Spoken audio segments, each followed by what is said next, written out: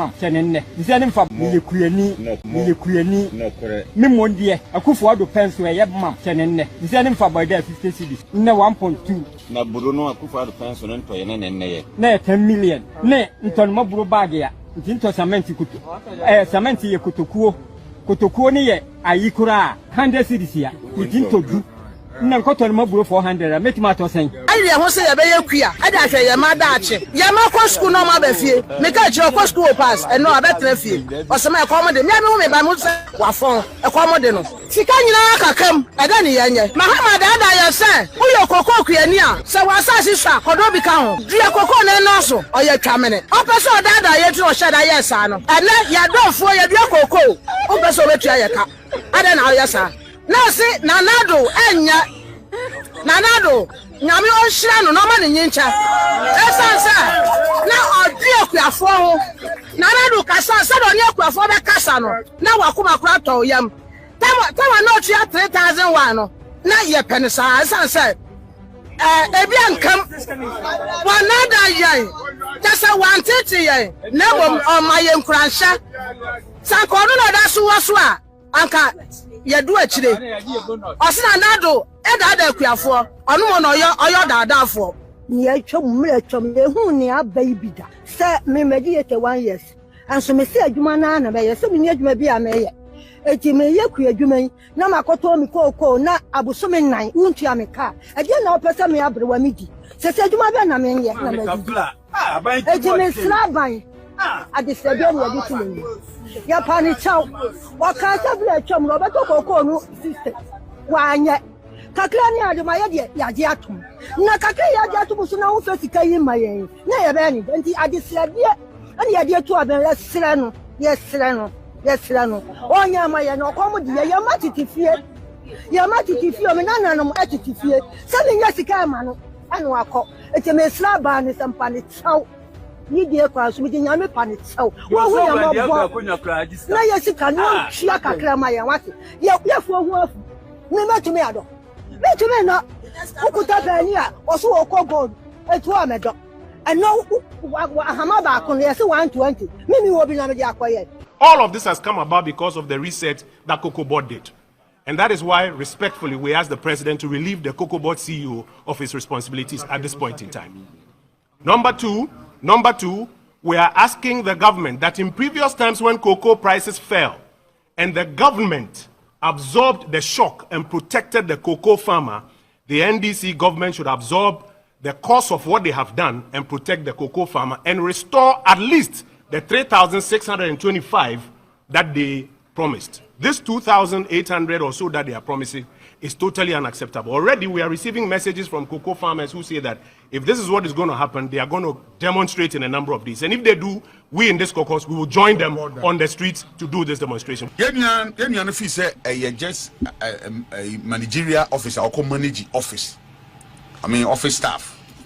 For way to for people we brand it goes beyond that.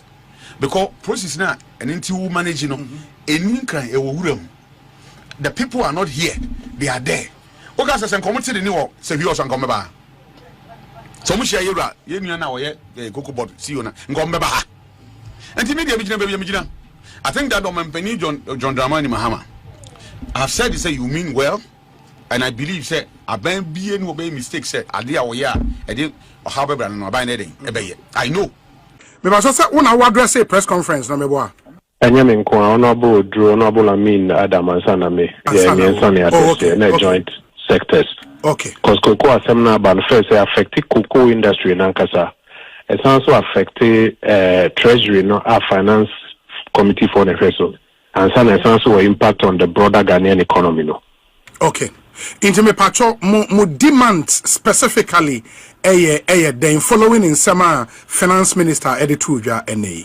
Abusunya we de ma menchia opa na me boni tewa ene penimfo ahodo a omo ewo oman ye mra hye badwafie mu a omo ena egina ekasa makuafo na omo sa egina titiru ene koko eho nsensem no ene omo ababonten ede nsem bi ababetudwa na ensem a ababetudwa no de kuani bie no ho no obete anani ebeji da frise NDC ababa ye ono mo de nema bebre no na gu akwemu ana se mpokora bra na omo bontoa se ye nto abama wo mo no ebo hya hodo bebre no na omo de ma Ghana fo titiru eni kokko akuafo kire se wono mo ba wo mo behwe se de bia kokko akuafo so betumi adwo wo mo ama wo mo ho ato wo mo ama wo dwumade bia wo mo de bia no anya so mfa so nenso so aban ba ye waba abebu nuagu na sumu a onte se dogo bi no abe a nsem wo ka ye nyina mpokora no baabia na ewo mpo dada kora no wahwe asa ehwan ho ama se de abafom kora na eno ena mpanifo ahodo bebre no ade o manu atom fi se akuafo no ehwu se nema ahodo bi a aban de wo mo fam no enya ade se ekoyie kora na nti ebeka ya ebre ya sa de we sha se boboboba no mpanifo hodo bebre no babonten eba be kasa se de ebe de enye aban hwe ne ye na titru randi abenu a wono wodina babe kokobod si wonu a onim hwe ya wokọ afuom kura no wodina konya ne nam onhye mpaboa mpa yede ko afuom obotai na de ko gina kokọ afuom ni ade ne nyina no wonsem fata tinka aban ne nyini kura no mpe obi a watiku adwuma se no mfa ne nye kokobod si wonu so aban ne besi nne abane bunuagu na som na randia be obeti no nam World Cup obeti GFA fo no di o machi yakobobo no di akire ya kokko afuo mu mpo de won kan mpo se ono mpo na yesi yiwo nanso so ya kan enya ade se aban watie na ebre ya sansensem we sha se eboboba na press conference sha se ekoso ne ade ade no odi enya adaje na yentie nkomotwetwe a ekoso possibly the beginning of this year afi we ya hyase no enkomo ekoso fa randi abehu koko sector reform so enne ame no kase mbra se bedwafo apase aba akoye koto bekum ma ebekun koko akuafo no so ye wie we no yenya ho adaje na ya yeni kanko na yenkotie nkomatwetwe no ekoso no nyina ne adwenkyera expert fo bi di bae ewo koko sector ne akuafo ya se de enko nketenkete kora no adane bo achi bidin yenko na yenkotie bi mbra sisia afeso ya adwen se koko na debia ya de kwa manone na yakoye nwu adwuma ho ne ya chocolate ne de abre no yes ya bre ya pese factory na ya de koko no ya de ba bibia yedua koko no we fo no fifi ya be ba be two borehole wo ho ne de polytank si ho. And I can assure you the price is going to be a very, very, very good price. So those of you who don't have cocoa farms, go and start looking for land. Is that in the first 120 days, we'll provide the seed money upfront for the Women's Development Bank. 24-hour economic clock. One job, 3 shifts, 3 people. Obiabe Didi. Me ba so say una wa address a press conference na me boa. Anyame nko honorable Drew honorable Amin Adam Ansana me. Yeah, me Ansana address na joint sectors. Okay. Because cocoa assembly ban first affect cocoa industry in Ankasa. It also affect treasury no finance committee for the vessel. And some also impact on the broader Ghanaian economy no. Okay. Into me pacho mo demand specifically then following in summer finance minister Addo NA. I mean, first of all, you're trying to move the aqua fan some when you know, but never mean no fan some when you know. But when you reset our meal cocoa board was a quiet fast or a ton ye cocoa no masano. I am past cocoa prices in Jinafaco. Also, commodity prices cocoa, petrol, gold near dinner prices in Jinafaco. Global demand and supply, and my prices need be cost na bafom na cost na bafom. In the Okwanya ye faso a ton ye cocoa ye to me a hedge. A quiet faso ton ye cocoa a hedge. And he said, ye Tony now on spot prices. So Tony now on spot so Tony now on spot prices are price no cost run a bafom or betro. Yeah. And TDIA and he say ye ton bear 70% on forward sales. Sure. The no estimate and forecast of pricing near to me unlock prices be womb. Now fee 30% near on spot. And only I did it to a buy we buy or say yen into your basis on why in a spot because that time no not spot prices no cost but because now I have to bear 70% on futures into no ultimately take advantage of the high spot prices. But at least what price security. No the politics I say I will say it 6,000 or 7,000 Emma cocoa farmer. They were looking at spot prices. Omoba be no say asem no mo kano. So this one also more reverse and more reset trading framework no. Yes. Nti every set trading framework na to say no omoton be more than 70% on spot and sana keto be 30% on forward. Into both spot na if you world market prices back down at the count and no na woni unko forecast or mokasa world market about down because hedging arrangement ani e wo through for deals no ma say no politics into ma say no omo nim trading near the mo you ma fi trading ho near there politics into insunsun. So first one is omo change trading framework. The second one so ne say ya pump dollar go Ghanaian economy ni mo ama the cedi is overvalued. A lot of the economists who be say the cedi is overvalued. They are not allowing the regular demand and supply to operate. Ti do mo ya no so mo pump dollars go market no so. Na no we say basic economics show say so overvalue currency will exports relatively more expensive. Now for import IFO. In the institutions one say Ghana economy no the name fear butchery bar. Air forcing near my manufacturer as a bump. Okay, because we are taking near but because of the injection, my currency na appreciate it. If you say I can, maybe move from Hoya and Hoya that Ghana no say ye na. But they are more no pumping. First, no more interested they were not pumping. But pump here will export be more expensive. So say I more expensive, we will lose about close to be 35% of value and also unya. Tinisuns one say and then no say what to cocoa na gudemo a unya scam fintia. Na number 2, the aka when him crampo say in send prices in econo because what say at the end of spot say no. Say also so that then what did that say Ghana cocoa ya catch cocoa kwa force say ya so 10 million.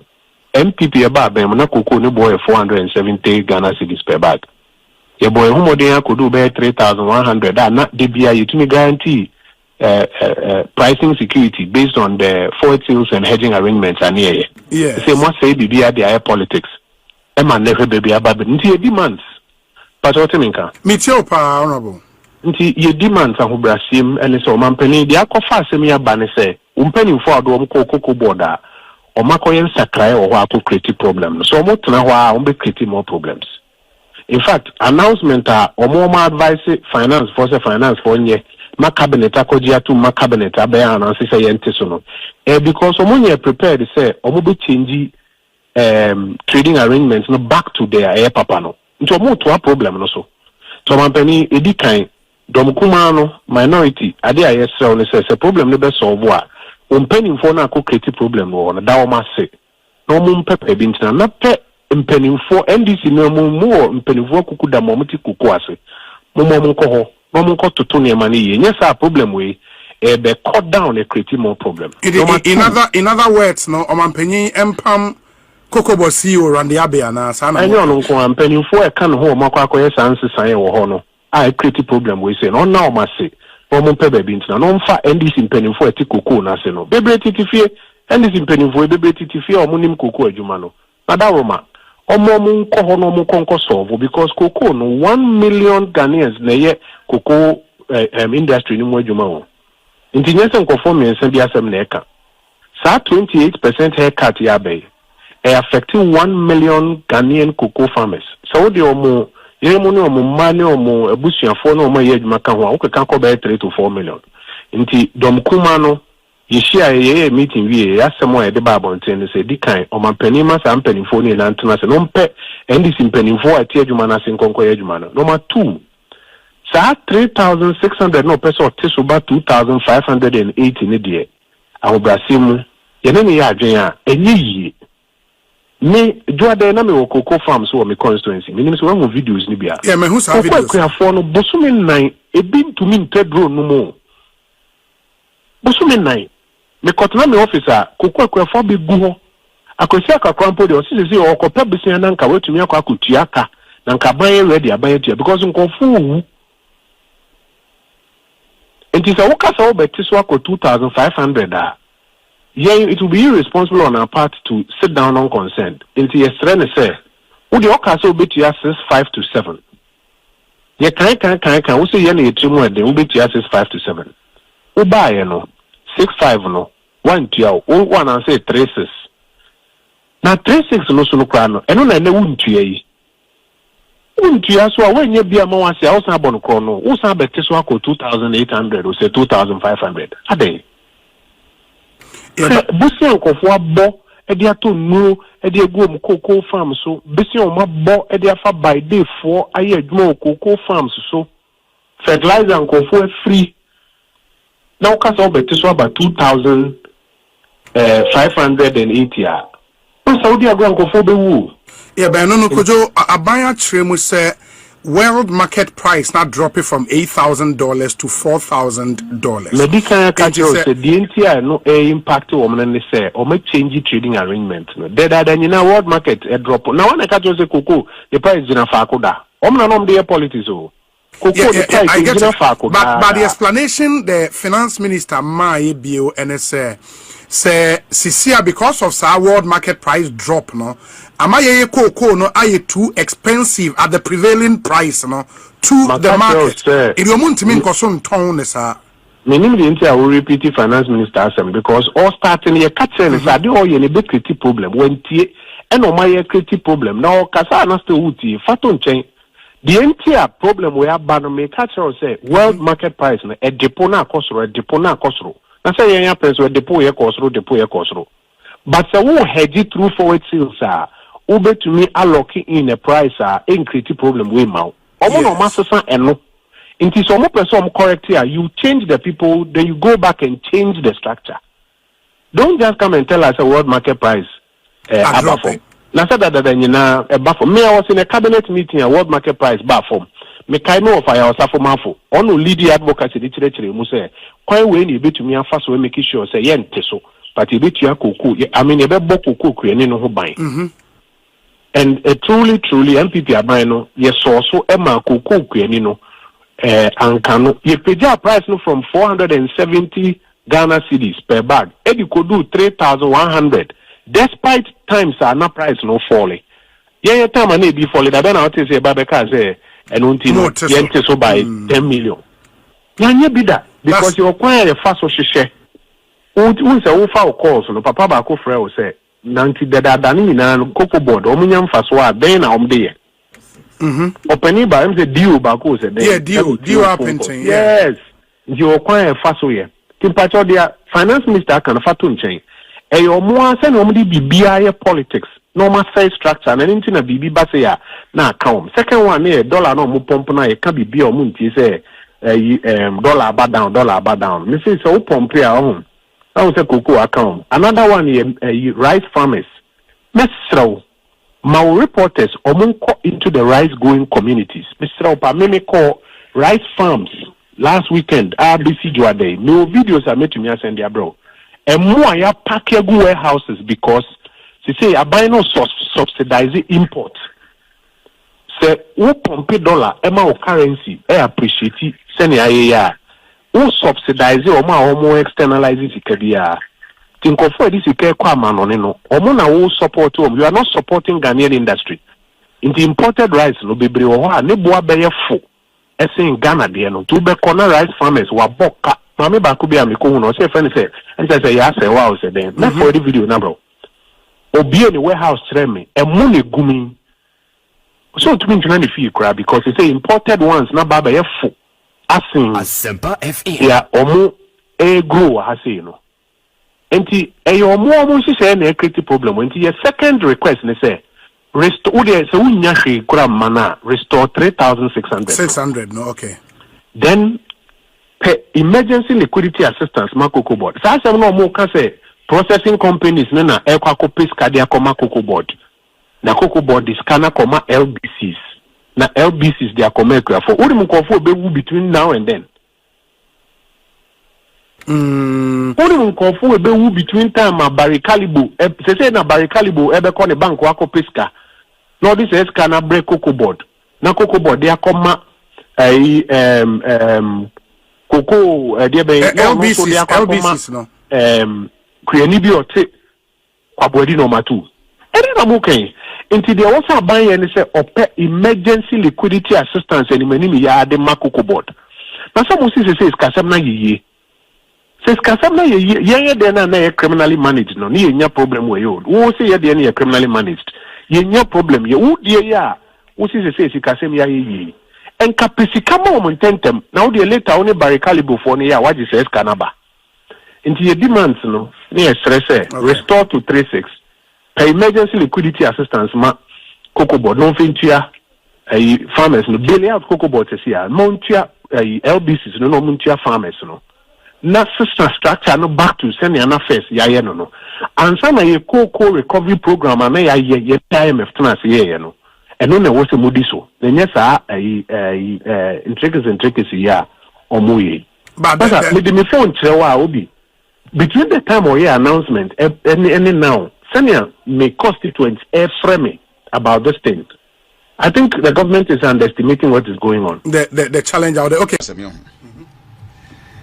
Sekasa ede ma Biden top abranche na okasa wo Cocoa Board awia yi no minim no de me share na da I'm sorry deputy director public affairs but wabod ho modern na me bona paso even though dan kanye say me hwe nsen ko ni akuafo no bi gina monte akasa yanso so na nkofo bi so do mo aba jimti maybe sa na say ba no wakasa yi no wakasa nyansa mu wakasa wa hobrasi mu ntunze wakasa bi en na akuafo no kra kasa de echo from I believe say so on kwa na kasama for no minim de so a deputy and or ya de papa oni mo hawa kwa ye wanti a ye hu de ye hu ina enya NDC aban kwa aban bia ba na ya catching kofo bi aye perceive om say aban bi penso na promote aban bi penso na fa na obi di 30 years wa adwuma ye de sha aban ba ko ni promotion timi ma emfree aban ba ko pe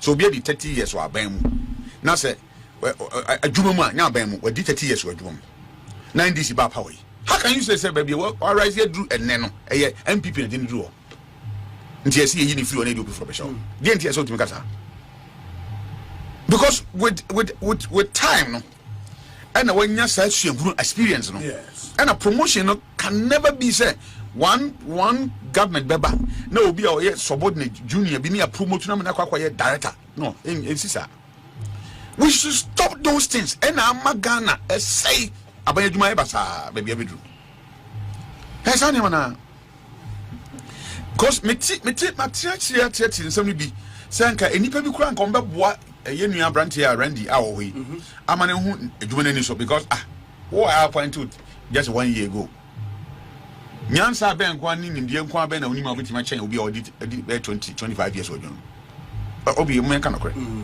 nti wuyi na wo betima take decision betima decision beboa sabe institution awo anya nokre say una so wiase nyansa gina akra onima wo betima yare de amana yi enti yep na Oma sabi o yetimi transfer obi a ne so mfaso beba ma adwuma no ba bi ne de na koto dex ya pam na koto office bim adan ya se o ye perceive say we NDC ne na we MPP but civil service no ya wa MPP ne NDC ho ehonjuma na ya na ntia me ka say nya NDC nko a it has happened but as look as if say such sensitive position no ya nya ne sha yenyi ko for basabasa that is why I when nade esi because I've heard from the other quarters say na bo no sa utimi ton kra utise bo no koso utimi ton wo ne manyina unya na de de odiko ndi sika na ugina no ba yogina no sabi yenti so de mafo nti ye won kofo a sabi omo ye more competent enough awon wa adwon ma che na I mean enya bibia kwasa de civil service na pegin 60 years old anambwa yes 60 years yes 60 and here emobi anko with by political head or whatever cause him say with time no obenya suahunu a odi beboa institution no there's some others crana o ma retime pon yes unim dia wo nti ye ma wo mfa unim dia den enko cyber the 2 years that's why your master window that all say we wait now say 5 years by 5 years no is either 2 + 1 + 2 or 1 + 2 + 2 depending on what more they need him there e beto amako see say na ma we no akoso Cocoa Board amatere say na tie there say it's unfortunate me politicians say me ntia see o look there's a lady be a minimum of forest commission na climate change yene ye call ne directorate na directorate because you say climate change who some see committee no and now say donors no so na omo person how the office no tie nti answer dealings ne hu na na den omatimi aye ni the project mu call because at that time I call no deputy manager at the time na ye directorate and obey director and faswa and nam no so ma Ghana nya no mekasa meka ade bechi metia yesi ya man so ko training school and was say you kwa megai oh what the yes what the experience we nya ye nyinara training ye na kwa ma o man na bon ho ka akwantu be rebe watu don say nim no well bank ne ho nyama nyinara waja okọ na obi me o nkosan for transia me ya tete usai de ben Tanya Mawi and the say on mine no minimum by the number. But I'm not sure say obi I didn't be biara. Every time I say na dwuma obey ba be say diba na owa. Sabe wanya suahunu kese a. Obo okwa de for negotiating table won't be carry. Obetra ha konum ti apa chicken bia we na ba bia ba. Na say bia ni ba bia. But I'm telling you for the first time the Lanchi climate change program or conference center. Na me team no. A whole lot of people and a buyer, but then only I didn't hear if he said a baby pencil, but a call for a commission, not all at a time for 20 some maybe 20 years, 20 something years. And all you want to what's that you know? Near Tomo be free, yes, he had call a baby coconi near the Contra officer. Offer will be free a CMC. I mean, just I for yes. Now they call a Cocoa Hospital or where on. So Uncle Pedro, you didn't call CMC or no Cocoa Hospital in New York. What kind of, I mean, managerial skills, and a chadia bang. A chadia bang. Yamana Juan also on ye. Sisan suban we na amfiri amanyo semu ya mamuo mu a mini adoko ka se me de pa I don't know lanche you can say 24 sign when me tell me de pa o sign into law because you see when your time I'm praying until omoto mo boss yes you can say she bonti boso me na ba na ye nya ho djuma but ya de me no mo nya adwene say abanya djuma nya abanya djuma na ye say 24-hour economy ye djuma ho ye hwe say government be create the environment business society take advantage of it so that business people can hire 3 people to work for them. Now catch them say oh minister of a finance enti nipa hin the finance ko jom ko musikasem edi nipa hin anti ye be no e be ama de ache ama nkofo akọ so tiase but say uko Nestle company uko Unilever uko other companies uko baby omuye bottle waters near here. That's a business cost pa. They will need more people filling stations on which man work 24/7 and you not necessarily a buying juma part of office almost start here and I do not mean man and person call passport and I do other way before and I join the person e call juma passport office is it crowded the one and say who your passport to call we go hand the about post office yes it him the ba office so cry it is 3133 near you know passport no one year he say 24/7 o ko passport na ade cha de kwai driver's license say driver's license go kwesi kai o ko driver's license anajo ade cha de kwai what imagine we are all right I'm na yi and those things are here and me koko asem no makasa owura rande bi on timi koko adwuma you know dia asem we see kabasa nko wo se wi anka ko ba kenya ye papa no ko ba se rangi e wo se hwia nka ye papa no befa ka ba ha na ontimi nya adwuma no onye kuani onti kua adwuma se asa nye kua fo nko na me see won need a bit of kua yo e wo mu ontimi nya koko bod adwuma edu no onye kuani ga no ye kuani I'm telling you that's what me ka won say edu dia konye kwa fom da na Dr. Opuni no ye kuani Dr. Opuni okay so okay so no da o we be ofri ba de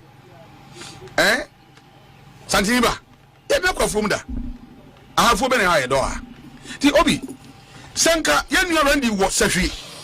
And all tall. And all share cocoa leaders. Yanu me ye papa nom madaru me buru moba. Me timi nya me bone. Enya me pese cocoa no ye beton sa. Me nya ye kran ke mo 10,000 Ghana cedi per bag. Nanso dia bentia. Nanso o kire ko anya me bone se nyama sesa. E bone ye besan den. Ye besan tum. Nti na me maba mo na so. Se me ba ba chichi mu. Woni utim. Mo kwa ba bi se mo da kra mo na mo nchen. Na o be na da kra se mo de na so ma meken. Ono obi odi akonwa kwa fo betima da kra se. And once na ba kokura su a odi ti bobo duo ma ti apai. Obi onim say ye kwa fo ma enwo ya na mo ha adwen wo kra da bi agwa fo da. E so owura wasum ni wanim ne yi. Ebi tra so owura na suma odi ti bobo da ma ti duo ma ti apie mi no. Be wo hu bi da. Look, what corner ni ye ma me ne papa na ko tra se. Once the papa na kan wo si ensuo kra ye den ye numbi. Obi wo free sahwi e back kra. And they say Ufi Ghana air Russia.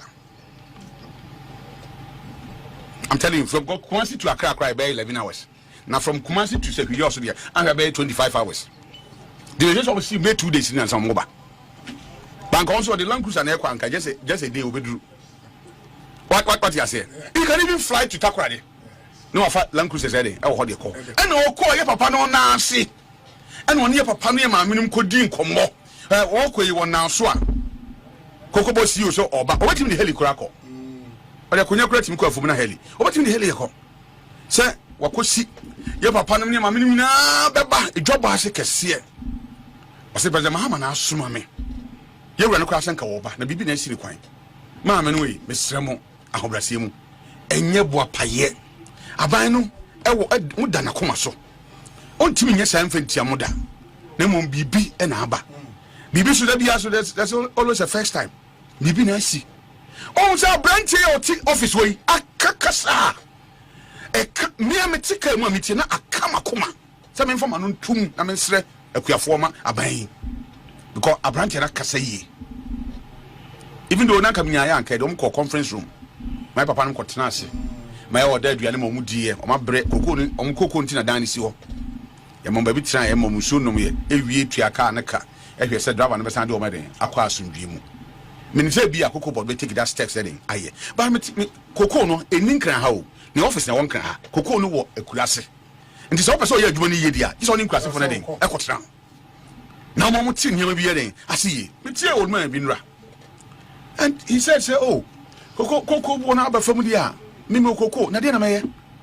So I buff na ban so between 2,000 something. Me think as a chinchina can ban into 3,000. Abra ban in this kind and for like I say, it been a while. As some cost granting, or much yes yet. No mum, and Tiasan bet my juma. I just said your wasson or buffum. Obi so be good in our brosanso. Nancy will be for no Casana want to adena way. Who see buffum? Tiba Yojane press conference. We are who tell Bisanko for Obi Bisa question does it make sense to you? Obi Bisa question no. Obi Bisa because a answer some money question Obisa. Why we see you? Question be Obi Bisa be an a bufu crowd umgrana. You have a way to talk to the person. Unfortunately, no one say oh no. The ME had said, but this is or translations on for because they are perceived MPP for near. And I'm now on the NDC. President Adam forget it. And or the appointment. This is the NDC card, but you're there. Nemum, baby, I would dinner, Sabi, unimdi. No, what's any name, dear, so Montemo be a who's unimdi. I don't expect, say, and you must say, bit I see. But when you send your man so a custom, genuinely, a bronesso. If there was some officer or no personally bit my uncle, or no person, they will need to crowd with mine. Nemum, any blaming him no may not be there. A leader, you lead. Niamato from no. I want to share. Sabi penny near oye. Until America say, even he has to take the whole directorate Accra and a bit move to move. Obi, I want divide you. Omo ko ahafo, cause we ko eko. Omo ko Ashanti, a certain area eko. Omo ko Western North eko, Western region eko. Buru baby obon ko eko. Obi a eko kan bibia kire kuafo no. Because here can say I am on yourself. Before the Umbejim, I take advantage of near my costume, which the Musa and Crana, Umbetima Cotestino. And I know NDC. Who share NDC no cocoa as no quiet campaigner. I'm telling you, workers are a farmer. They are able to do those things. Hinterlands. House to house. Bonko fopuno. Me a campaigner baby want me to could go who say NDC post at a lipan the crown. Hey, how's my house? Check. Oh my idea, papa. And he me feel say Yan fee say just a managerial officer or manage office. I mean office staff. The idea for way to for people we branding. That be it goes beyond that. Because process now and into managing the people are not here, they are there. Okay, so some committee the new Sevios and Gomeba. So much you now Cocoa Board, see you na Gomeba. And the media I think that Penny John Dramani Mahama. I have said this, say you mean well, and I believe say I been being obey mistake said idea or yeah, I didn't have a brand or buy anything. I know. So if you can pay them 10,000 Ghana cedi, you would have paid them 10,000 Ghana cedi. But situation na akoba the ending, akoba. And akofa said for the first time, I mean Dina Khan said for the first time in the history of this country, what pains na Cocoa Board so ending. Abafan Cocoa the mostly no. Obi ankosra. Yantiso. Nansu wedi. Nyese yetiso kekese be 100 cities and 200 cities. 1,000 and then 38 Ghana cedi. 38 Ghana cedi kwa de buni pa kongo no. 38 na so no. En nyasem no. So ti ase. Enti aye bibia sabi ehu. It goes beyond talking on radio and explain it on radio and TV. I do baby say nkitahudi ya one on one nipa no akwafo nipa ni gina ho na omo hwe wanim na odi aho brase so be do baby kura so ene papa na mami kura mi munkoto je boti dabi manya sane okrachi obre ne ho ase dodo so sitie minim so omre ho ase mom de but aja obetima afeki awo hu se obre ho ase sisi awo ye ne personal da me personal so for me pa ko da be personal me pa any dey because onni ha obeyi ne ho ana awa ho brase no say unim so omre ne ho da bi nipa de uhuni ne ya na ne so a eti me nyem free me ho okay enim say ebinim say any dey mu ebinim say now let's stick to the issue okay you ebinim say do see ye na o man beti so dodo ba me giri say bia nya sa na tie ene kwa sa na tie wo ni mu kura na outside ne dey on demonstrate bibia be kire say o wa hobrase o wo buoma enipa sabe ye kuafo na on kai adwuma na aban ne dey den e dey amano no because say one kaya at say di obi I didn't tell you when you need back e asemtia nipa bia wodi of course and the di bia de ma obi anya na de ma ho enti ye di ma na say wuntimi mo ho ban di na odi nipa kora de den e koma enti Cocoa Board e di and ye di ni di den ababata ho okay as say otimi e ye de obetumi biara say ba ya ni din engu aban ne den animase na saa betime bama agise kasa den yesterday a Cocoa story as far back as October last year and ye ka Cocoa story ho asem ka Cocoa story ho asem we knew baby na elboboba and ababe drum pempenso say it has caught the attention of the general public and the whole Ghanaian society no clearly because yentimi ntua Cocoa akuafoka randia be shifting narrative say ye MPP aban e ball ka 32 million billion debe and as a narrative ni nyina no e half truth yentie akuafo ni yentie omo me kuani me mondie akufo ado penso ye mam kenenne nse ne mfa boy da 50 cedis na 1.2 na Bruno akufo ado penso ne ntoye ne ye na 10 million ne ntonmo buru bag ya ntinto cement kutu cement ye kotokuo ne ye ayikura 100 cedis ya ntinto du na nkoto no buru 400 metima to sen ayi ho se ye be ye kua ada hwe ye ma da ache ye ma ko school no ma ba fie me ka chiro ko school pass eno abetra fie o se ma e ko mo de me me ba mo se wa fon e ko mo de no sika nyina kakam ada ni ye nye Muhammad ada ye se uyo Cocoa kuani a se wa asasi swa kodo bi ka ho die Cocoa na no so o ye twamene o pe so ada ye tiro hye da ye sa no ene ya donfo ye dua Cocoa o pe so betua ye ka ada na o ye sa na si nanado enya nanado nyame o hira no no ma ne nyincha esansa na odi akuafo ho nanado kasa sa do ni akuafo be kasa no na wakoma kura to yam tama no tua 3001 no na ye penisa esansa ebi ankam wanada yai tasa wantete yai na omaye nkuransha sanko no na da so waso a anka yedu akire osina nado eda da akuafo onu mo no oyo daadafo ni atwam ehu ni abai bida se me mediate 1 years anso me se adwuma na be ye se me ni adwuma bi a me ye eti me ye ku adwuma na makoto mi koko na abusome nan untu ameka ade na opese me abrewa midi se adwuma be na me ye na me eti me slaban ade se bi na ade tumi ya pani chao wakasa bla atwam ro be koko no sister wanye kakra ni adwuma ye de yaje atom na kakra yaje atom so na wo fe sika yi mayen na ye be ni enti ade se de ani yade to aben yesre no onya maye no komo de ye matiti fie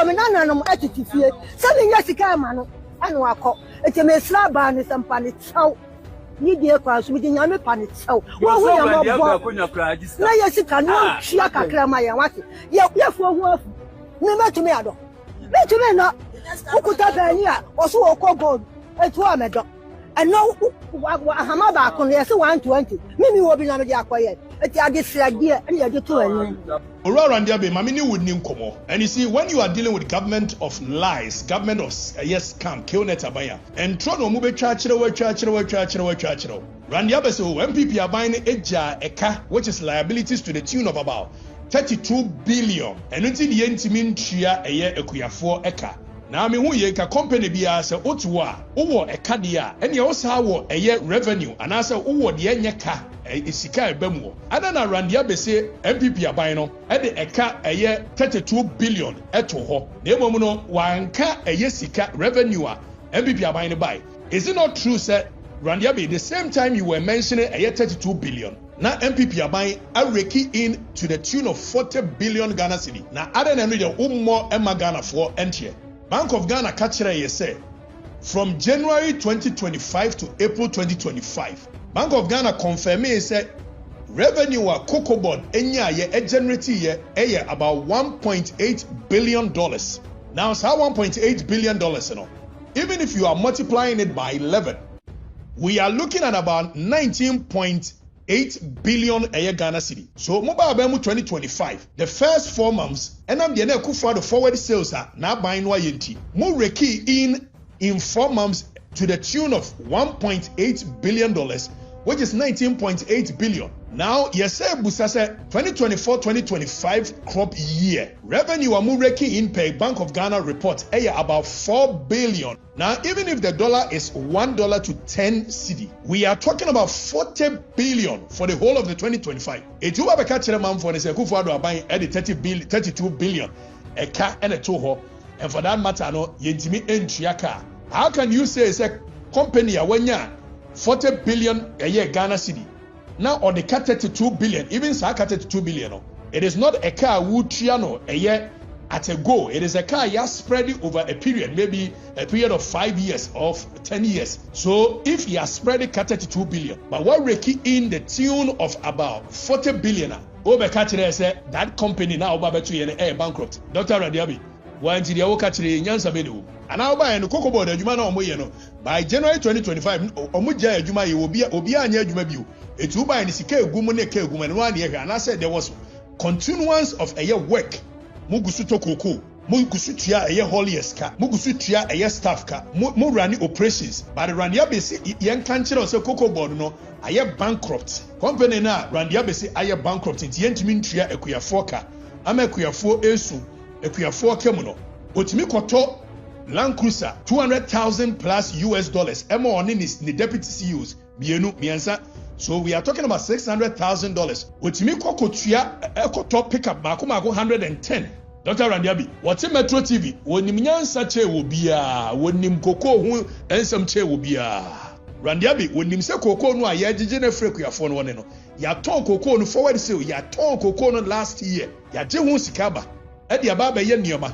2027 cocoa, it could have been sold in 2025, but because of the incompetent ineptitude, Dr. Randiabi, a cocoa board in Tino, he could not even do forward sale. Sebaya Ghana be reki in revenue, and what one work a camera for.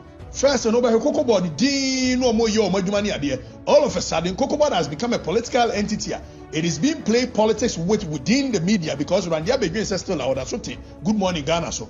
Enipa won no ultimate term cocoa board lawyers echo defend one personal suit, defamation suit. The questions we are asking, I say, Assad now, why do you keep on mentioning say MPP are buying 32 billion? They won't 40 billion now, again, NSS say a car, and then a winner sika chuchiri di koto Land Cruisers $200,000. Edma wo any with deputies. Mutimu edgy feeling. They won't cook your phone, they don't mean to. If you have no clue what you are doing, or predecessor, Edu, Omui, or Dasotiase, reach out to them. Let them give you some ideas. After all, governance is a continuum. Pioneers are buying propaganda no ye because akwa say na twibini esoro na wo joma ma hihye military uniform ni namne e boje ne so John wo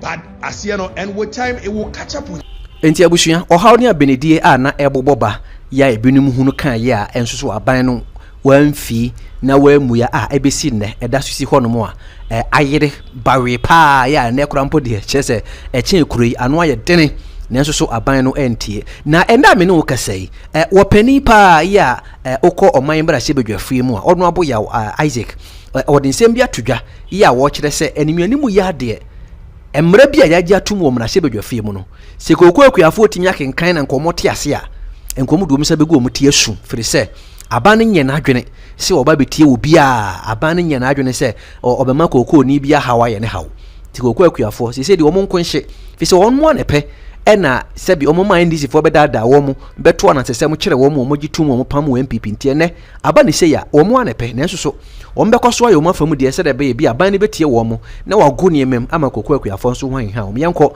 na yenkoti ono abon so the interviewer ene wayo no movement a wabie bie ne amahudo no nani e de akire Ghana fo mesere se obela ki video ya ma me no ahye na ode wadwen kire no aba na yenko ahoma no so na yene obrabo yaw Isaac Upuku enkudi enkomo ye MP ma offense south na wona kasama MPP minority in parliament ewo agriculture ho ese na we kuku expert ankasa na kuku nsensema abey yenkudi nkomo sesese kuku de wa wode wasase obese bia wadua kuku na ne se ayemre na beso utwagu na odua bura ese ye no betimi achew ora bo pacho ma che net sen jijo sumini na me ho ye pa what se me behwehwa no kre Gordon no kre shiache so me tua na mo na me ba studio dako get me din ko makwachi ya na mrante I mean in fact the bebre afi wo se adwuma no wonimu ye wo field nti no wo kasa ya na nkofo epeso omutie pa se amokwa research de se be se wo ko ayi wo ko offense ana mboa me ko offense nyame ya aduma next week masse nimpon pa ya medeni san ye me mame o film na me da na ebe ye na yi nti me wo achemtafo a ye egu ahoboaso nti me fi crime ye press conference kwasi ada no anwumre na nadwuno ana me ba tafo nti se de ho na me wo na me adum ne ye ni wi a branda na me conference so ye ni weekend ye ni ye me de ya wo god nti me hwe wanim wa achemtafo so de ya kire ye wi kwala ka akobọ golf ani unim hapa no pana kula abantu wetu mboka kran sana yakwa yi na so okay arabu etiwe de straight away yankwai na ebe de ka na bafi pacho koko asem no yese fe bi cocoa board act as de pacho eye de ba dia cocoa board bill eyemra yeshe na yede abbo koko no eho bra so Gordon na emrana na doso bebre hanyan na ye kan nyina abom so awonti ye hye emra ye de abokoko ne ho ebra ne de ye ne aban eye adwene ye pene bill ne so na ne hayen titru ne se wo hye emra na emra na wo hye ne ye ne fa ye ho pa no wa maji adwen kire wa me ye hu emra no kra ye hunu ya ne se ya passe emra no ukuada 29th July and ye passe ne juada ansa ne ye frɛ kuafo no sɛ momra kuafo no mpanyimfo na de da no momra ne yenka ne ye wo law no mu ne ye wo mre no mu no yenka ɛho asɛm nkyerɛ mu ya passe awie no me ankasa me fa telephone me frɛ Ghana National Cocoa Farmers Association omo president ye frɛ no Mr. Anane Boateng me frɛ no ebisa no o say obi an frɛ no ye frɛ na members no so ye frɛ obi a ena me frɛ Ghana National Best Cocoa Farmers Association omo president Mr. Charles Dempsey and so me bisa no so saa na license buying companies so omo so di cocoa mo ahotene pa na omo to cocoa edemaye no so no omo share that throw krata de brain so omo wo consents at 9 bi anko omo be stress yenhwe ne mobo ho na ne efata no ke yemfa nsemre ne mo no yenhwe ye ne anhwe kra omo twi cocoa mayen ye from holiers na transporters no omo panyin ye friend Jerome ono so me friend no ono so obia ama wo mu akate amebisa wo mu bia ehu na sa de ka mo stakeholder consultation na ne sign ha adwen ne se o pass under certificate of agency so wo consult wo mu kra e bia nka de obi betimi anya bibi na nka one obi akwadwena ho wo de ba ye na wo se yam pass under certificate of agency na omo se o omo consultant bi e call round ne se yam pa ampani ampa se consultant call round Monfa stakeholders engagement report no monfamra ebi ni ho gordon ebi ni ho so entimra ne de ye preso se ye hemra no na mom America two den pantentem se ye de pass law ne de ye dwen ho ye ntiase se be mprebiasa enye pressure dro and waka se wa anom no anopa no anom no ntemu a ebia e buka go for how bia ba emfa how bia emma enti to boase na hihemra no ye nyina ye kamom na yentumi emfamra no enye adwuma nti that is our first concern. There was no broad stakeholder engagement omo anye abi eno ne de edikan na Gordon omre hello me pacho me omre honorable ye omre ye bedi nkomo ya omre a ma memfa nko clause 59 so clause 59 the way so a me press conference on minim so wo copy am send the copy amount le bia ne idea entumi anka ho asem so wa we hu bi clause 69 no say categories of licenses just say ye jimra ne tumu a ye be ma license ama private sector no enema private sector no ebetumi aye e wo cocoa industry mu no na edidi soyi o say ne edikan internal purchasing and wear and marketing of cocoa eno no Gordon this year me ne wo kasai private sector no na eye enti anya de foforo uko bi no a o say warehousing eno private sector no na eye anya de foforo uko si no a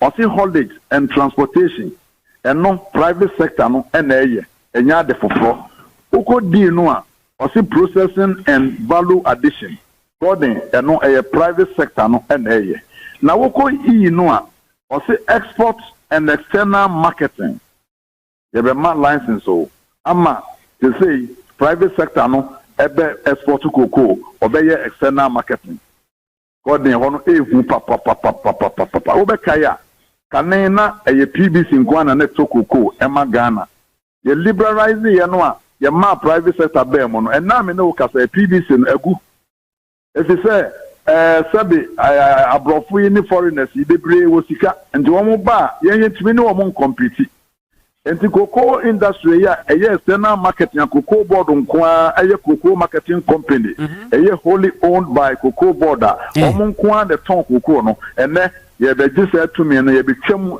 near the fa ama private sector no yes e be so begu no cocoa industry no ebegu na me ye cocoa adwuma ye ni kura na we na bedan me ayam hihie.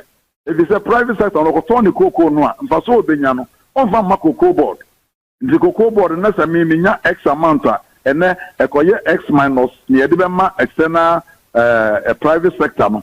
It's calculated between a crano, one here, na home aquacoyed. Into external marketing idea, your best rap and say what it is, more fun and sanka. They say Ghana near the boy a home for him the premium quality of our cocoa. Ya the ma private sector one here no you be compromise enema ye nya no wo cocoa no mu nyina no ya the comma private sector be hard ba question ba ko company say Say no cocoa board for and to the beer say fertilizer and this animal no see the treaty farm no to the beer cocoa board 14 this car be a co so for nasene. Say as a private sector ebe joining ya cocoa board for benya ahode no e wo sika hono nyina de cocoa board na beye na okay hono nyina de cocoa board na beye ne aye ni nyina wie na ya ti cocoa ni nyina wie na ya nke de ko amanone ko ton hono ye twa bidi ama wo mo akode wo beka ya sa nhihye running time ena omo hihye ye senka omo etwa 30% e de ama private sector famre na cash flow ena na omo ni da no so pa so obo akoton cocoa ni bie ndo omo ye sa nhihye no cocoa board strategy 1 kwa document no na ewo mu sa senka 30% ne ye de be ma private sector nyame adom president Kofo ba ye no na obetwa mu enti si anhwe ya eno anom be so omo smuggle no omo san de be na fe ye koma private sector no eton ye kokoko no de na komodema cash police na ye yimu dia anya ho idea me de me mo obi adi okay mati we dey question mati you yati anya hwe yanko afei de akuafo se de wo ye kokoko ani a ayam hyehyɛ nko a ko de yanko close 81 ni America enye se bia sremu me bom sremu na America wo eye ni ayaji atomo wo parliament no ho asem na America enye draft ni ayaji atomo no Yanko clause 81 was it prohibited activities on protected farms according medium intibro for papa so ba ko ameti ase de ye can be say bibi ye prohibited na che say ye achiwade prohibited che say ye chirikura. So let you know can or a person shall lawyer kasha and say a mandatory a person shall not destroy, uproot, damage or fell a cocoa tree except for the purposes of rehabilitation approved by cocoa board. And the garden we na bibinti upese ukoko ba kon yi free wo afuo no mu a woni ho kwan enti se ese bia ayi efe ne sei akate anase enkrampan aba wo for damage what is can be twa it is ukoko board kwa approval damage so god na yenimu ye na obi onum kokoko fo bia obedum be ya adwensem ra we dia wo enforce kra enyi wa ba atodje na ye ba ya mane pimpin ho kakra Cocoa Research Institute say recommended space 3 meters by 3 meters sana and tamonte na tie nanso ye ba toje na ye bo mane pimpin kakra se na be ya nwura ntimi mfu kese ndi cocoa ni nyine no na woyiyim ebi kura cocoa na nyina wie no be kwa si wa ha de ha yesum dodo ano no be ba ha nhwetwam kakra so wonni ho kwan se ya de kura na abafuo mu cocoa sasambro yi wahunu ba akopɛ o mpɛsɛ bɛtrɛtrɛ o pɛsɛ oyi ne ntam a wonni ho kwan agye sɛ ukɔgye tumi krata efiri aban hɔ na gordon me papa o sɛ hwede wanko school da nso na oyɛ cocoa kuani kɛseɛ paa sɛ bi atwerɛ kura onim twerɛ na wahunu cocoa baako bi na o pɛsɛ oyi firi na fuo mu a agye sɛ ɔkɔpɛ krakye ni ɛma ne bɛtwerɛ application yɛ de ma no yɛde asoma me yɛde cocoa board na cocoa board fo asoma me ampankrofo abɛhwɛ na wɔn asan de ɛho ano yie asan de akɔ ansa na mpanyimfo atena se na yɛma approval na nahia ne sɛ approval ne ma ya meni ho kwan ɛna gordon sɛnea mmara wie no kyerɛ no you cannot uproot nti sɛ bia wafuo koraa na ebia cocoa no anyini asase no wohwɛ yɛ ne ntimi nsɔpɔto cocoa biem asase no wohwɛ yɛ koraa bia hɔ no wan hunu ne ntam sa abotan bi wa asase na se cocoa ni nyina ewu cocoa no enam climate change ba ye nti ho no ntimi support cocoa biem wo pesa wo dane wonsa na wo repurpose wafuo no wo de ye bibi fofora akwanya ni ho wo ya watomra nti necessary godin ya one ne bohye o te se wo ye kwenkwenkwen bia na okọ report se wo twa cocoa watomra aban ene wo de nti samrei ebere na obetumi enforce god ma memfa honko 85 one was the registration of farmers and farms under 82.2 a person shall not You shall, a person shall not engage in the commercial production, purchase, or sale of cocoa unless the person and the farm are registered under the cocoa management system. And then your cocoa creani. Let's say you register we need who coins so yefu. We need who coins so cocoa our betiano or tongue. We need who coins say will be a toss our cocoa. I just register. Yeah, cocoa registration there. The papa. And the previous administration yes, yes, almost starting in 2019. Yes. Just starting in 2019. Yeah, you registered for over 700,000. Then mom ye 7 years down the line, crown ye. If it's a Queniano, Sabi, Yamiana may register me home.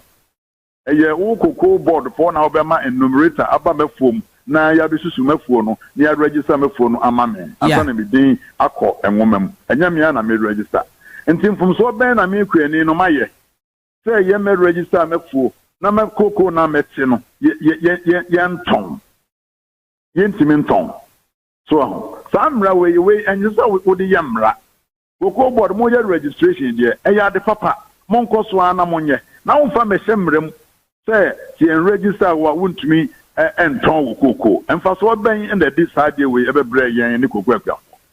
Yeah, registration in the number 2. What does it seek to achieve? Sadly, no. Miss Ben, no baby. That is exactly the question I'm asking, Gordon.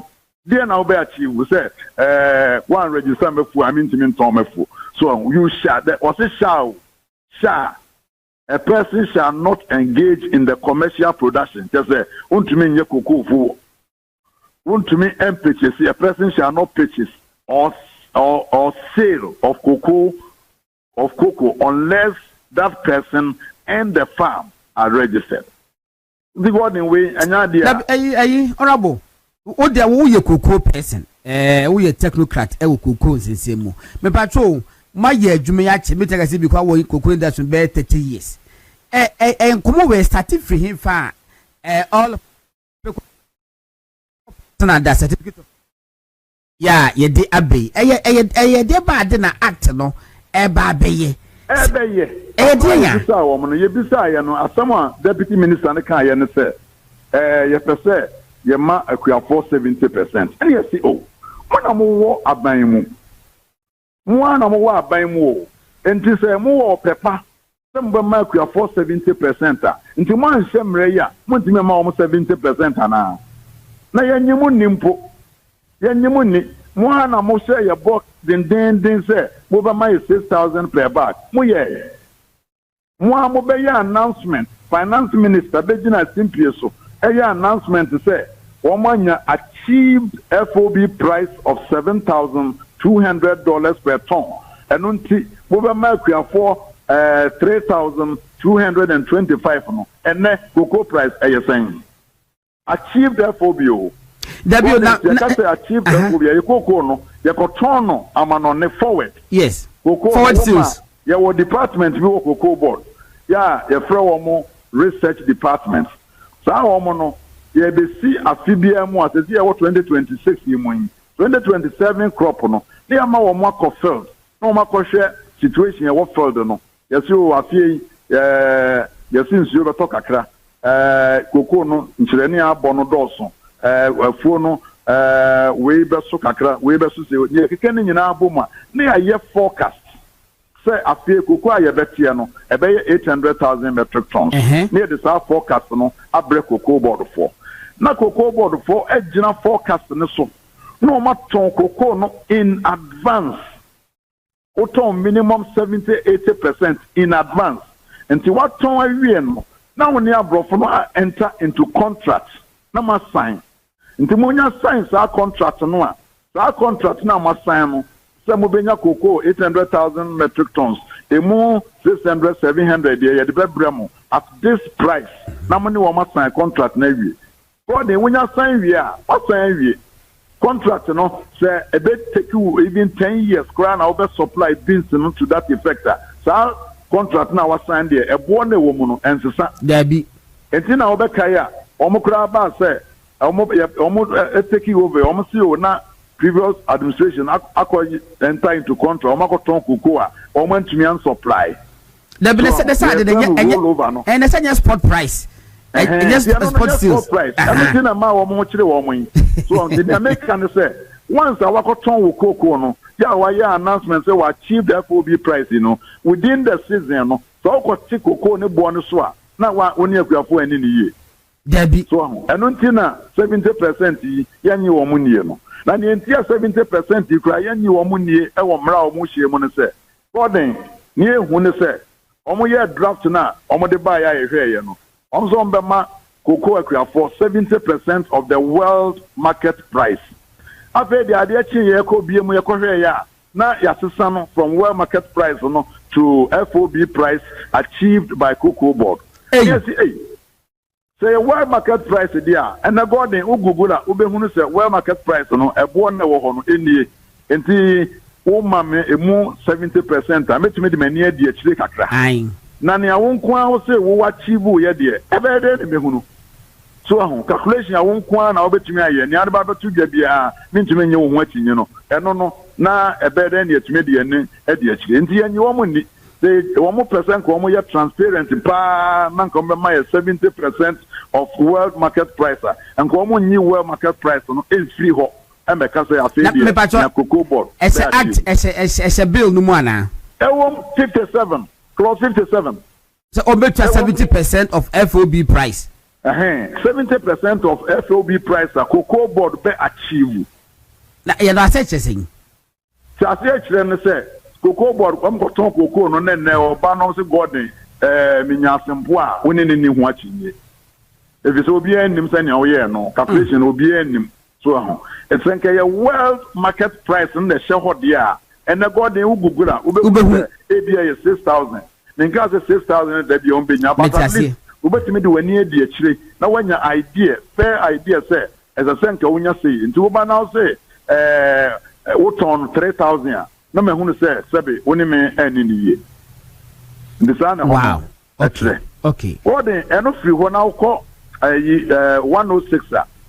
Oko 106 so I was say ye be ma yen local processors no ye be ma wo mo 50% of your crop wa ye be nya no ye be ma wo mo homo chichemu na duonum ama ya process no locally God ya sem papa it me encourage yen local processors no mo add value e ya de papa ene de aban bia e bossa da wuro no nti nkan de nkaye na se ya me no kasa o mo se ye be ma o mo 50% ni se ya ye kasa Emre bia ni wa e local processor say o prekoko no 90% kura yem fama wo ne kududu a opese o to bia no se ya yen hye emra no existing arrangement no ya o pe bia no utimi to o betama 100% kura o betama 100% na mo wo beto no at the price a ye ko ton no wo international market yes of course se ya de ni e de ma wo mo ya omo ye for local processing no light crop bean and no yanfanko ye external contract say no susa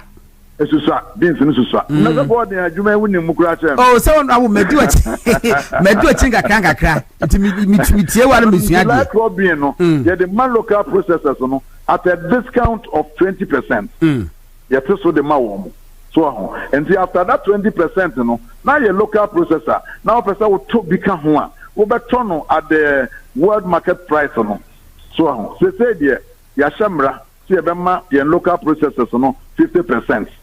But I want to say the danger wo home. Say na me ba body me hire mu ba danger na wo hono ne say sa additional beans e de be ma local processors no ye be ton no ebo sen say ebo a ye de kwa amansan dwa so koton no Ghana ye cocoa no enam say ye papa anti no every ton bia Ghana ye be ton wa amansan dwa so no you additional income of between $150 to $300 as premium. You cocoa a cotton biano. Ubiato ye cocoa, Ghana cocoa one for the unfran chocolate, chocolate and then and to be out of Ghana cocoa.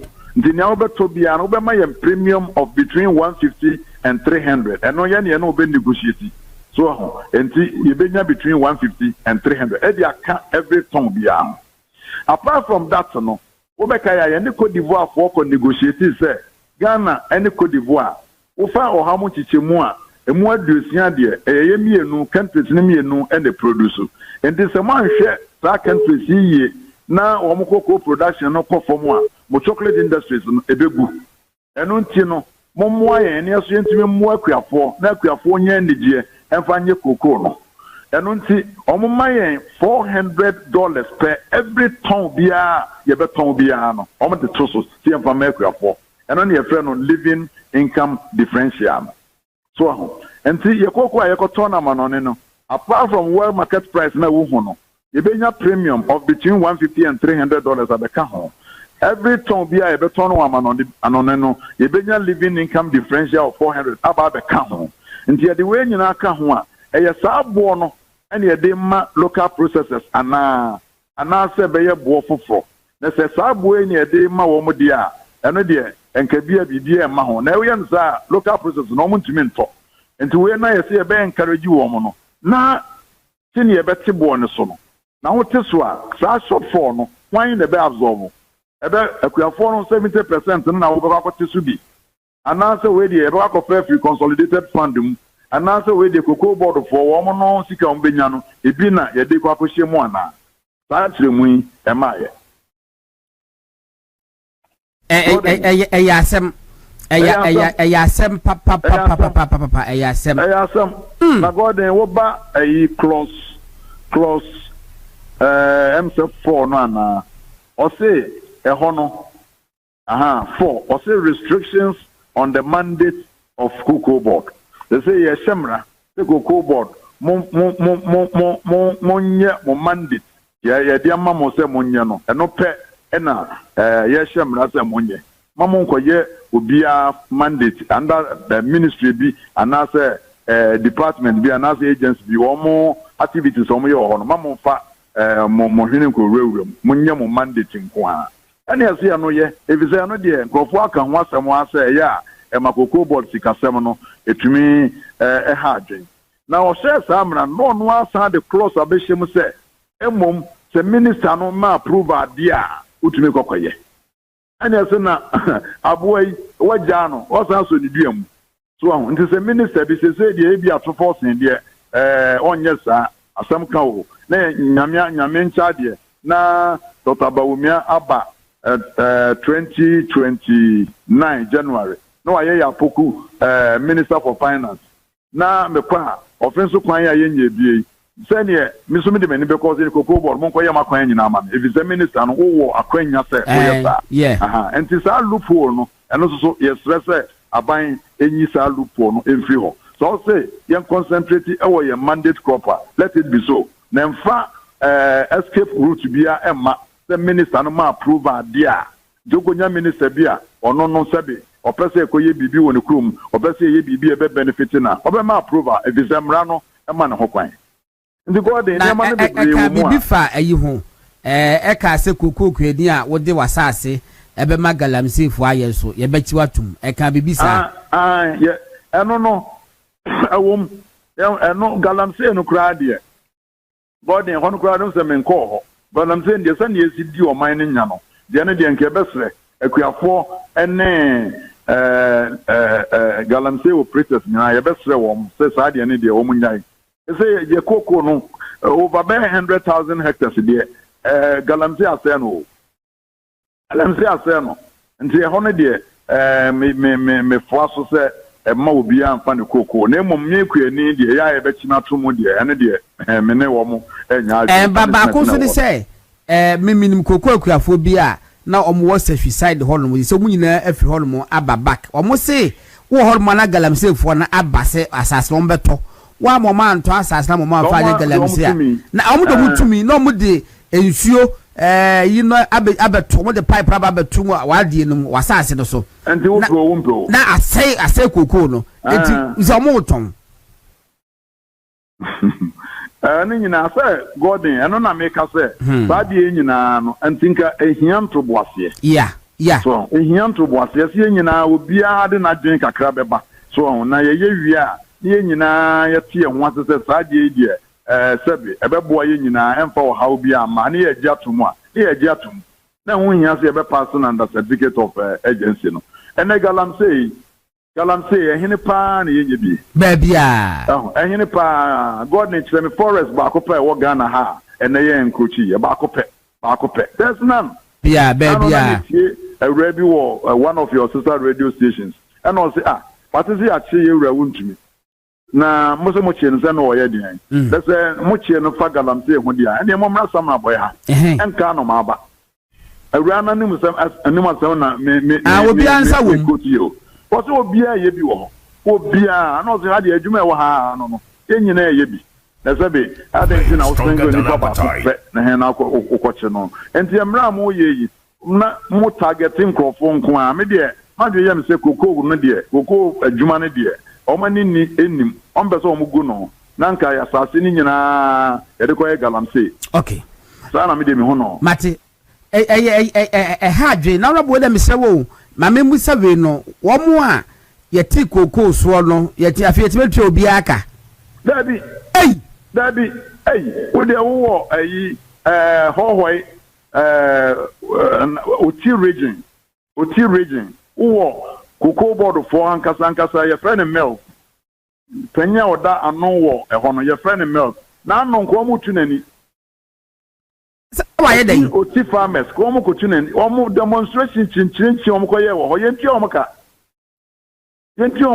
oti region omo commerce no so no say enya me na metua ka o mesra mo mada roma omo ye demonstration chinchin ye omo ka so anu antina na license buying companies no omo de sready omo de buy no say some say be ma kwa for 70% yes so yen to koko no say na mo de be ma yen o ma yes ye hunu ye ho ano so sad dia no a omo ya koko na ye teso eno under certificate of agency so no e di how be bre ene buy ene golden purchasing class e unim bia ofre omo an American omo de beto so bebre atonwram mini nipa mi ni bia omo adwane on se ye beto koko mu ana ye be close koko season no a ye ma time lap ye ma enough notice so say ye beto koko no mu ebrese ye be bie koko no ebrese na koko board for quality control for no ene koko license buying companies no akwa ye reconciliation so ahun se koko a o ma tra e wo ma kachi niye nti e ba say ye to koko no mu a na to koko foforo bia new price no ene ye de be ye ho adwuma we de obi anka bi nhiem nti purchasing clerks no atokoko ya o mutia 3625 o de america afo no ade achiye na mo koye emergency cabinet meeting na mo buy a with immediate effect koko no bo no what is from 3625 no e dey about 2587 na just koko bag bia no what 10 million OCDs and another 1,000 Ghana cedis and every so. And the yakoto agudem no na afete no. The yakoto agudem no omotua ka no. So ho ye nyan reconcile ye nti eno na wo se wo koko board wo betua wo. Nti koko krachi ni no for every bag of cocoa bia oto ye bia no. Eso okopra bosia 1,000 cedis na wo de be soso. God in be no matter 1,000 bucks. E bia to 100 bucks. E bia to 200 bucks. Nti what to 1,000 bucks na just wo de ka 1 million o. Would they cut 1 million? What to 100 bucks? How they cut 100,000? Men call for the motor no matter 2,000. A good day. And I go. God, me see a beer tongue so now I shall say, I didn't know as I would the back a queer forces are. They say, a woman need to be a piawa by not just a state sponsored a cabo. A cabo. So, a cabo. Master Coco, me to Coco on your behalf. One of my lines of them in Tokoko. Now, Master Coco, Matthew, and Nika. Now, I announcement say, Coco now toy and say, Namidi Mitria. I'm penny and pass, and now the Emma.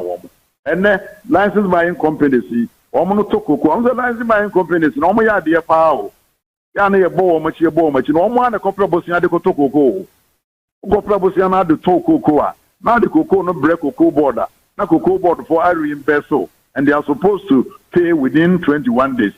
So nti eno nyina no nanka omo consent no say 21 days no so want me entua interest saying this say ba ho ne nyina esanka beli etumi kan nyina ewom obia ate no ho aso honorable ebra na wo mo ti koko no so by a little over 1,000 cedis no me kai say ato force ni ka say every that time no e kwode die won beto koko at prevailing world market prices na chese afedie enya de say ya Gordon me mo no currency ene we Google wa Google na hwe world market price today wa Google na sanya me sikire wo mo no say ye koko bi e beton bi ano so no yenya premium of between 150 and 300 na faka ho therefore living income differential of 400 ka ho na we say na say ye dem akuafo until ne okaya no nya no no mo di so na say you are to force and Obekaya on Friday 6,000 or cost 7,000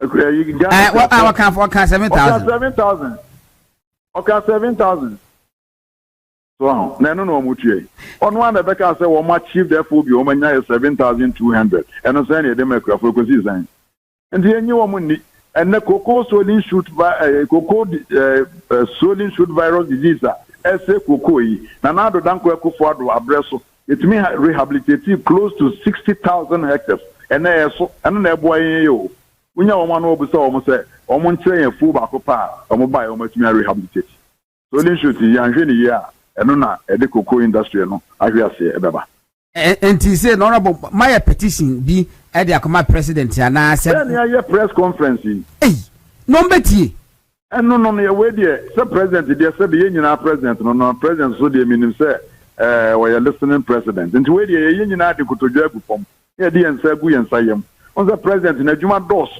enya niam ne nyina na obetumi de na ni adi akire sa anti na owo appointees a omo na eyema no na ebia na we no na omo amma na briefing yie sani aye chire mu say omo anya consultation any challenges e woman the majority as the president to say na sa niam e wo mu adenti na man hia akuafo adenti na man hia license buying companies adenti na man hia holidays dia President Becca said Debbie, we be a medimensasha sia enyeye the one sign fan na ayi wo ho Eric Poku wo ho de we de enye Eric asem bad wo ho de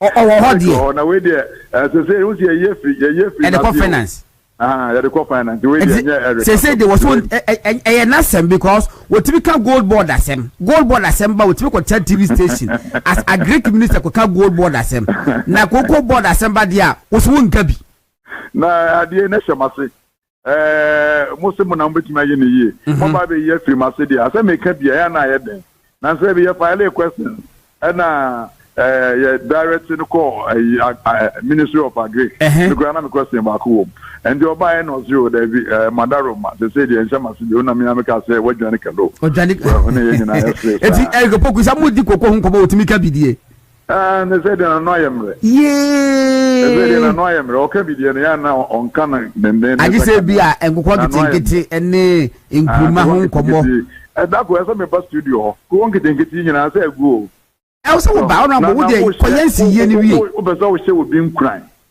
o she mi nkran yo na din a wo de ato so no se nkoko nketenkete se no nkwan kran nche nkran de be nche nkran e din no nkwan akeke kran no kran nche nkran se mo pa tape bi wo ho ho abi ntwalo tape bi wo ho 2024 na pese mama eye campaign no wo kan wo se o mo do mo ba o mo nya ni se MPP 1D 1F ni bio ni je said the better way anu wo ye no say enkwa gitenkete God me say me say so and so kan ye nti number so mo hye na mo nyam I said change on be policy very difficult to implement very difficult offense mo cheche nkoko yi ne onya kese pa nya 15 ne onya kuma pa nya 2 na God dem ma nkoko mienu a na ye no metima ko ye portrait farmer nkoko mienu oh my goodness nkoko mienu portrait farmer koko mienu so na me ko ye no free range me go ja omo no ma nam keke ana ye semi intensive ko bokeji na me de omo agum ana say intensive so very expensive koko mienu me ko first me feed no ko me boka extensive farming na ye na ya monitor ne ba bia eno nti na omo aye video ko ma minister say nkoko na ade bre o ma hwe Honorable Isaac Yapoku, member of Parliament for First South and the ranking member agriculture Pacho. We fantastic. It's quite see anyway. You better and one best studio Pacho pa. Why? All right. Ranking and mono on agriculture. Kuku says seven and what kind say kuku akati and nasa in campaign. En campaign the fed mistle too no sen campaign e baso na se ukutwa no kwa kekekrompa yetimi che atum asembe ekrani that's be 1 minute be the sorry so on about kasa mani age because when atese onim kokko adwuma wa ben e free se okwa akwaji asase osi se okwa akoton kokko wonimu bibia na wo hwe mre o ma hwehwe ya emra no de yechese minim woni atena ase hwe sa amra no they said the work consultation bi ama so woni minim woni atena ase hwe emra nse sa afo no nim kokko adwuma mu a minim because wo nim kokko adwuma mu pa ko mo hwe sa amra wi because emra we ye emra wo mo di gu adwuma no condemn nyeso mbe ye ni yo afa no mo di be gu kokko adwuma because mo ye ni say no yesi ye pese me binu dodo na akwa kokko adwuma emra we bebu me na akwa akwaji asase so akwa kokko afu onye we condemn to grab. Na ko na be sha o tell me na o so yesi asenyam. Me ye mafu a nti wo mo agyan. Ti kokko no wo be se no. Smart me ba cho brebe na ate say ya drag na konyina court da because of nano. But otimi ekeka nsem bi say President Kufuor ye illegal mining. BNI will invite you to come and substantiate your claim. Okwani ehun say asem na ni nyina so bi ani eja o. Every ben na ate say Kufuor wa instruct class say ya fa Captain Smart nko court da. Me ba cho ti bi da. Sansem we na ye kan yese bia police invite wa na say we. But say mama so instructors here for bia. Eji mahama ntimi instruct say munya de mo ye no. Okay. Na do don Kufuor bi. Me ba cho omo ye do omo kokko de say dum so aba. Dum so is back. Na police for akotwe boy yi from Agona jejeje de na bankran. Na ye de na court. Ni e remand bi. Just because of Oma no asem. Obi the president a painting president in gay colors. Na nipa no ye de na kwa remand akohyem. Now yes I hear Ya but and Baumia me pese mu se mo tolerance level of form. And Baumia ye kremonia ye so worry risky we preku. Basinteli ya ira koku mu NDC fo. Na mo yes ade no.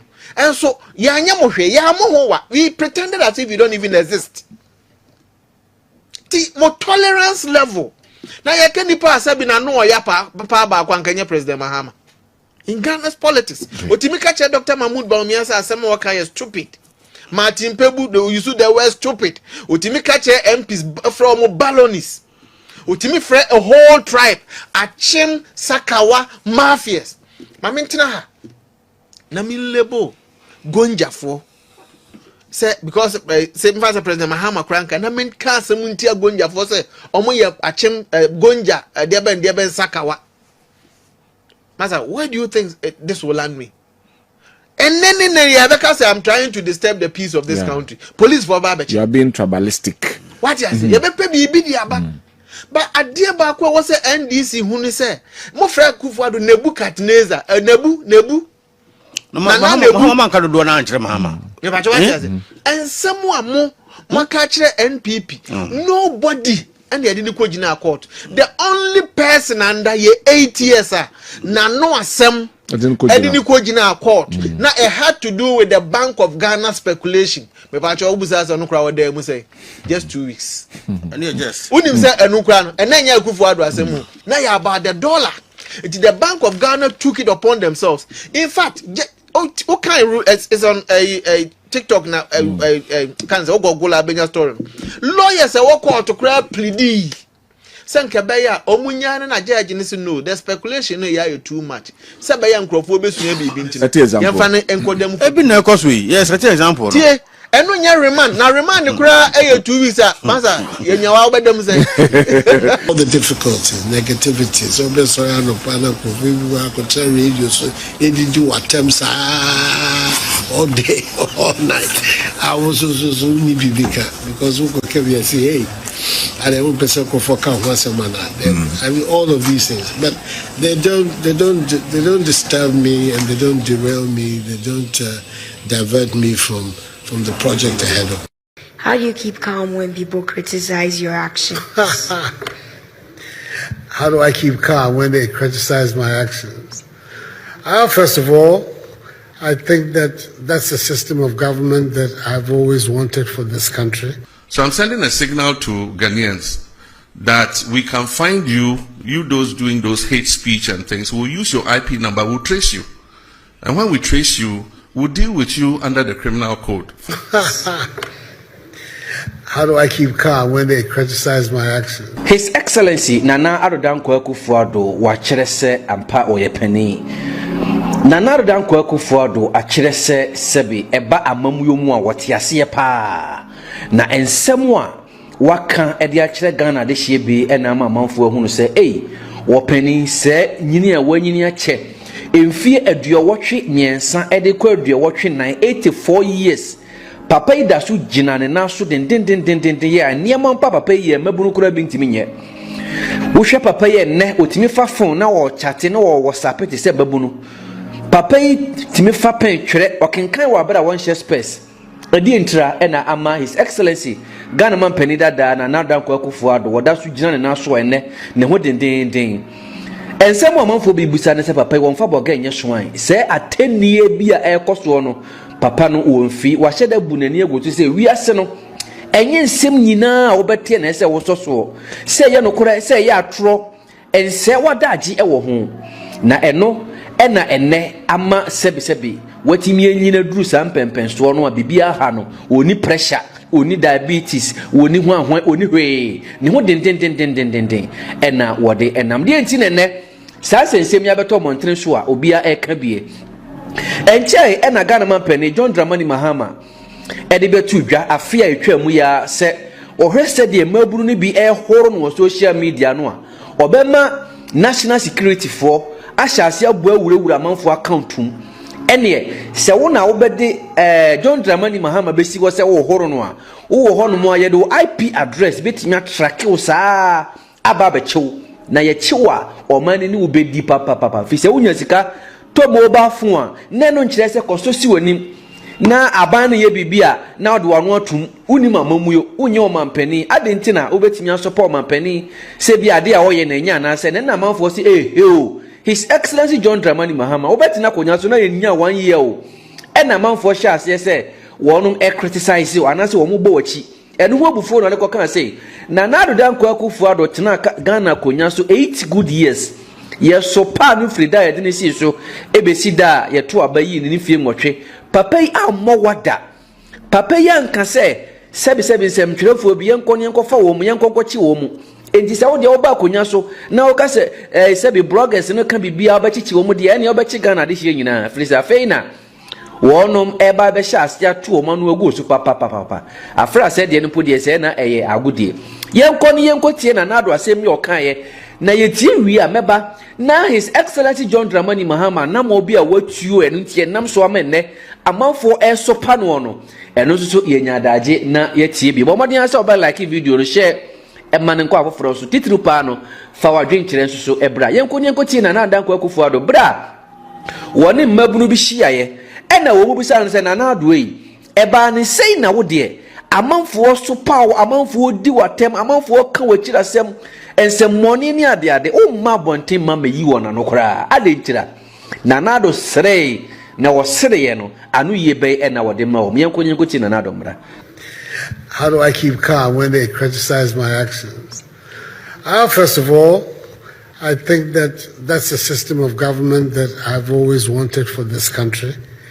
A country whereby presidents, people in authority, ministers, presidents, whoever you are, can be criticized.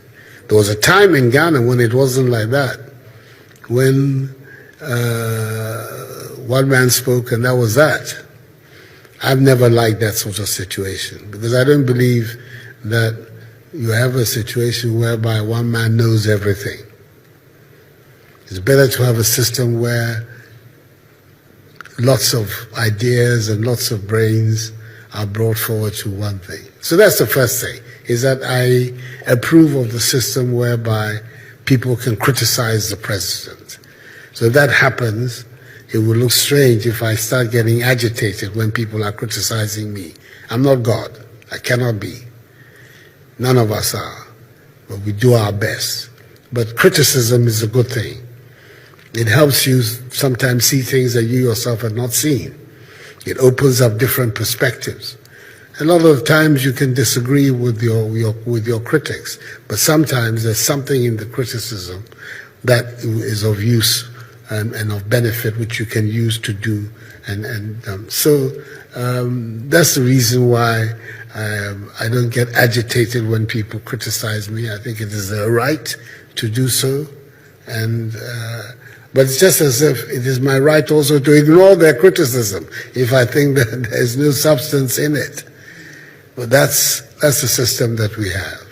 Piao nanado semni bi ena yakakuti no ono ankasa to no muton se amamuyo no se bi di wotwasa onim se na chiachia ye onipa bi wo ho no mu se bi to de bia wonom se mo ka no etwe adwene si ne ma bi so ma otu hu ana mo eye ne ye nti se wo ye amanyo ana se wudi wo man animu a memma manfo nsem mo beka no mo so ye Ghana fo wo mo so wotwa ka se wo mo de wo mana no ye dey eto a amamuyo ana se ekwan a wo de wo man no ye dey e fa so no na ye be cha no so a nanado de yedi na temo yedi nanado atem amabi aso papa nanado papa kura ya da yedi na temo bi sebe nanado babedi ade enkwala nketo a wode o mu ko school free o mantua 1 cedi san kwara no ne o manyini a o mu di nanado atem yesi nanado statue esi se western region ho no ba bi o se de ade chi ye ni aka ko bubu statue no kura kire se ne hu hia se ye nsi ni statue kura apia stadium ayi nyina yenim no no okoka semitia na na dan ko akufo ade ko di na tem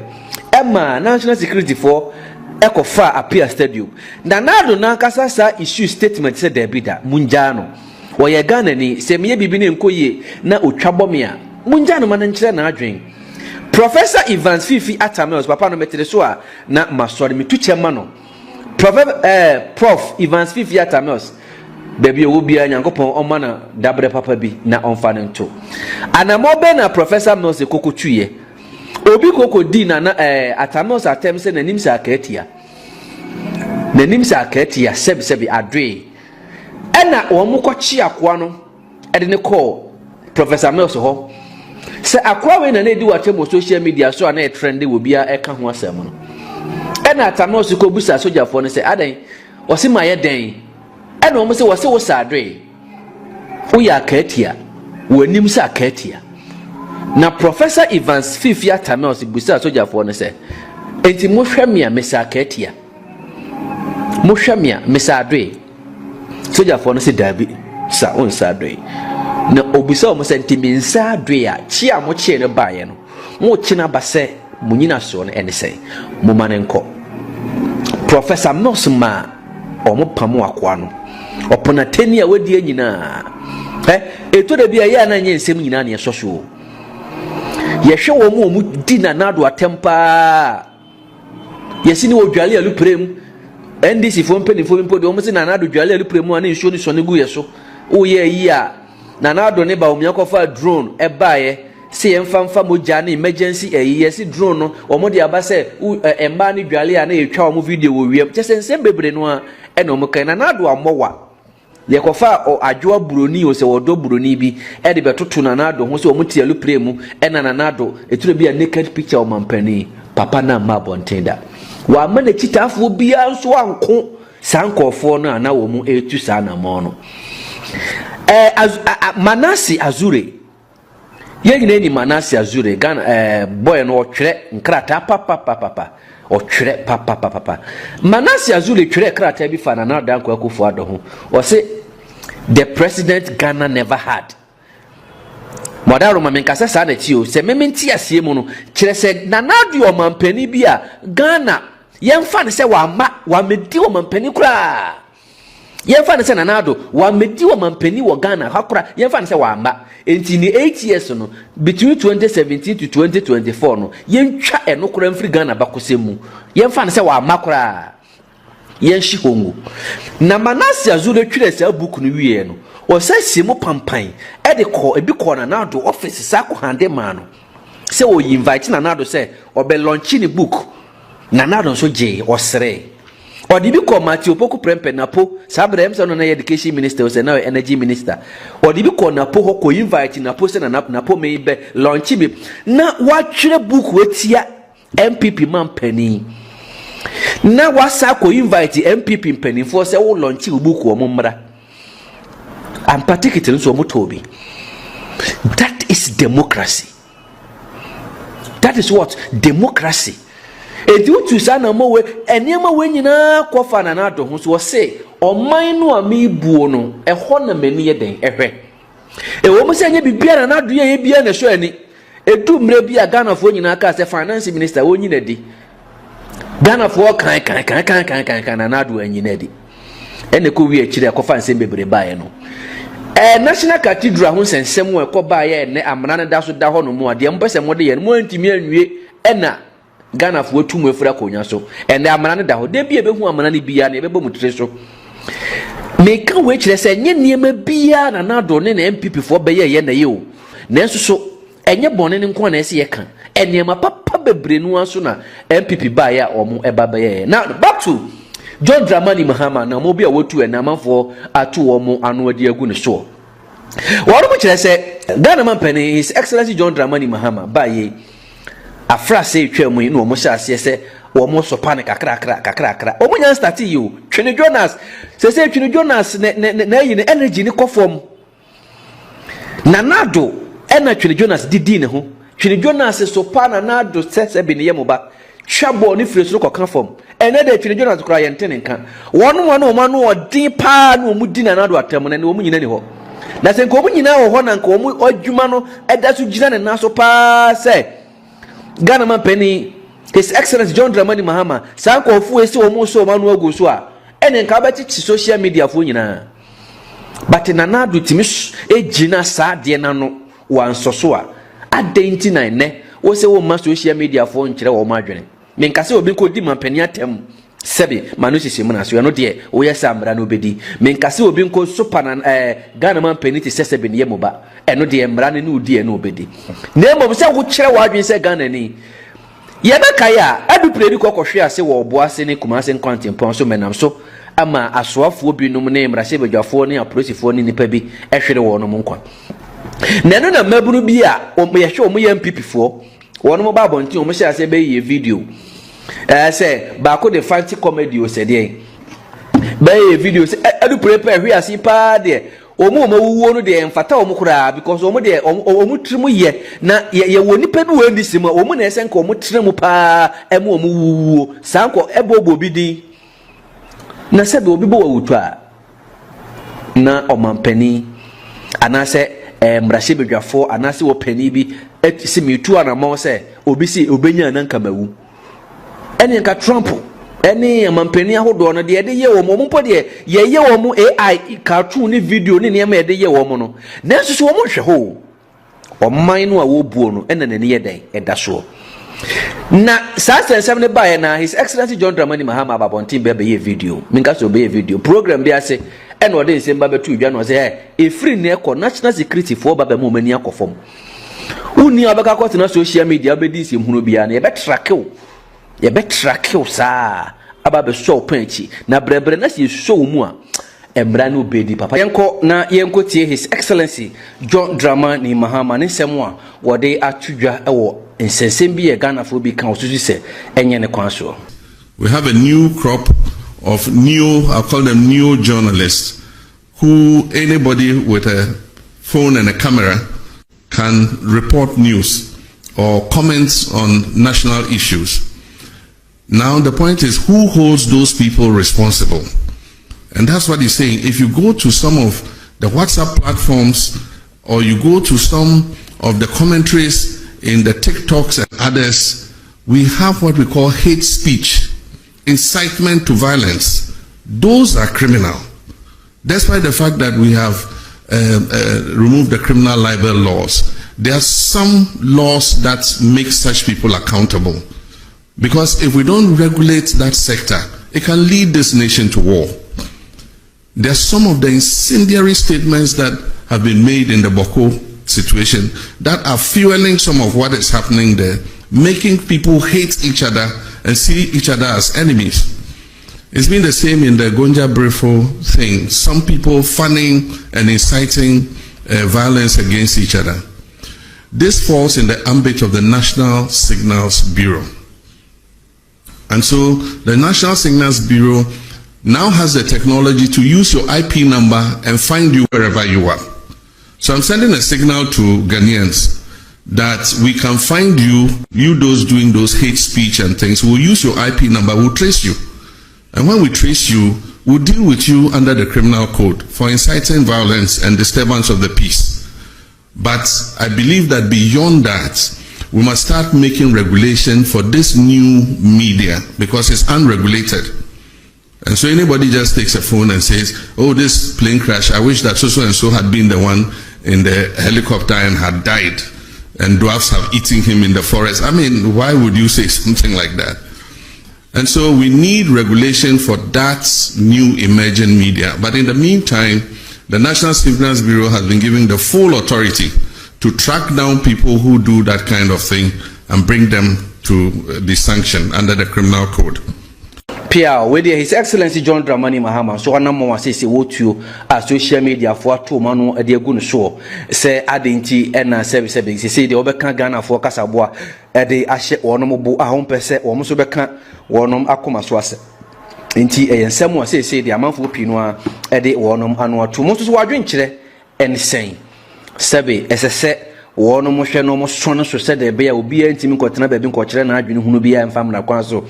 And I want to moon and English will be as a we are here drone. Untimin Castle be you be a no Mako. What I say, yes, I and Donald Trump on one way, any and Casudi the almost papa. But we'll be an ego so. Can you us 8 good years, will be out to son or so, Abamo Penny be sparking or so near the day.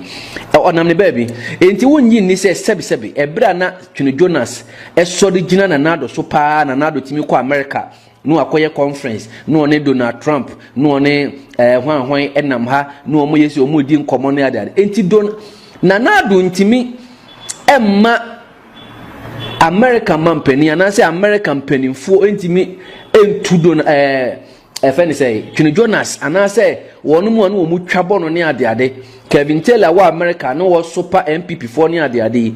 18 Cabamu penny for being to Sana Monoana. Then so be fee. Obi a yanhwe ha se obi a wadwen kire yenja obi a no kire na adwen wa mamuyo no se de esi ko ho ezu ye ban omo chi omo galamse no omo atu omo mu ye be ma omo amnesty no omo asaba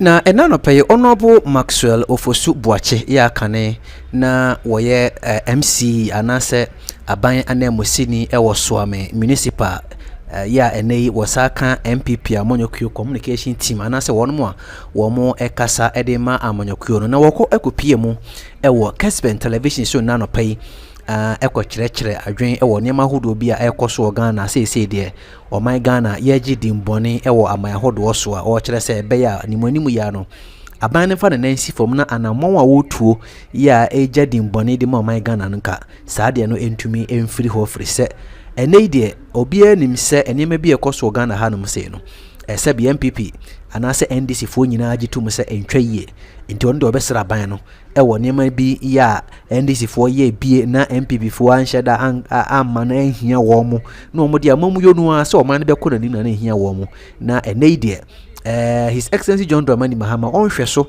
na ɔnyene n'ani emmu man no na emmom nneɛma bi a ɛnhyɛ da hinya bebre no ɛno ɛna wɔsɛn ne mmerɛ ɛwɔ ho yɛnkɔ na yɛnkɔtie ɔno abo Maxwell Ofosu Boache ya kane na ɔyɛ MC ɛwɔ Suame municipality. Our president is an over-pampered spoiled kid. What did you say?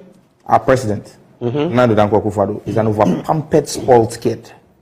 You're calling? Wait. You're calling our president a kid? Oh, he's behaving like one. He's throwing tantrums. Isn't that a bit of a low blow? If the president, a man of almost 80 years, you're calling him, so then he should stop behaving like a spoiled kid. Our president is throwing tantrums on the international scale and embarrassing us. It's like you going to a church service with your child and your child is rolling on the floor and screaming because they didn't allow him to dip his hand in the offering bowl. That's what our president is doing. This is the same man who ran around with these rating agencies and their ratings when he was candidate and used it to poo-poo the Mahama administration. He has overseen the worst economy in our country, reduced our country's economy to junk status, toilet paper status. And when they are telling him, he says that why should they tell him the truth? Our president hates to be told the truth. Now the ratings are getting better. The ratings are getting better. Because you're not paying your debt. Incompetent and useless the president is.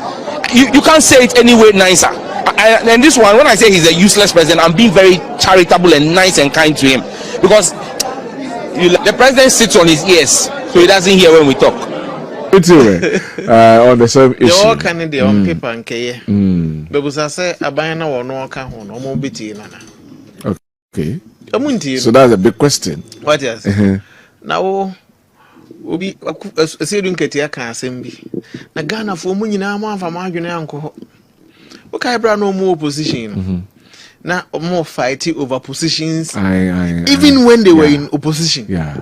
Asedun ketia kan asembi o say moma yen konwere mu nkoche aboa no nwie na yen nwene kwan ya be fa so ya be che no Pacho de ba ade na no mo be che no Pacho minim minim ade kro minim ade kro ede na no mo ba be che no adwuma be o de tie no enti if you have a opposition chairman no o kan sa asem we kirewa o se won hu se bibi besi said the AC ne. It's not because we because so sunny man. You see, all other countries, like he said, corruption.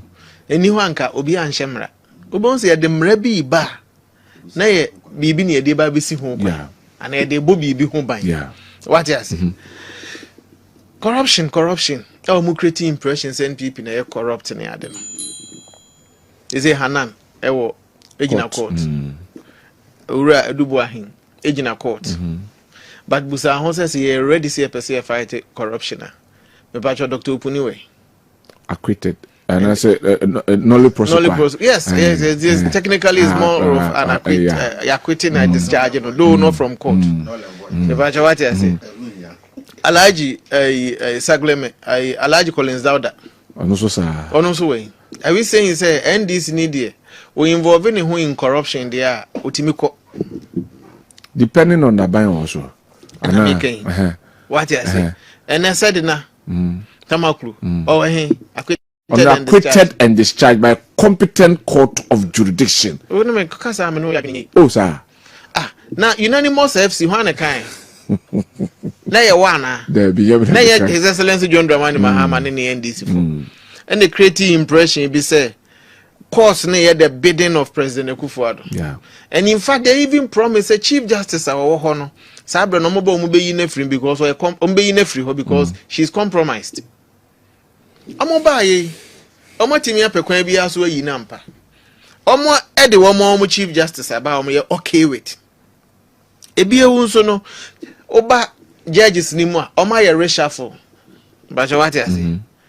Enne say the ruling aba said the naba ye even kumchire prison kura wo kura na ayede because na omo de enti ye gine baba oba ye nka de nka manini wa ye mpo na nka court ma ruling we nko nipa bete wase na asem ahwehwe aso say ss superior court judges miensa atena asem so in fact mum ba ku de minim ne pa nyenche atena asem so ama ruling we say now say me enra bi asema John Mahama His Excellency kan ye no e me yemfa anya adwum. Now based on the evidence of the court say Attorney General nipa ne manu nsia bo what nipa ene manu nsia Attorney General so work on the backing documents na say for no were not all read and here anya Attorney General na ebi mu de kura enko court kura ma okoma no le prosecute now I sure said now no Mahama darling girl. Oh no. No Attorney General bet yes or dana kuma super. Oh yeah sure so no na Mahama bet na on prosecuting and just for the optics. Yes say be ya mu be hu say ye mpene na ade opeso hu say Attorney General no kure ni na afa. Me pacho. Hwe all NDC communicators. Me pacho omo position no positive towards said na negative towards Omungina communicate in favor of Sedina. Why is the Attorney General the only person? I want to answer what the Attorney General no one appointed no one army. But what I say? But he should tell you, sir. Say by a Ghana for who say, oh, as Attorney General cry say, or besa kwa pushi biu. Now what said the NDC ni said Dr. Opuni NDC ni. said ye Collins Dowda ye NDC ni adan na wo kwa ko jai Collins Dowda na said na de wo se mempene e be sa ko Supreme Court o me ye asumdwe the little resources are mine one on when one go waste no Supreme Court because him say ruling a beba will not be different from the whole CCA. I'm not trying to prejudice a issue no.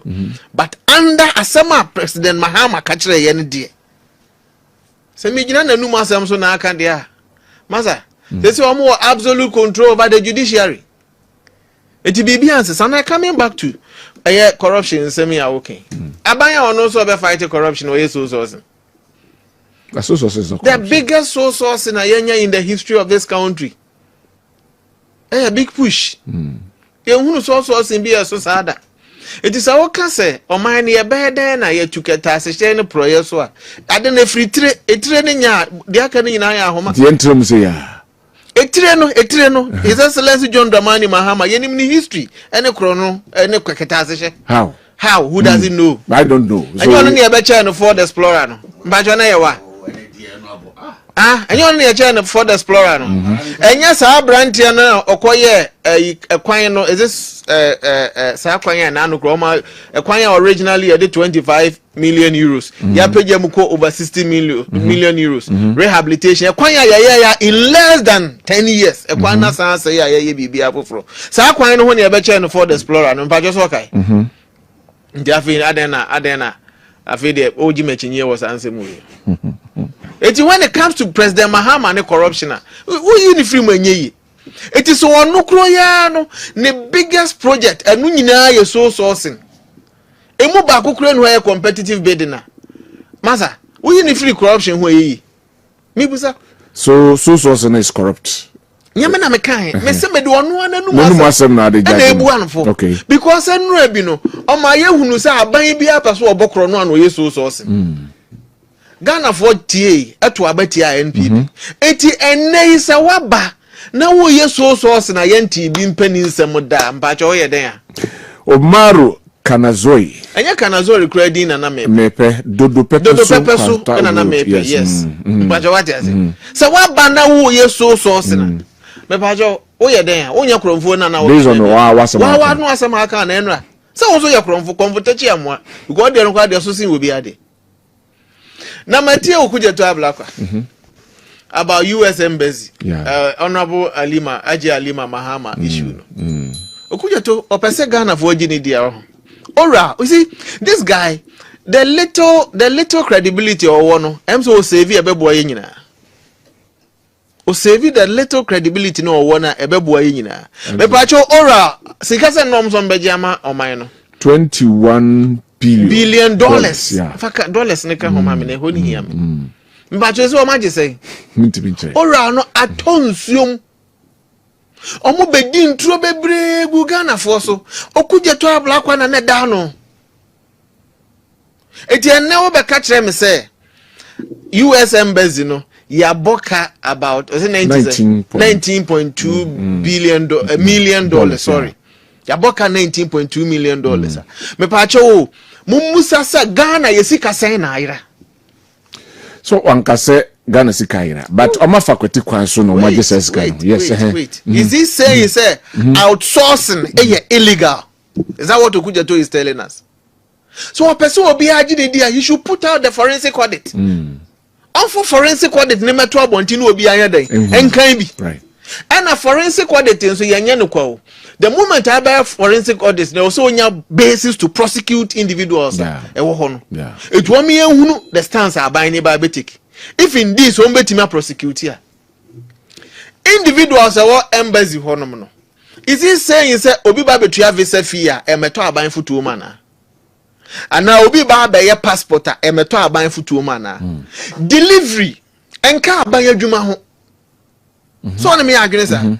A different thing altogether. And if I say na wo US embassy, me pe kwan aba Ghana, me tua visa fee, na wudia ene de wabo man no kro no. So me passport will me renew na through the embassy na me na me tua passport fee na wudia wabo man no kro no. But say bia ade na me ba be ye no. communication e wo mu no e bia document ni bia o say wa wo ba beje na me se mintimi ma na emom no eye menua yi wo platform foforo wo mo no mo de delivery it you are linking you to that platform no na wo no ya deliver wa yi ama at a fee. What does that got to do with the country? Okay. What has that got to do with the country? And then you also creating impression be say we corruption. Ade just because you say ora na tonzu muntino you say ya de share adumni adan. And in fact sa gentleman ade ba kunsu ni honorable Alima Mahama sorry Akujato Ablakwa be kan say there was a contract between the embassy and the gentleman individuals na no mo yes adwuma no. Okay. Omo outsource that part no. How much of that contract no omo outsource you know? Me pacho emu saying about oh my Ghana. We need to know. Because outsourcing almost all the state assemblies in one way or the other outsource certain aspects of omudwumedi. Revenue. Omutimi outsource bi. Ebi towing services, a revenue collection. Because for municipal assembly during my days, we outsource it to a company ono na eye. Na bosome so a sikani bi aba assembly ho no no so afa bi. What about Obibusa say or your due diligence? Because is there some conflict of interest because Nipa Krona ya outsource man was a worker at the place? And I may say Nipa no was a worker at the place. Conflict of interest. When I say we are Juma, ewo Kesben, not Kesben, advertise project. I want me. It depends on the Juma. What I'm free Kesben. When I say we are Juma, KME, not KME advertise for contract. I want me. No I only have to let that me interest the woman also me declare. So me are part of the decision making members now. I was recusing me when they are taking the decision. Emra say so we are part of an establishment an institution now you bid for be now qualifier wuntimi enyebi. Emra be anyho. Name say what the interest ni sie. Now a conflict with rule in your maybe dear. And the issue of conflict of interest will arise. Information what they are near too scanty. On come with better and further particulars. On carry because about me who you know. Let me say be grandpa. Wakoto fence will be wakosi dan be and now we're creating you be say makwa could yakoya idea when the sikana ira from Ghana's account. Sika so nya o man sika. Where additional services in fact it's not even compulsory. Individuals no omo betima ba beje wa omo pa obetima jai do ye no abegina de enye wasem enye wo hye I see it had created this impression now yamra axa for time until no why in short no me and they cry me ntwa so no cry de minwe nka say me twa so say you eno de sabi yanya a court e wo US e de babontin say your former power minister. Okay, power minister. Your friend, almost friend in that in KD. Only they say bear 1 million Ghana cedis be abedino. On your own coin. In all now about $2 million. Sorry, $2 million. On only they bear $1 million. About abedino. But the bepimini, Attorney General near press conference be. I'm surprised. A bepimini, Yoku. Mente na mete so mo bo wa say they are taking it up. Etinka ama bontia issue we nso mo ya we enye ne. Hey, any allegation? Mr. Mpacho, Mr. US court no any allegation no in fact audio recordings e wo ho. Our TV. Enya me tie. Audio recordings are court no with you emphasize we try when you could to propaganda ni biu. Nyamete. Mr. Missy when you could to propaganda no way ni biu. We a competent court e wo US. What you say? And abua e dis our findings we aba. Obekaya. Nyamete. Time I compare power plant ni we say. Obekaya ka say e so expensive. Yeah, we said it. You see ya bokeshira so ade no. Obekaya say be no honorable chairman sabos na minority leader. They vehemently opposed agreement no. But John Dramani Mahama me see bibi ekowu ebekra no. Yenya hu no hwe. Bibi adie bi ekowu ebekra jo Mahama. Adie bi akrono project atase ebo mu bia no ni di mpamu da. Ebasa na onie. Eba scandal na nimunie. What ya say ekoto play on utimi nyanto so. Ntwobo na ni nua din boom. Eti bibia ni won me befa no ho kwa. So we said say adene ne board din dodo. Any you know. Any and say Dr. Kwamna don't say. I say on this. Now one ka because what is. Also nipa o share me busa say wa. I say Magina say Magina say me no kwa daddy. Aha na me say wa. Ka ba jatu.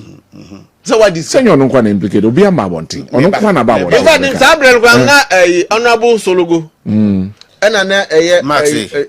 Me nkasem cho. Hwe ye wa ha say omo a true romance scam ye be for omo America ye omo bobo dia ye me fa san crofo nko se mo so mo ye friend complexes of me ba wadaroma US court abo owura KD Kobra Donkodi Ghanaian parliamentarians di aden say if indeed some other officials sorry so if indeed omo evidence prove say you must have for this sika bi and get from the US law no does it extend to Ghana then you be fa butuka ko abutuka dey when fraud obi wo hold on my mention abutuka a citizen of US and what fraud so they protecting their citizens sure we know omnipa no tre no and omo convicting for also between them 30 years and that is Asante yes. I don't know about Bonkophobia. And investigation, but they have nothing to do with Ghana. But Ghana, na some way serious na John Mahama na president. Yes. You also am taking up. Attorney General so take care. Attorney General ben asem na aka no. No possible Attorney General. All right, let's move on now for young Sputnik V issues by here Okoto COVID no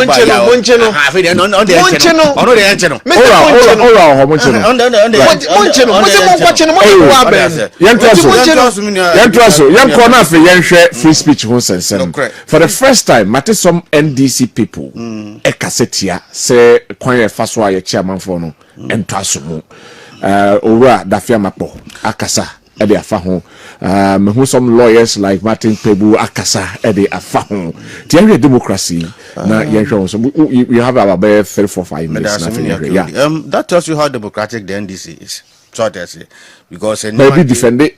Oh, some people are defending. Just a few of them. You said democracy said they yes, a few of them, few members are speaking again. Yeah, what Nadrin so they was assembly isifa. And free speech and say yeah condemn young condemning on no certain terms and I was say yeah must I marry the ecoso during the NPP era similar instances I happened here. And young personal say no be say ecoso. Maybe this say Ebrenzo aso say yeduma bi ho say o free speech and no interest ya abusing crowd what reputation kasa twitwie ni ade na ekoso media no so no e wo say yenso yeden ye hwe ya no ne kasa ye minimum ya ma se de be betna ye kire ya adwen for mamu ne ho but obi abeso yemu obi antu meso ye pa because our words are measured your suggestions ne be nyina measured obi adwen ne ho but wo kotra unya maybe 5 cities data the content for the internet so now kasa de fa panimu bi hu kasa twitwe fa paninu ho definitely police are some duty some maintaining law and order no they will make sure so that say be crying for security reasons you know I was all kasa na kan e frɛ na obeyi nsem bia no so that say you know kasa na dey nyina no we should measure the way we mean draw a line between free speech any speeches betimi edi oyoni edi aba yemam ha I think there's a thin line there between them. Yes, but I'm unfortunate the security personnel Yoko for the police for no abuse that thin line. Abuse because who got enough videos now they do I think say you need to be called and then or you need to be invited and then come and explain the reasons why who did your company who didn't attempt for what reason who didn't attempt for what reason. So say na mamu obu na djuma wo ye na nso ania you can as well criticize you can criticize na djuma wo die but your personality so we did attempt so and so on and so forth hu hia ebra so say nyina no ye yi constitution no krato nchen ya ye morality e kire yen say wo yakwada enkasa ntia pani mu see on that based on that way now obi timi aka say mo benefit here when you are in opposition e kaseti amampani na wote so na Addo Danko Akufo-Addo obi si na nim to say I can use those words yes fine but the people also to be say mobetimi akasa asem dia hold on mobetimi ayesa dia the best thing you should have done is say well yes you anye ne so any patch then we set the record straight na ye nyema otumi aboa do you agree with that people for mo koka some enfini masam chira I think the then first lady ya nchoma so why friend say muntie 3 or 7 hwan for kan some chira no me judges NDC let me you were in office 2016 me let me recollect this thing Bobiansa also. Bobiansa, yes, he spoke against the justices. I think so. Or can Ebifa friends said fine, but there were precedents. A chese in Kofubia no tia the den on Mampenio, Excellency and Addo Danko Akufo-Addo. I said, you almost know you have it is obviously you've been there as a man in India. So, the number of people are under the Akufo-Addo regime yet chomo compared to the 1.5 years of a year Mahama nipa ya chomo. Is it not an indictment? It should also tell you sir, the extent the degree of insults and I say no my no chance no chance I no the cause because you bear witness to say no my cause particularly with social media friends presentations nkwara kuma keten kwatna ho so camera scene so hwate ya wodi before then no ayo so that the sign dependent to one say wo fana say wo papa nua bia ntin kasa be ne so manfa so ma na wo gu no hu fin minim san kofo bi hyehyɛ wo machi kofo be na papa okodi bahamatem ex vice president anko bam no some fancy comedy so wan o ko no ko bam no that's on nyon na the platform no mu use in the platform no anyway it's nipa no o twe na so said o ye no wan ni ya nka anko bam right so that's it e bam na o ka o ka bam me too can tell about kroma no da he anya vice president fi no da e bai uhun nyabote me ba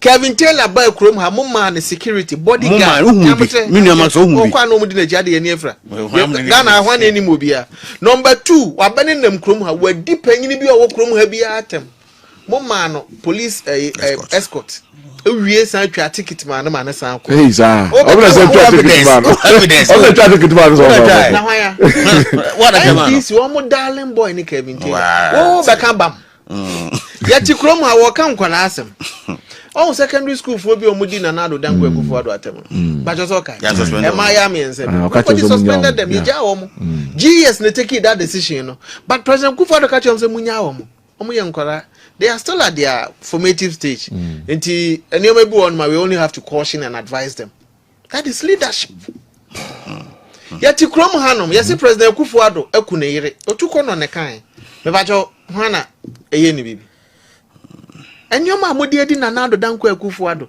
esi nanim sesei nanim sesei obi eni ho nobody ena under Akufo-Addo na no asem e costing in the freedom nobody omomo one oka bobi ansa Apia stadium nyabote Apia stadium freedom be nyabote me ba ye de to car to efri kumase konkran misro what ya say me ba you see Bobi ansa asem okokan say justices of the Supreme Court here corrupt na omakwaje $5 million now say judges ntra hono monhwe oh na said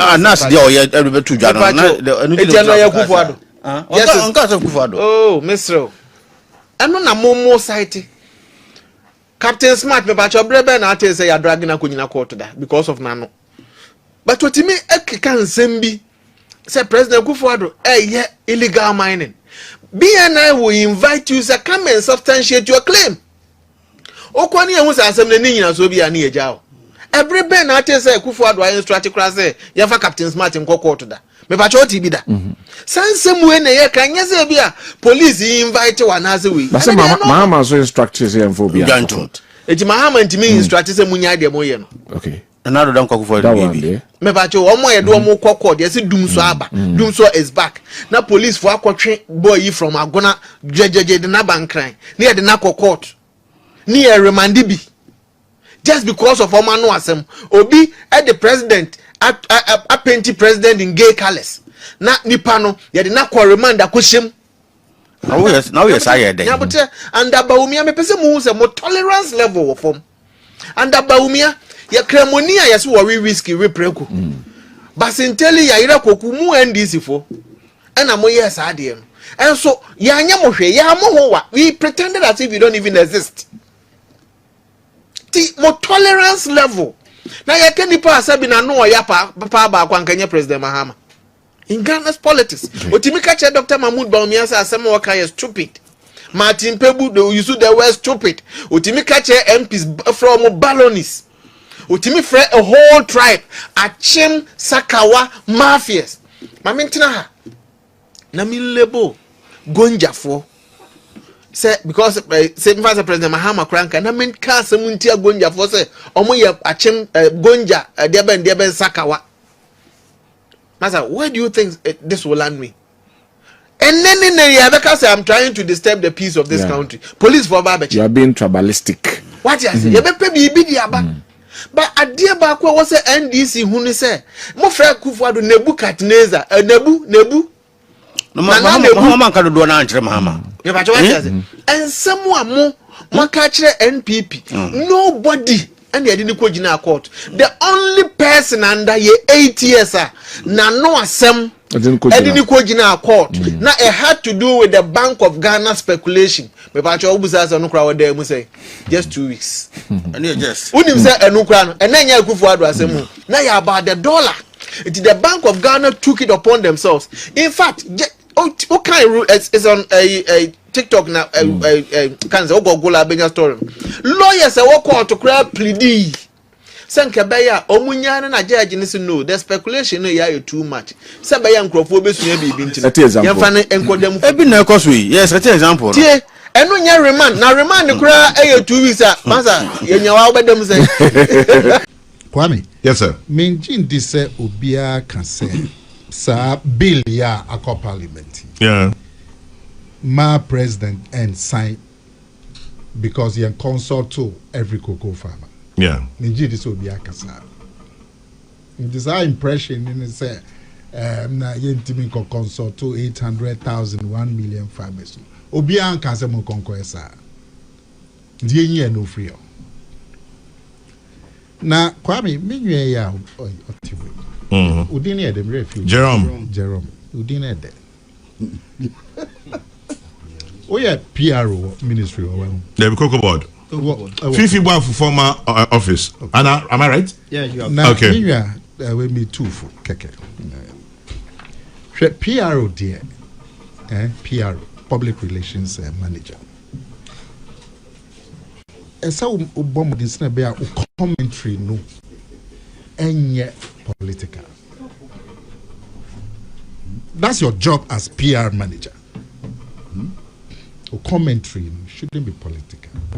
Abusia mame chiao na memo akwa aba na ene ensemu aba bego montene so efa koko enhyehyeye ya ban ede aba ya wode akọ mrase bedwafie mu a ade anche ade ansa yete ya ne se edom dodo a sese de omo man mrase bedwafie mu ya NDC amunyakuo no omo chichira ade no mde kwa na wono maka akọji atum efiri se MPP amunyakuo wono mu mrase bedwafo wono mu nduru ba bia nti omuni ano e wo man mrase bedwafie mu a wohwe eniema hodo pa afi aban ede akọ man mrase bedwafie mu a wono makosensan akoye yeye agegi atum ya ne niema bi nsusu wa nanka Ghana fo pe kira kwan se nka ban ba ye ko betime gina na so nanka wasensan ho nkrata agi atum eno de aban nka ho asem no na chese yare ho sem pa sese koku akuafo ya bo asa abra wonsu ya ti won kokoo so asa hyemra keten e de ama wo mo se wonu mu ni so wonu ma hwe no ma ni so asem ato wo mo den na koku akuafo de nsem ahodo bebre no aba bonten ba kire me se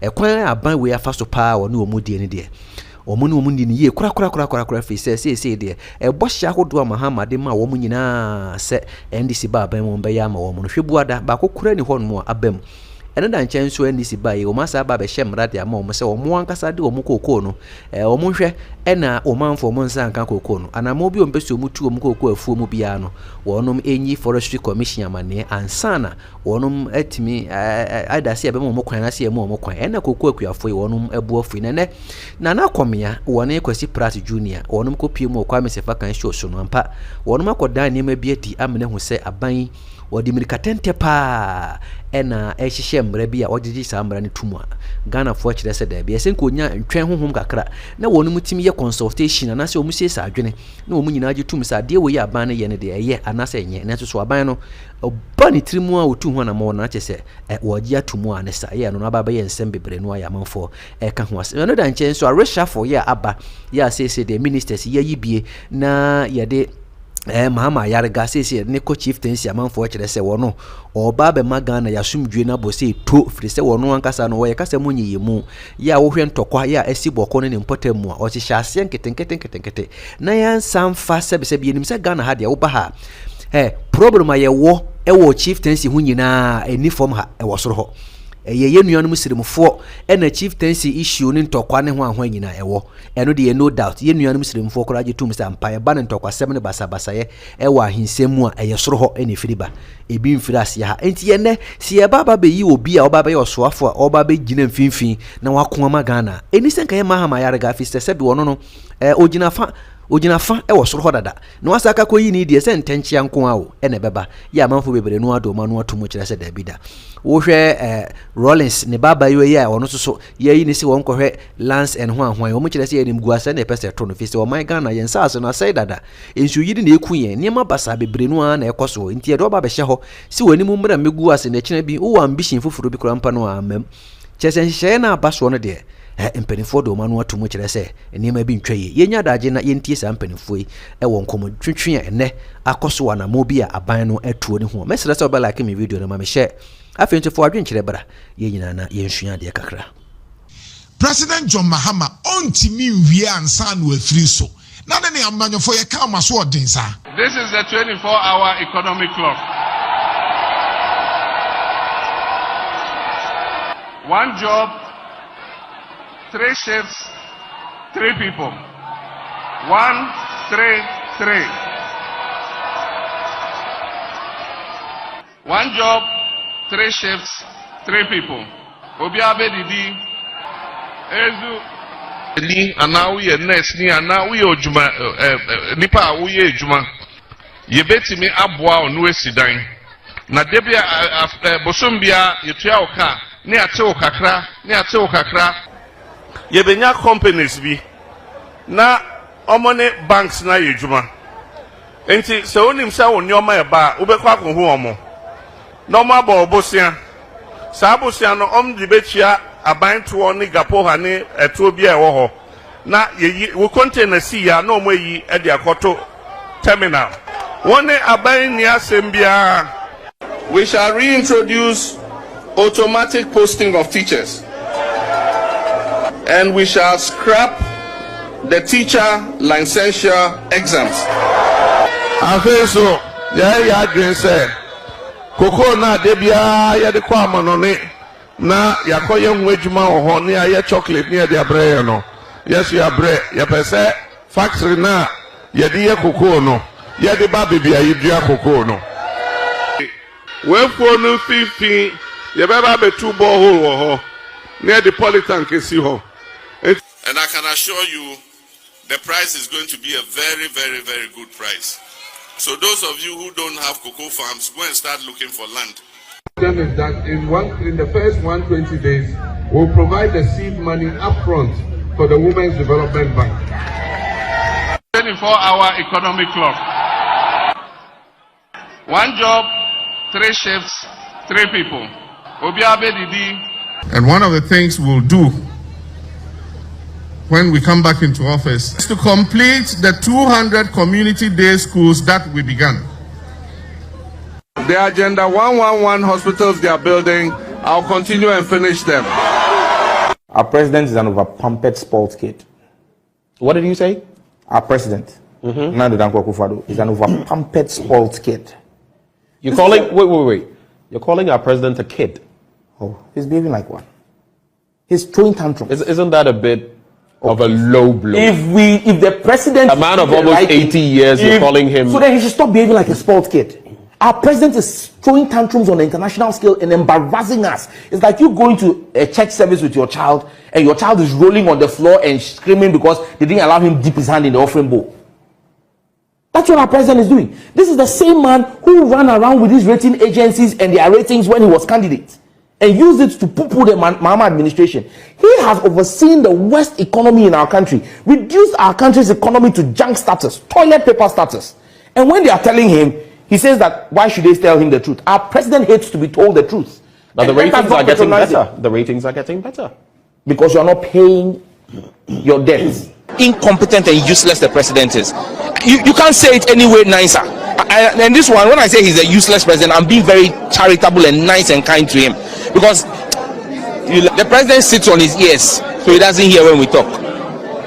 All the difficulties, negativities, obviously, I know, I could tell radio, so they did do attempts all day, all night. I was also need to be because we could say, hey, and I won't be so comfortable once a month. I mean, all of these things, but they don't disturb me and they don't derail me. They don't divert me from the project ahead of. When for no 15, you better have a 2 borehole near the Politan Kesiho. As you, Yaban, Omo Mochi Omo Galamse no, Omo Tuomu, Yabama Omo Amnesty, no more Saba.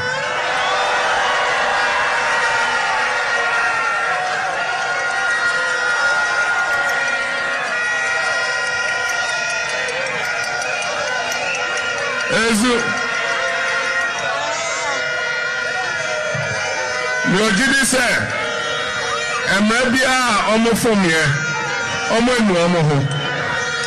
Enti yebe Omo na yama Omo another chance. I can confirm to you that you are going to see a fight that has never been witnessed in this country. President Mahama is going to lead a very ruthless and relentless campaign against Galamsey.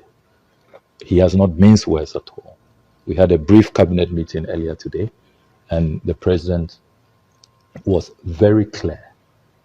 There was no ambiguity that he will be leading a war that we have never seen to deal with this canker, this existential threat, once and for all.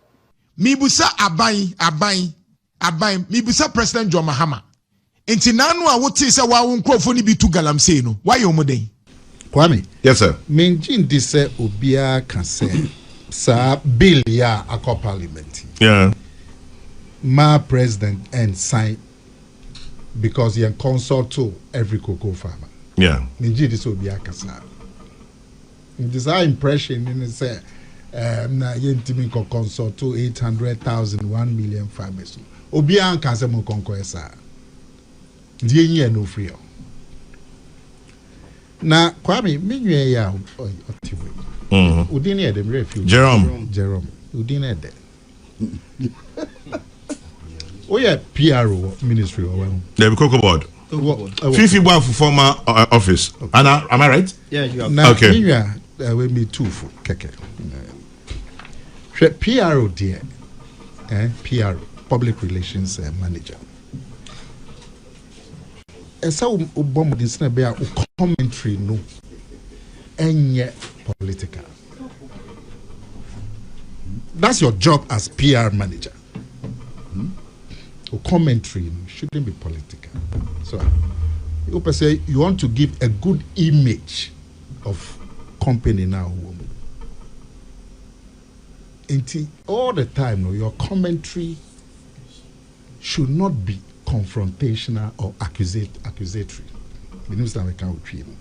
And he said, Oba, so we a political spokesman, they met me at here.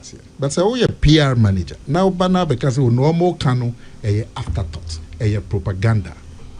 Wait.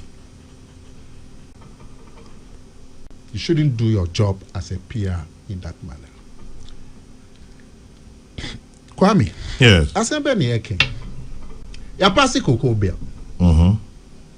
Minority for say, oh, consultations no. I concern say economy. It is a beya. President Mahama entrance because ye kasi en law. Yeah, the call President Mahama. Parliament don't maybe omejuma, but the call President Mahama. Now it is say beya. Consultation on Chinchenzo. On Chinchenzo, not consultation. And Koso Sena minority for the few say a circle. Kwame, what is the agency? Just say, yeah, agency, Binus American agency with you. Just a hope for. Just say, yeah, I won't prepare be was a bill. So, because say, I won't prepare be any mudia, media. Law mbra e wo memu ha no bi de katam bia me pese mbra no e mbra parties ni nya agitu se ne be ya ochine bi no politics no be sesa yen sesa mbra no so bi de tam bia me pesa bipartisan lawmaking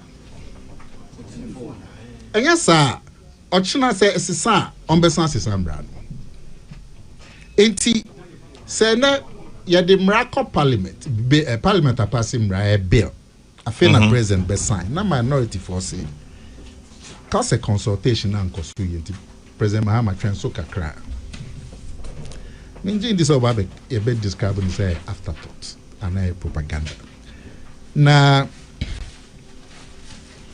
Jerome maybe so a question back could be Bill no more the band certificate of agency now. Yeah. Yes. More the band certificate of yes. Okay. Obeja tum certificate of agency.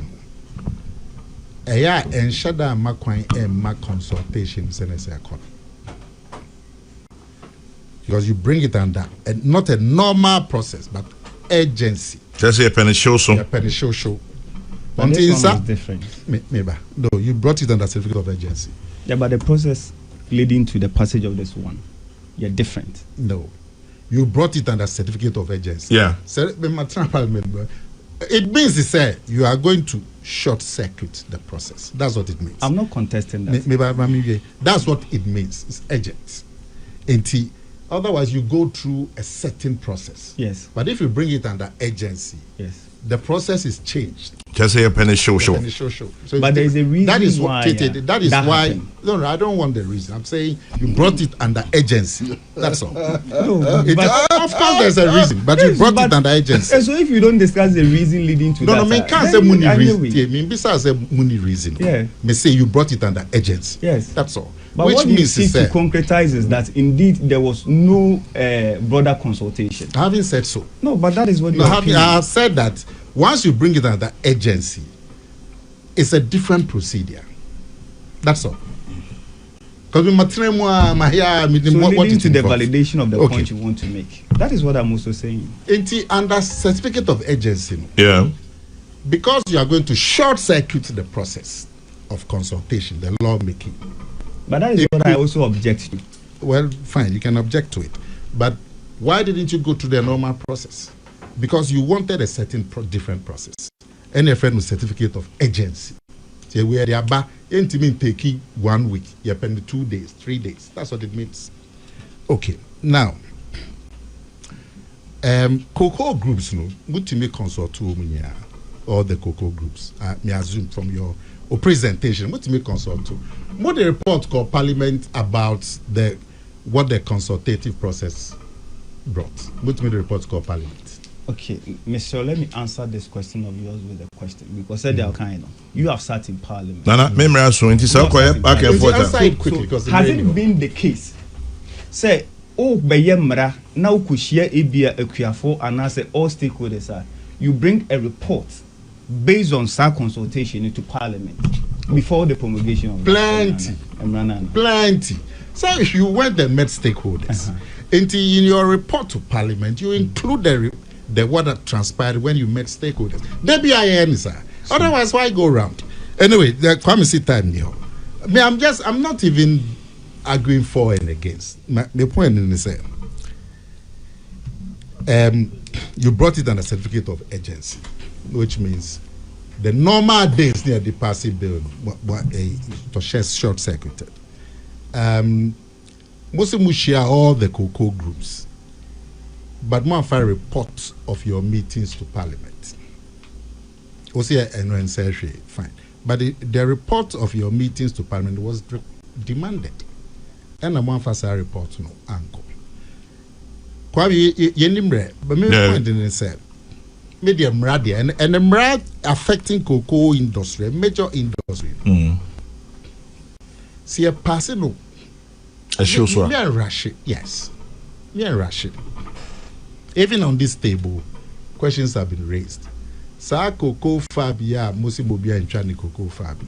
The reality is that many farmers don't want to show cocoa farm. It's because of galamsey. You bet chat galamsey not a chat or farm. Well, phone. Well, phone. Until you don't have the alternative. Acquire the fast so tractors a cha dig galamsey pit were phone. So it's a while when acquire over foul crowd their cover phone. Anyhow, until Ubashana, you give it to them. These are practical issues that even on this table here raised. But say a major stakeholder in Parliament, to say minority CEO, as a consultation, it wasn't broad enough. I don't see anything wrong with it. Unless it's some emergency biaba. They say that President Mahama table so. Let's hope he will listen or you go into it to find out if there's merit. Because in Brandy passing nobody loses, nobody gains. All of us gain. Now the final principle I mean penny say, oh yemra. Yemra no in a way ya twatwa ubia dream ubia jatu. Very often no parliament yemra bipartisan will be agitated. Bakum yenu na obunya agitated. Ena ye news. Inti ana public ni who said about 90-95% of mraya or parliament by consensus and bipartisan. Into the yanhwe yema president Mahama so hwe. Or hwe na say merit wo mu a. Na say be trend so 1 week, 2 weeks, 3 weeks bia. So that everybody is satisfied. Question, quick comments. President Ministry of Ishafulet will say, is it a game changer? What do you make of it? From your point of view, BBLT? Well, who said a shed assistant? Okay. Really? I'm saying, yeah, I could fast a shop for you about me say, a penny for now, almost sure helicopter crash. Yeah. And my vacancies mean a bedaho. Ministry of Defense and a Ministry of Environment. Yes. Na enkofo bebe yeduanum a omu donkuma ewo mrashe bebefie MPP. Omo ye hu dedia sadan na dada omo mpani Defense Minister no for being question nan. Yeah. Ana ni omo ko na asenia ye customs ni adinti na koba no sa. Tena oma penny twema afieso sanwa instanti so yeah eno na ediniko defense ministry kwami minimum no maintain dinda onim no Kennedy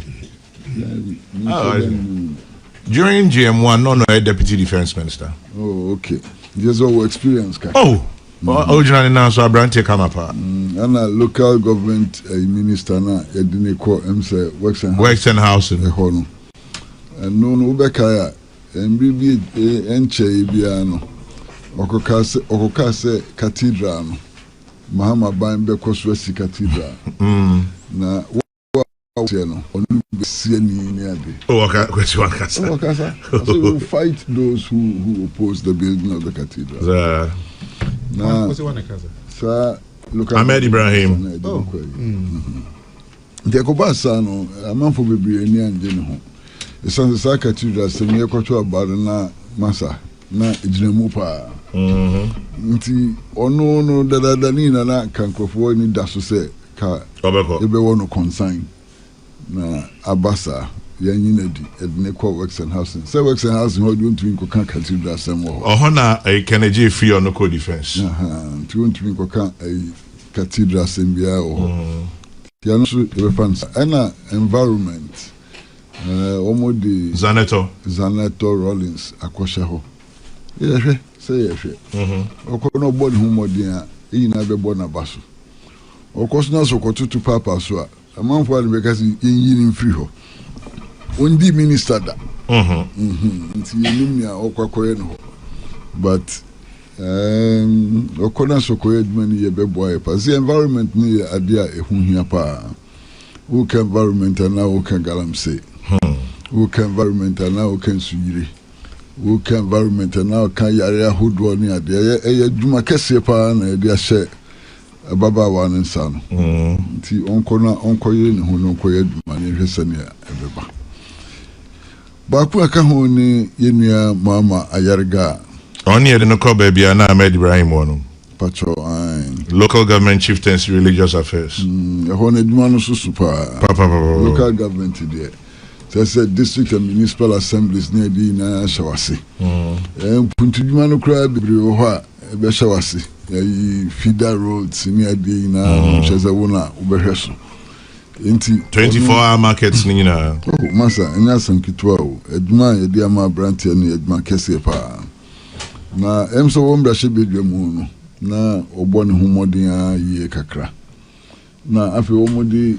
ya danfo ni ye ni agaga James Ediaba Miniper as a friend say majority leader na adia no hwemu asania obi a yi na firi ho bia no o mampani hye da hwehwe mu akoyi obi a ɔsɛ no no di na hye ho on hwɛ regional balance ni adia na hu so hye da pa na ɔyɛ no sa enti ye de masa penifo ne bu won beze ni hiansa umami awo so umami wo anu anyania nti ye de adwuma ma won se ne be ya on be yi ni yi na edi ahoto brega na fo no enu hu ni hia ni bishop na me ka se ke bia ke mu be din a chensa na madri mu na o expecting ye maybe you ho sense o statement bia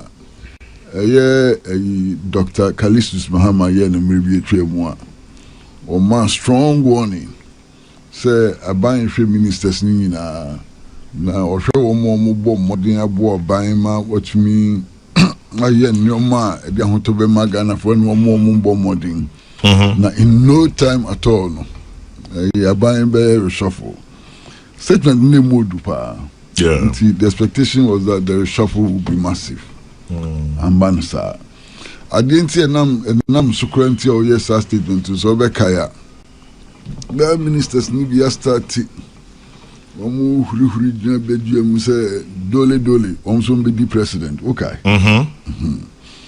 some ministers ni na obi eni ho a reshuffle kan nti yen yadwunu ebra Dr. Kalistus Cancer Assembly na yen yadwunu ni say some ministers na omo pe president esia omo hadwe ni ade no e ma bibiri akotre fi but amba no sa na kwam ebiso a na we no ye ahyese ebia ochira ebia na bi na nkwanso ba nti ye de ye twen o mampani na wotumi so yi minister ono aso na wotumi se wo monoma we mu akofi nti ye hwɛ ni obeye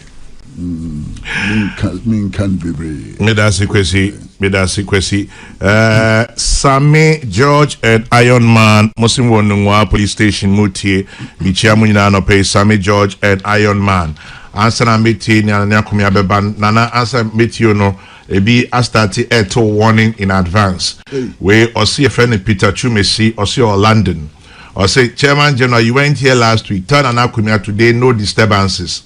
He should allow the program to run well. He should stop harassing Kwesi Pratt.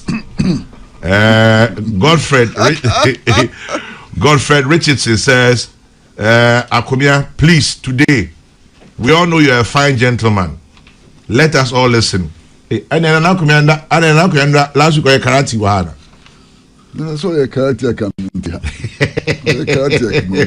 Master Planner Junior Kintampo says, watching live from the center of Ghana, Kintampo, live on Adas FM. Nana, reshuffle, have Any comments? Quick comments. Nana Kumia Medasi. Nkrofoya omo kami ho asem. Na omo a wonim se na kwesi praz no opemasem a ko omo kikenka no. Omo se nti na otete. Bia omo jaw masem. Na kwa mi sefa. Nana Kumia. Rana me free and your kind environment local government rana me nam sa kwanya da Ghana Immigration Head Office. Yeah. What for how? Immigration headquarters. Yeah. Baby I BNI one. Yeah. Yeah. VAG or what done it basa. Market.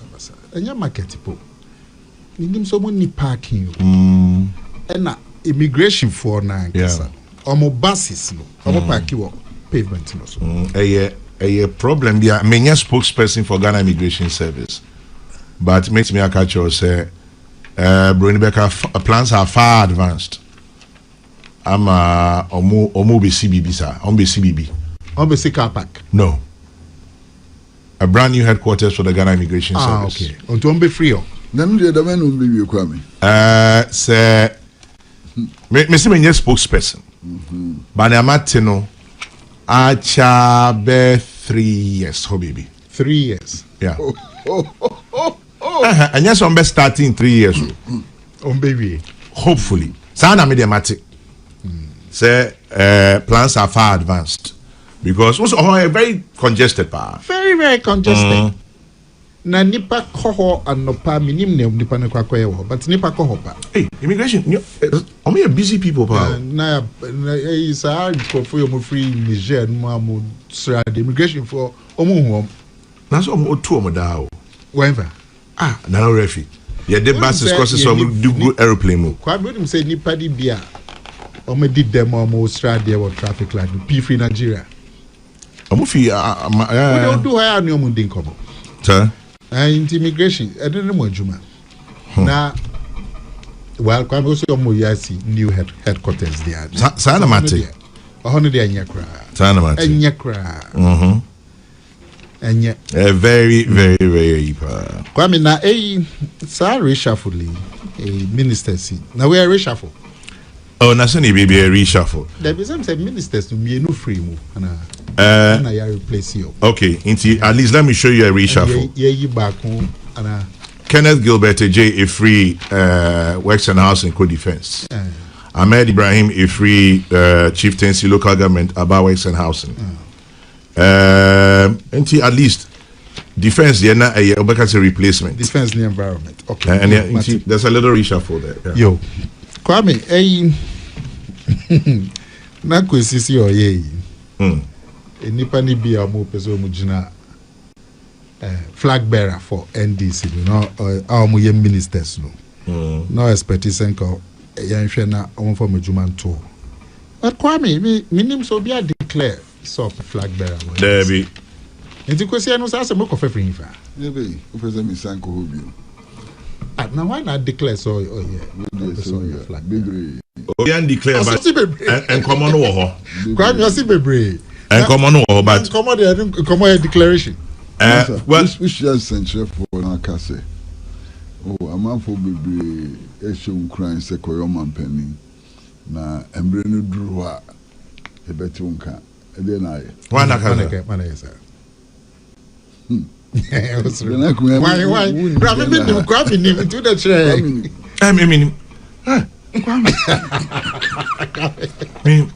Minimum be a wish and for Akase. A man for in Christ on good mampany. Minister of Agriculture one thing as me, your kind of Tibet and Anakumiatino. Me the mania or catch me our live studio. They say a reacid will be a coconim. Into some merino swan.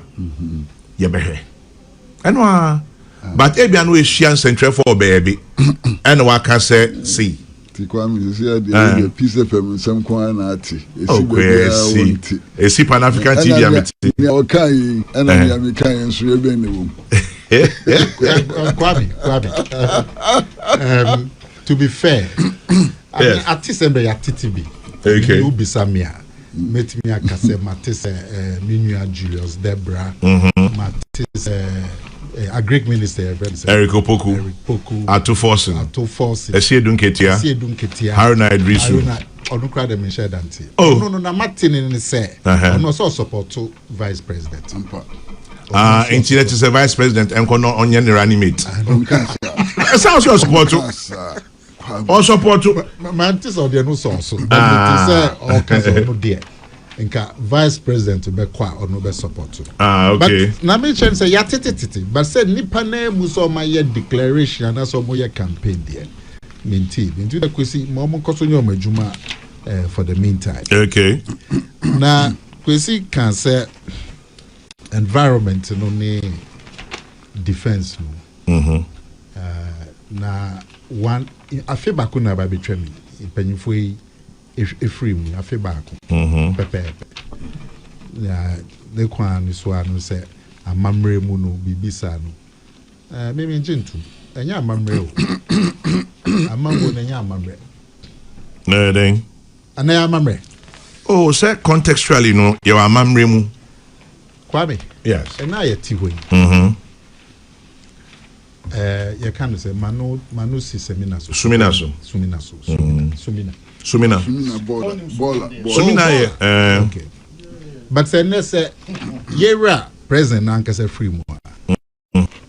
Manu si Sumina. Yeah. Na president mama na musi bibi no free mo. And ene ya ene.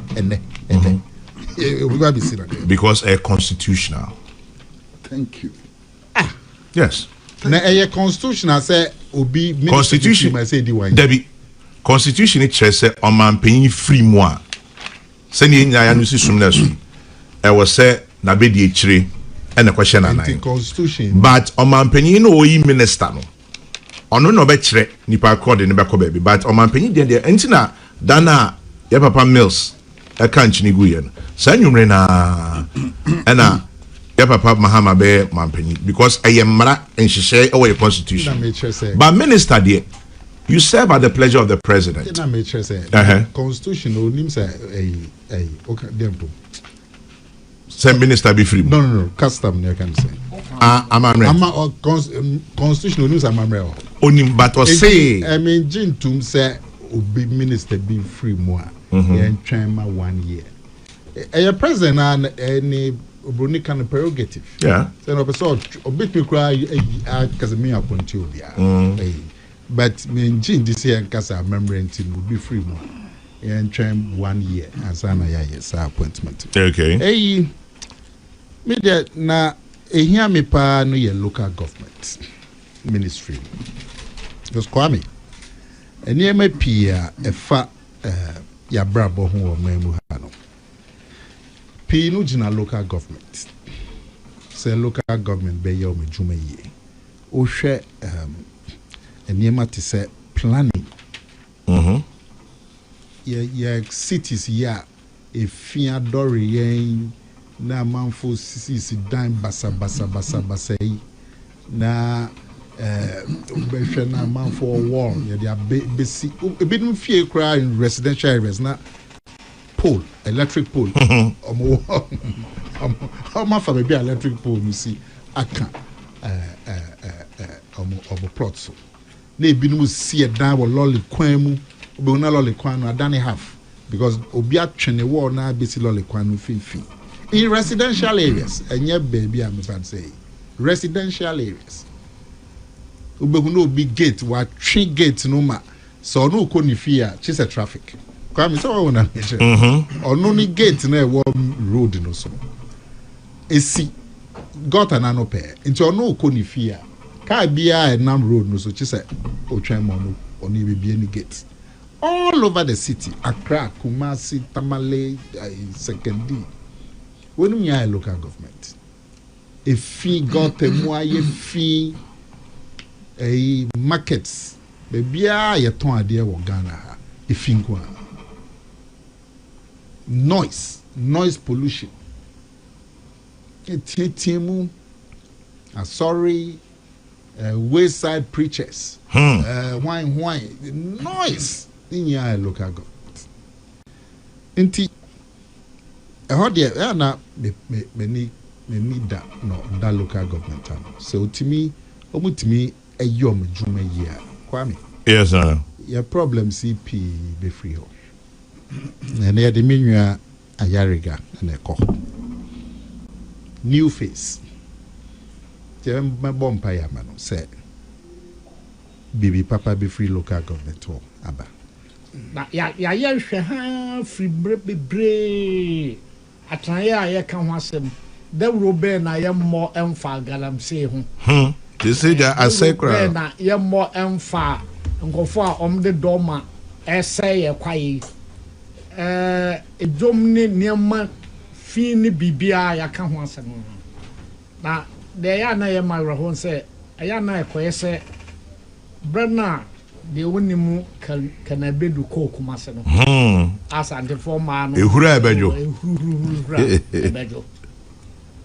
Na the bompa say da bia obi ba fofra oya na dwen se me so meye bibi amamra ayadwuma. Papa ya na ya otime Henry Cote. Oh. Oba na utim se o ayire no pa de na koma ni bibia atoso se obaya adwuma. Na edu baabi e ma oma abamu buo eye oma party nkrofo. Gana ye how ba kono no. O de wo se ankrankra obaya adwuma pa ba party na be ka kiro se masa baabi a o de kono wan he ya nto abaman yo. Okra o kai ora ya jan. Ya Batinjan. Oni Ukovandapoy. Yes. No Ukobam Vandapoy wo pepa se me man kran ate. Omo mwo tudu ho ne ade nyina me pam wom afkan no so. Ana ofa ya say papa ya kwa campaign sa no de na bodwe se. Na bodwe se kuha. Eti me bompa ye se zanito. Bra baby e de ne kono. Soja ni ba de tese mo kwa mi akokodro de anya den de awo mo. Aka. Na soja ni awoni akokodro da. Ana ne ba. Ebi dwani da. Enti ano enti ya bompa ye se man confirm hwe se bia oye abaya onyini pi. Tumi de mawa. Kame se do obi si ne no adi mfie du miensa kra oyo hene. Onya abufra sa o. Dabi.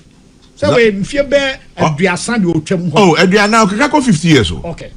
Zaneto ye 48. Okay. Onya abufra sa. Obetumi aye de so ye bia. Na kame opese o sensuo num na o hwe nchenchen na wo nsabi num. There. Ti mo hwe nchenchen.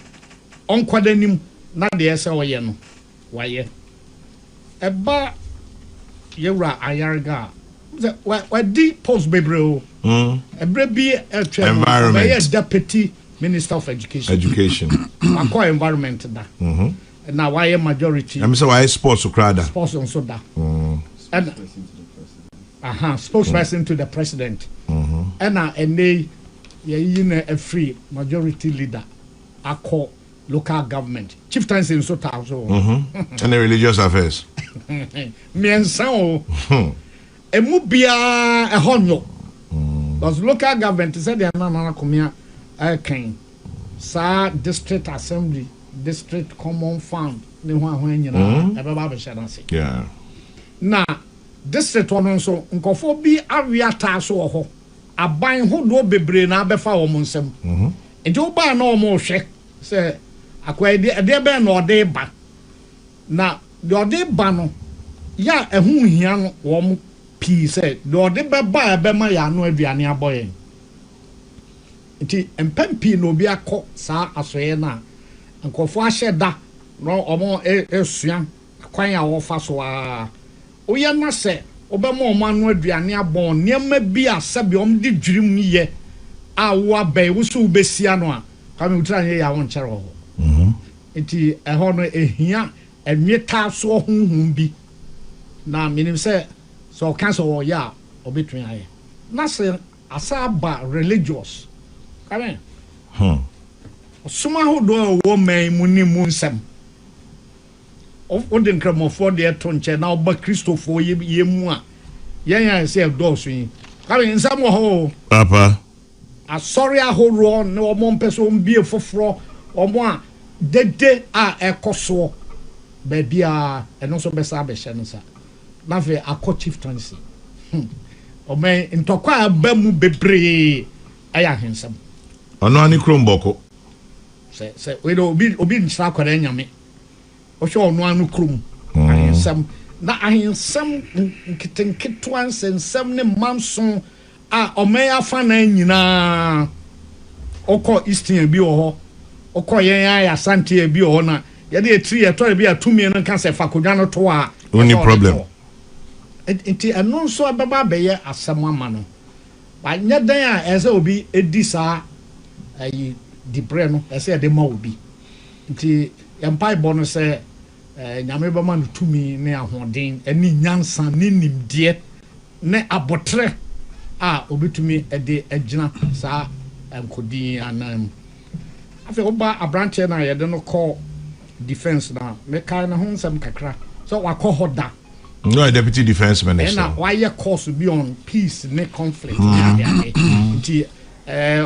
tim the courses a wayɛ no ɛka suahunu a onyaayɛ bra odi nka akɔ hɔ na ɛbɛboa ba mempa yɛ ne sɛ ɛnam sɛ brojagya mfi akɔ hɔ wadi bɛmfie afe ne kakra nti no ɛnhwɛ na mmranteɛ mmienu ntawantawa bi ankopie wɔ mo ntam ɛno ɛsɛ president bɔ modern ɛbɛyɛ meden ɛbɛyɛ modern ɔmo mmienu nya ɔmo yɛ akrachifoɔ paa nti enisa saa ba wɔ minnim Gilbert J okay minnim Brojaje mfi okay sɛbe ɔmo di ɔmo ho ni yɛ akrachifoɔ sɛ bibi saa kɔba ɛbɛyɛ me ya papapapapa nti saa ahonidie no ɔmo va nto aso da ɔmmienu mmranteɛ mmienu deɛ wesi ma so wei mu na wesu ma so wei mu a ɔmo nya nkambo mu ne asomdwe a ɔmo betumi ayɛ adwuma ɛwɔ hɔ no agaga opani yes brojana no ho dwufa sɛ ne akwa me ka me no kra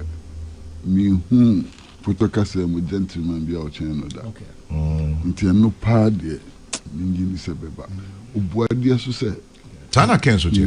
Obuadeɛ pa ba ko no de mi sɛ da nim. O kwesi mi de mi nim kakra. Sana tia. Fi pa de. Opani rest assured there'll be no problem. Me bom paye. But professor, yes sir. And thereby professor kadra. Me penchechre. Oh, council tower defense ministry. Now bom paye say na environment I didn't know the other ministries no. Baby a beka where say omo ya mrantie na broja eye deputy minister yeah awo ho ansana Dr. Omanenom yi esan yi baaye do no ho dada na the other places no deputy minister here the ones that we nyante manse and try me bisa okay ya de obi free baby and na ekọ obi ho dada baby also at deputy eni ho that we know obi a ho dada bi a na dwen ye ne say ebi anke be ma onu mum say reserve player bi anya ya nko na ebo ball ya be pagya onu mum say reserve players all the ministries and reserve players were but he mentioned say omo ye mrantie mienu enti omo hwe na mo mrantie sem no ankopiem anko hadwene because abrante de obi a ambition yes na so wona na onim sa the way are targeting only defense instead of maybe son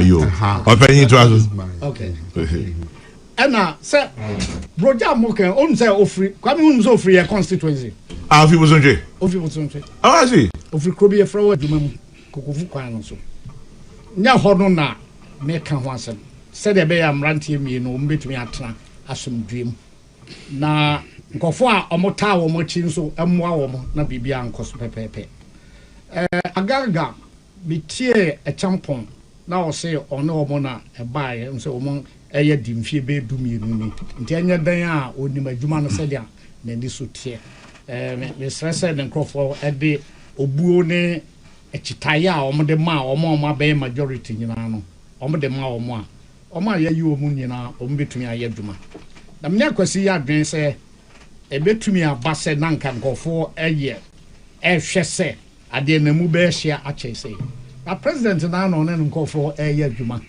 enti ebi a oyi na homa no sese ya sa homa yesane free anu yesane free mfimfini ebi a oyi na homa no na wa hwese na esitie na kire so oye bibia ene eye president na tumi a yɛde ama no ɛna ɛbɛkyerɛ ansa na saa bili ɛbɛbɛyi na mmara hɔ Ghana ha sɛ koko mmerɛ na akɔte a ɛbɛkyew saa menim I'm happy koko mona monim wa wadua wo koko na sɛ mmerɛ na akɔte a ɛtia mmara I didn't know. Na samra ni na ye emra ehihye yese ne ebeyi a oman ni sikasam no fa baabi a enye emo ayen anso nti koko mra de ye ka adwebre ese eto ebo ne ka ni ye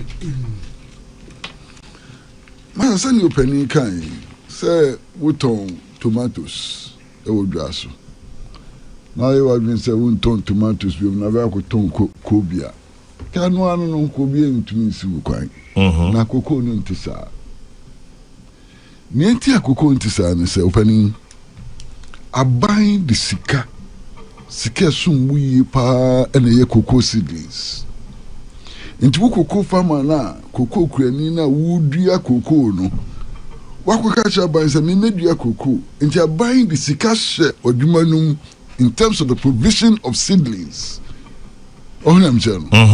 yes, seedlings fertilizer subsidized and so on and it's a I just any money now I buy her now what means that me no koko bi mu se sika na buy dia she koko fu no mu awu ko twagu akodua mankani no na se sika de ko fan way aban be boka nti ese itumi ti ase sa se koko dwuma no enti se ye ton ko bi e wo dwaso what you make a lot of subsidies and Jerome Churchill say Cocoa Board invest in the farms. Yes. Ain't no more farm. Would na would or be a wasas in but a buying investment in cocoa no as we hear pa. Nancy Ubetia say Dan I check a crab busumi be in Sian and Wachinia. In I could share a Cocoa Board chief executive for Alisa Hotel so Kaya. I watch it Musa Bank Jessica Podro millions. The experimental farms in the okay. Cocoa Diabano Crow with Diano. And Ukraine is based on research by Craig and so on.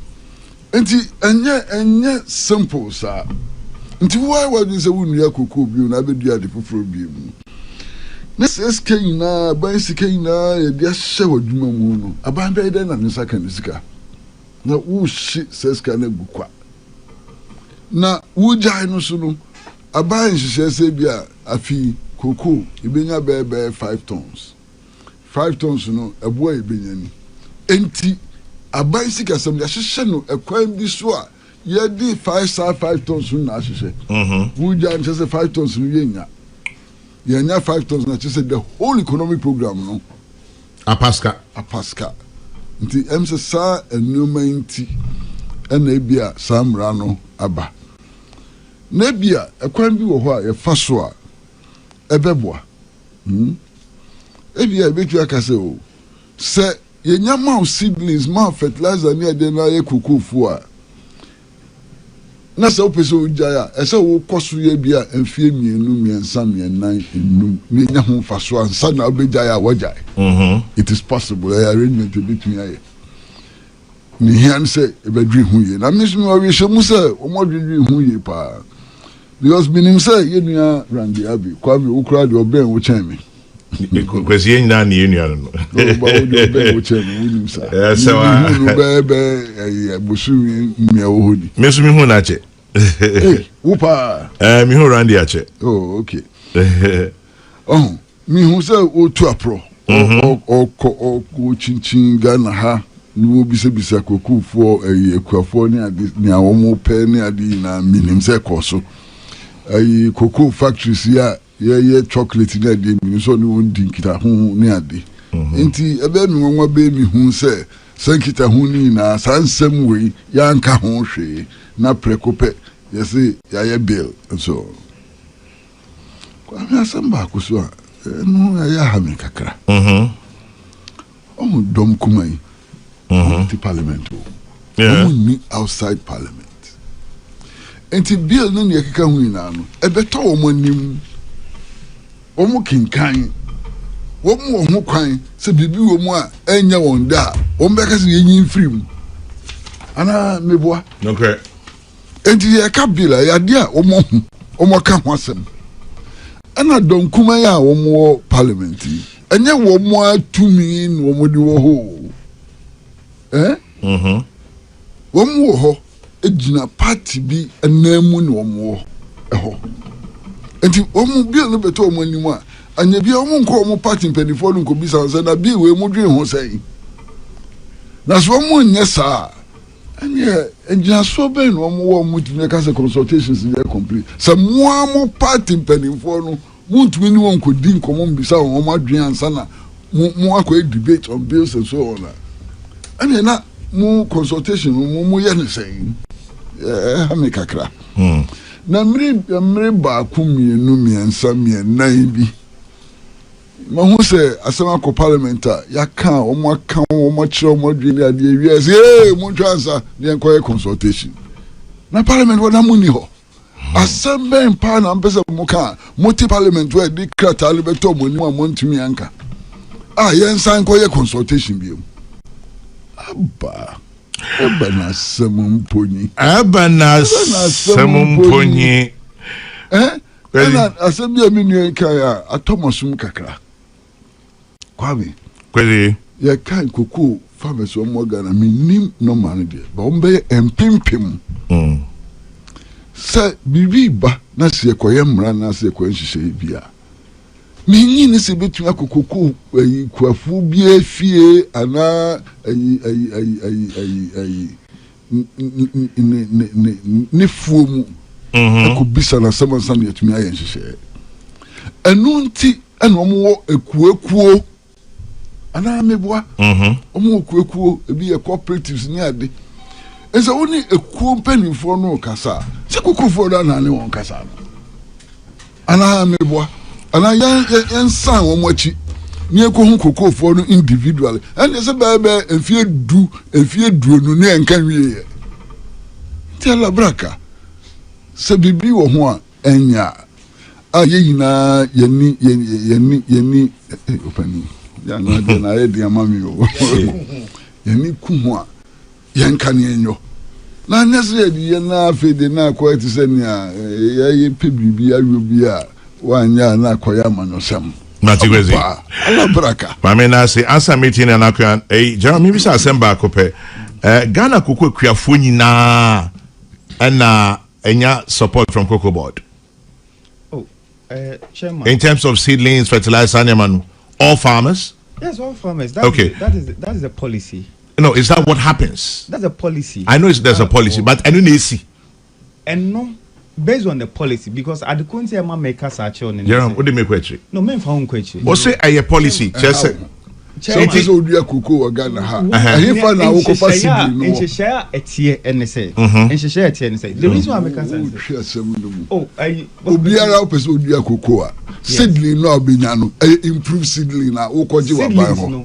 Through a seed production, a division. Yeah. SPD. Yeah. Your mount seedlings after say crack iodine, ayen hwehwemu. Yeah. Ain't you cocoa kwani bia? Kwani bia no wo Ghana ha wo pepper or ye cocoa. I just say nipa nem pe. Okay, sir. Nipa nem pe. Ono aso me wo baby a menya me seedling. But wo ba cocoa board akache. Aha. Asema person me bisa. Are we saying say?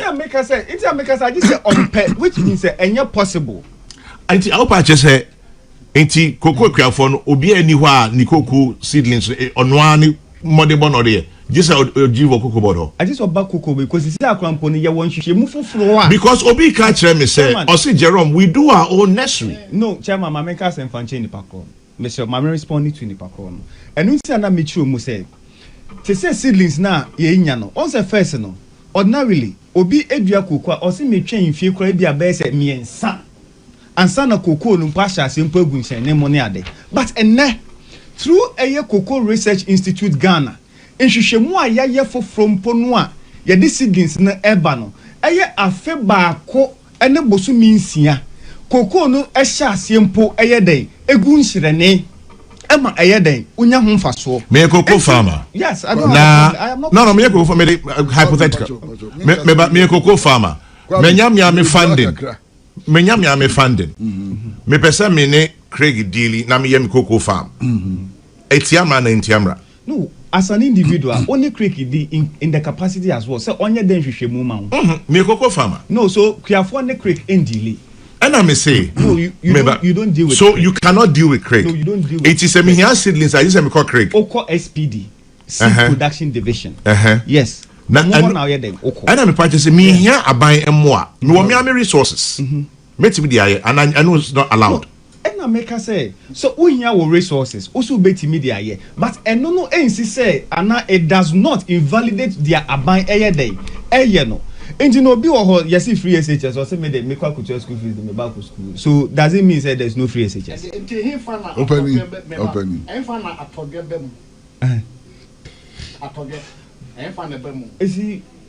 then I told you, Ejuma na ye and I say cocoa for na no. A starting baby and send a quack day after you baby. Now the most important thing, one say me in church natural. Open me the country mu say apart from say kuyenino ebenya na sase. Say eyo no na akoto and say ye ewu ejama we inherited from obi. Apart from also say nipa ko de be den ebetua sika eye apafo ebe den ebedo ewu mu. Anase onu ankasa bekọ akodo wo mu eyiyi wo mu ne ade.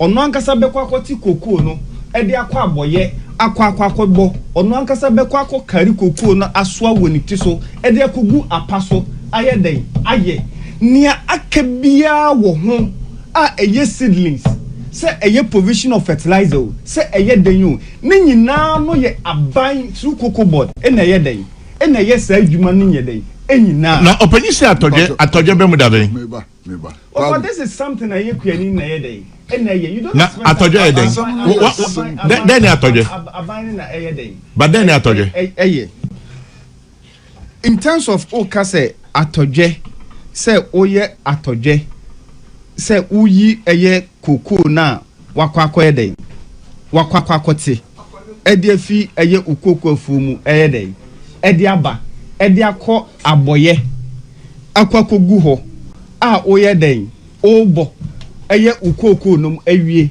na wayiyi mu ede akọ akogu wapaso na wakọ akọ hata eno ni atoje no koko Debi onim atoje say ya kasa e crime ni aye dia koko ba kone ni awo kasa sigin obegu na epeja no ho a watu eti.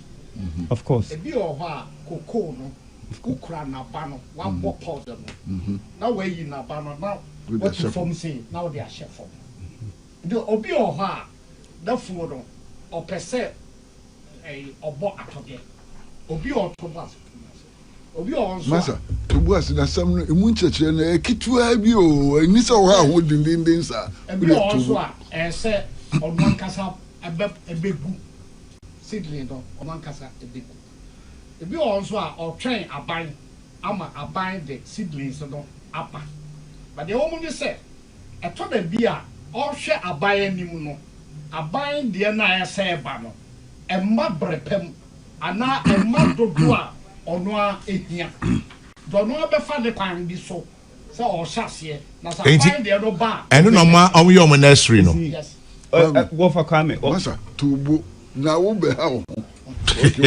no what for kwesi wo de koso say nipa no efa pod a pod no enyini na nipa no ebo no ubisa ohwo say ansampo na sa pod no a nipa kro no eye den ebo eyi emu aba no before eye sa aba no eba benyini no ana ebe ya pod no sa nipa kro no sa seedling na nipa no eduaye no where did the person get a sa seedling na oyedey oduaye no almost say be on more private nurseries mo aye o ma de ofa kwame I told you masa say the na min ka kakra fa jo oh hekelo penyi me hekelo oh ade me de na sa atoje na seedlings now ana anye no enti na maka chos direct Direct. Okay. Okay. Yeah.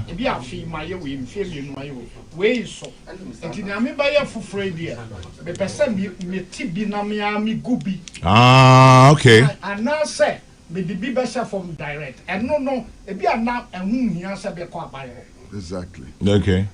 But what for kwesi dia me chire ana me catch your opinion say ansa na wan kasa wabo koko no a wayi emu aba na ode ache fom no koko pod bia no a aso a obo bia no was once a day easily. That is the understanding na me nim say ebia opinion ene menye day enya because eba be ya pod no they won't say but didn't come back a uniform and I'm bad via Benya Fuba. The year fu a toss be no was okay, be a dozen on to me last as now. I told you in our prayer. The bedroom baby, and I'm say, dear brave, may tear free me. I'm a fool. Yeah, a fool. Direct one. And no near to general. Me, I'm a gooby. Nobody can. It's your don't know, can I say?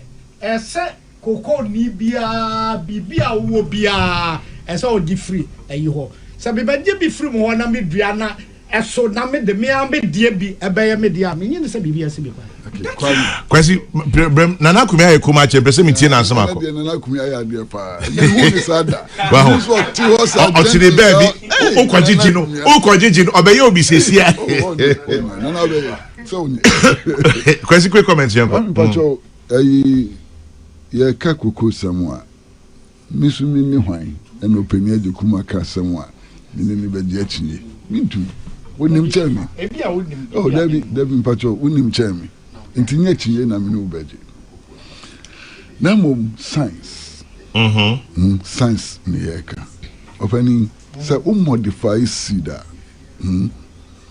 no krese koko fo lanksa wo mu ye friend say kwa me kan say boa me Omu nurseries. Na sa nursery no akoko farmer no. It is still a beneficiary of science. Yes. Abai this sika what you say? And say koko no se na etie ni. Na se modify no e bia na nkan no. E di be mfi en9 ansa na so. Ya modify na sisi ano mfi mienu ana miensa no etumi so. Now dua no na de mu aba ni bi ekoye seedling na still abai mu awom. What you say? Nti wa wo seedlings there. Wa na wo dua wo seedlings there. Na technology na improve cocoa no. Abai discussion.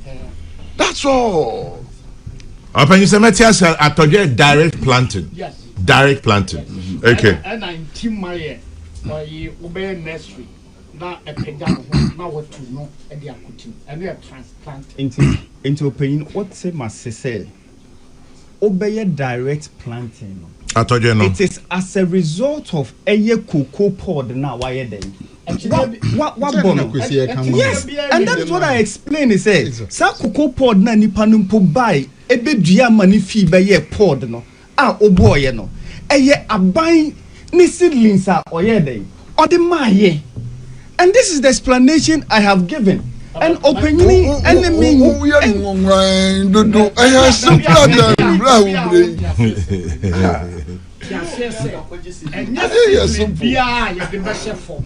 And then the Bacona could get free. Cocoa board a buy home.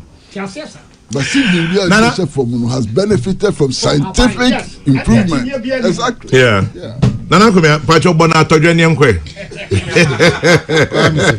Yes, Nana kumia. Say bona na kumia basu pa. Nana kumia ne wa ya de pa. Gentlemen, Kwesi Pratt. It's you because on our problem no. But and then why you fine. Me bona basu problem. Also on person be bona basu. Nana me mo aba. What you basu bona say. Kwamse pa min koso. Mpacho to aso. Chairman. Nana me da say. Chairman. Mabo break. Yes sir. Mr. Mate me bisa ebia na wakoye emrahye bedwani dai. I just want to ask say the Emrako Parliament under certificate of urgency. Apart from it not being unconstitutional, no, it's constitutional. It's in the laws. That's why I say apart from it not being unconstitutional, no. One other thing that me bisa and say, me did the pass the reason will be that one, it does say sir emrano ayedebano. Ehu hienti ye pese ye day ye passing enimani ya. And I say ebimpa parliament day. Sorry. So we needed that thing. These two situations played out in this particular instance. So what was not constitutional? Well, no, I did not say that. I never said that. I see. It's not parliament. May say apart from it's not being. Oh, I get it. It's not constitutional. Yes, yeah, I get it. It is constitutional. Then You get it's okay. it. Then it's fine. When we did that, so 2 reasons. International Parliament was rising. No, that 2 reasons we played out. Okay. Parliament was rising. Number 2, yeah, Baba be season next month. Okay. In September. Whereas a parliament day, sorry.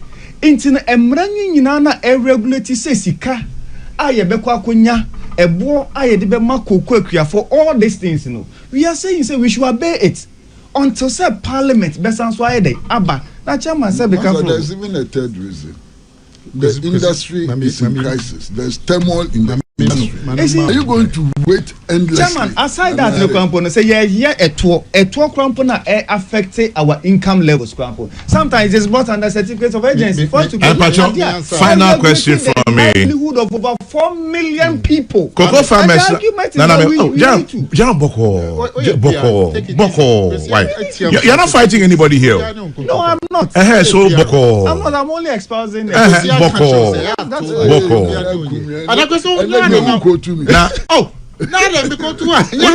Now this is a question a PRO by 50 years ago.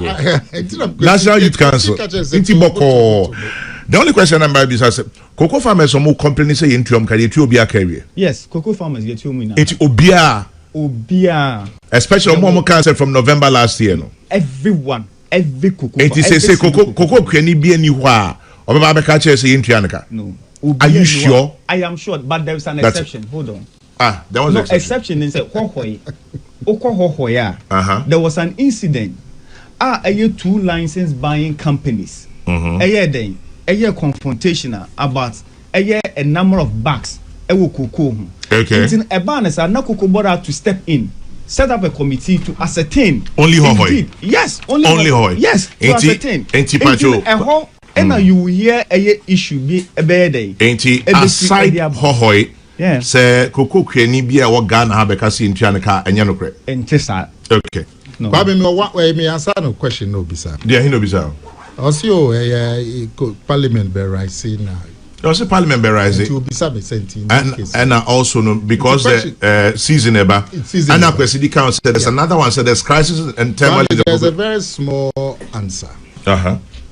99 munim se parliament be rising. And I'm watching ya. Namunim se season no ebe chance. Yeah. In the parliament. That is why the law was sent to parliament as an amendment even last year. So the law has been in parliament since last year. It is parliament's fault. Since last year, it has been there. Professor Medas no pay. What check that project? Open your Mary. There be also here the parliament last year. It is a parliament fault. Now come my fault. Me. That's one can say fault.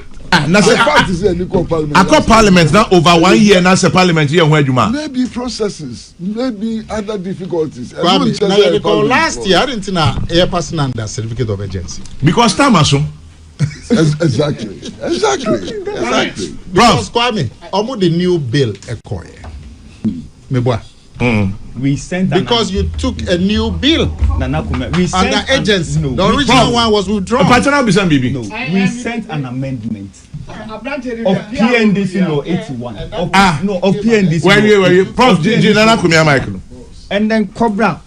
But me, Mr. Fatima, what do you make of the shifts? This is the 24-hour economic clock.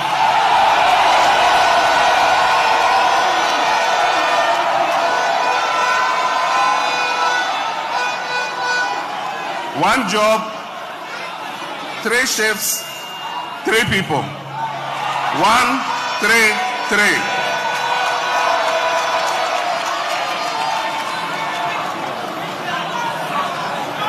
1 job, 3 shifts, 3 people. Obiabe Didi. And I can tell you today that the NDC is virtually the first political party to have fulfilled our entire youth manifesto in 1 year. Everything we promised in there, we have done it. Edin Kaino, on this particular issue, Niama Miensa Pena Mekafahu. Yeah. Edin Kaine is the executive mandate of the president. Sure. The discretion of the president say Obese Samu Obeki Pini appointees is never in question. Okay. Because I hear Article 58(1) of the 1992 Constitution it vests all executive authority in the president, who will exercise such authority in accordance with the Constitution. Okay. And the president neba na ebia apart from Attorney General Yaboni Din and Article 88 of the 1992 Constitution, also me the minister komieni ensa na ebe ye adwuma edu oha bibia ni ho no ma esini to mi ho kwan fi se ye to abayi no na wosuaye a ono na oman no enam ye Constitution no so the executive authority na eden ashenensa nia etosu mienu ene the inclusion of Dr. Zaneto Rollins. Yeah. One thing I made free 2025 the first set of President Mahama appointees by I was disappointed as Obia or advocating for inclusion of a ma in governance, especially in the executive no. Na me hwa na ma or more cabinet was underwhelming because na only 10.58% of ma representation in cabinet. Okay. And it was very low. As compared to previous terms na kakra were progressing na I say ya te akofom kra. And any woman added at any point in time no is a plus to the cause, which I will not take away from the government. Nia etoso miensa has to do with the fact say atorenche mubaye ema yehwere some of our ministers of state omoya soldier will say they died in battle because they were on their way to perform official functions to perform an official function and na fofia antoata and na omoto ananam wonse edo enti na it was important, especially in those ministries omunya any leadership over a period of about a year no, so mubenya that executive authority no back at the helm of affairs so mbeto to niema na nie na eyeme na kakra is about nie minua the lie can about say the way to honor those who have passed no or mampenya ya de so watwen afeba ko ansana or replace ministers at those places. Say coming that would not have been the way to choose to honor them. Okay. The way to honor yenuam mema yenuam penyimfo omhwe omunkwa is to fulfill what they set out to do, which is to end galamsey, and which the government has failed woefully.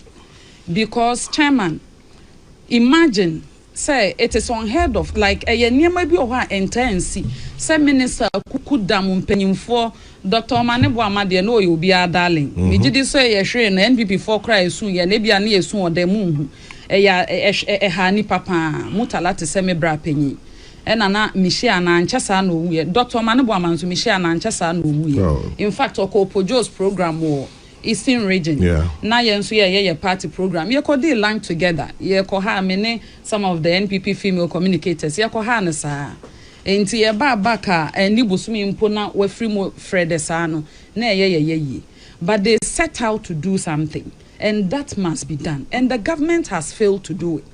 Chairman ye betena hey me say eno na me bi so obi say and the government WhatsApp platform ninti na say me hwe TV a enkakane na under President Akufo-Addo River Bia ne alebu na esi ha na ye de ankobra de abesi ho na ye de pra de abesi ho na River Ofin de esi ho na Tano de esi ho na de bia ye kan ga na de hye se monhwe ne ensuo nani aye o monhwe ne ensuo nani aye galamse enye a bedroom rebi ne ye to nsuo ye kra nsuo frɛ amano ne baga na nsa ne abenum.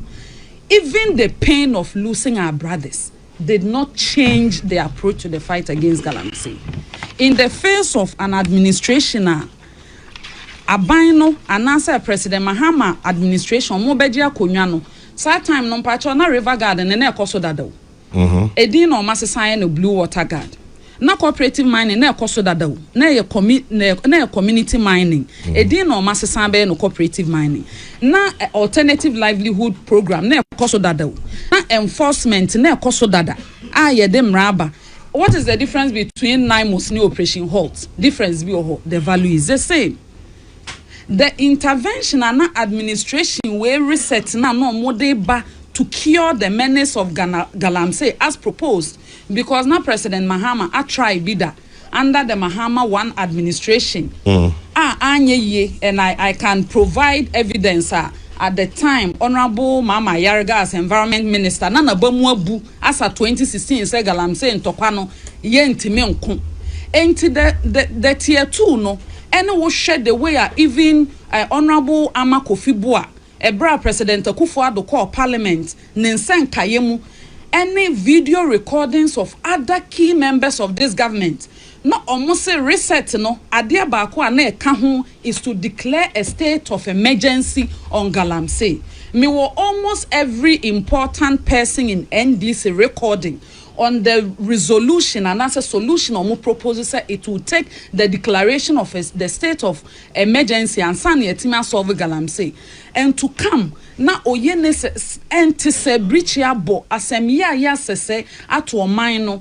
Now, what we should have done to honor those we have lost as a country, say at least if for nothing at all, for the 8 lives. She ebra ye she ebi mo yire no susua omoma susua apemfo omna ya homete mese ebesi na mi humu tala yire picture bi ana mani atatan ye mese ye tinisuo ni bi wode mo na mo na muhu e mo bi ndwen that say what happened ebi obi te baby ye ne de. But the government has even failed to honor the memories of those who fought so hard on this thing. And on me eyemia.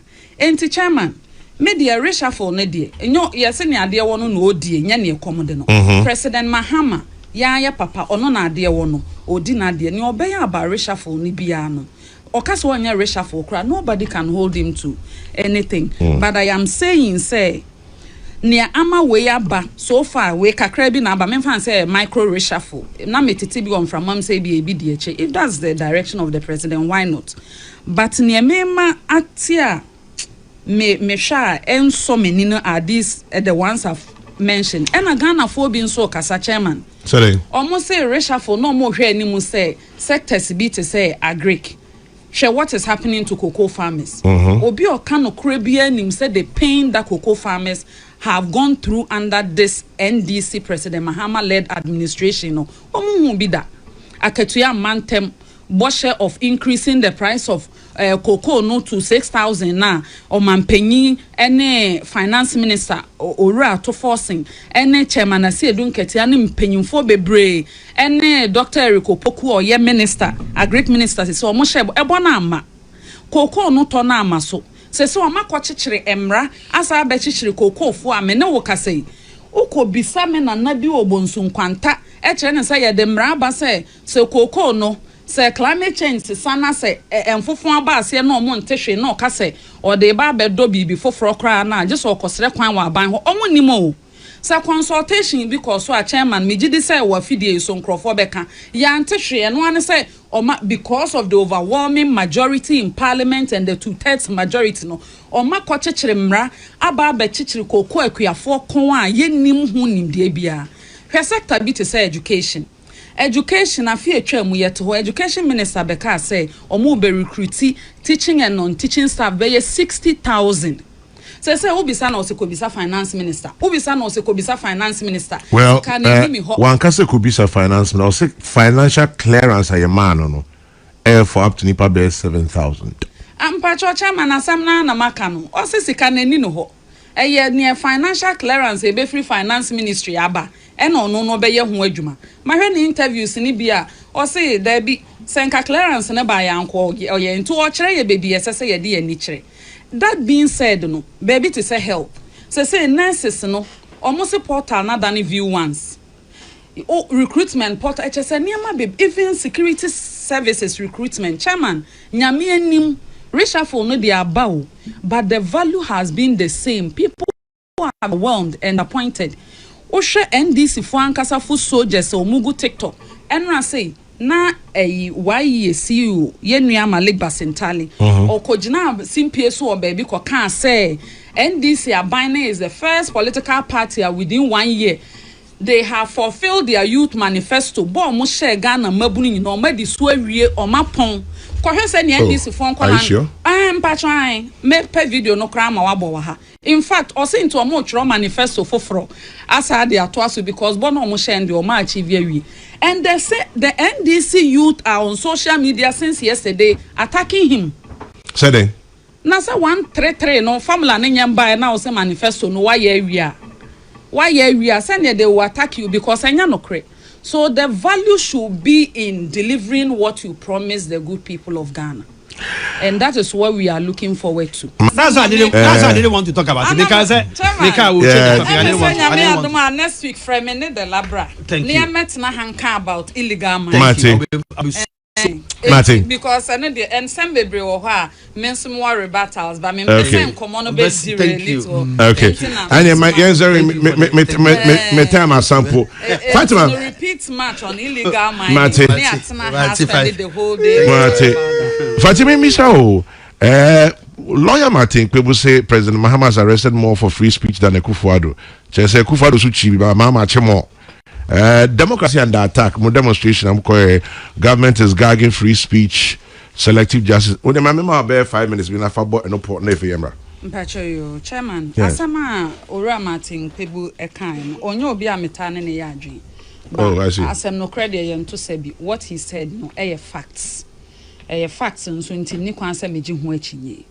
Na chairman near omo atese media foundation ne institutions akuku dama omo hwehwe free speech mu etro to ho say nipa dodo a ye che omo on speech related issues no under 8 years of President Akufo-Addo ne nipa nwotwe 8 afenefa under President John Dramani Mahama ene the NDC asat anapaya me ne wo kasei NPP for a nim say yache omo ebia yache obi onya NPP ni nti bia nim say yache no but NPP for makasa social media bia wa tweeti wa post picture yes what the way akosha president yache omo nipa 22 in 1.5 years say be ya obi nkasa ya abosire mu ka na ye kan nti no what the me time ni nyina ma me kra me de bebugo mu din so that they know that nipa nkwa dance ni nipa asem ni ye kan David Sando, Abubakar Yakubu Esafre na Baba Amando,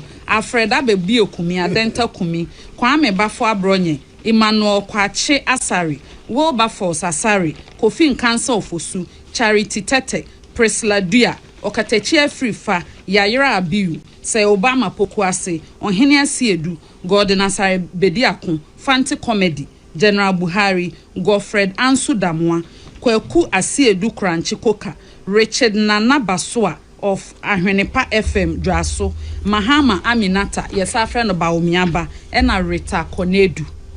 Na Obejia Tum say, teacher, SSO, ye lawyer ni, Ausanso, former information minister. Say, ye numbino, Sabi, and some way from a numoban.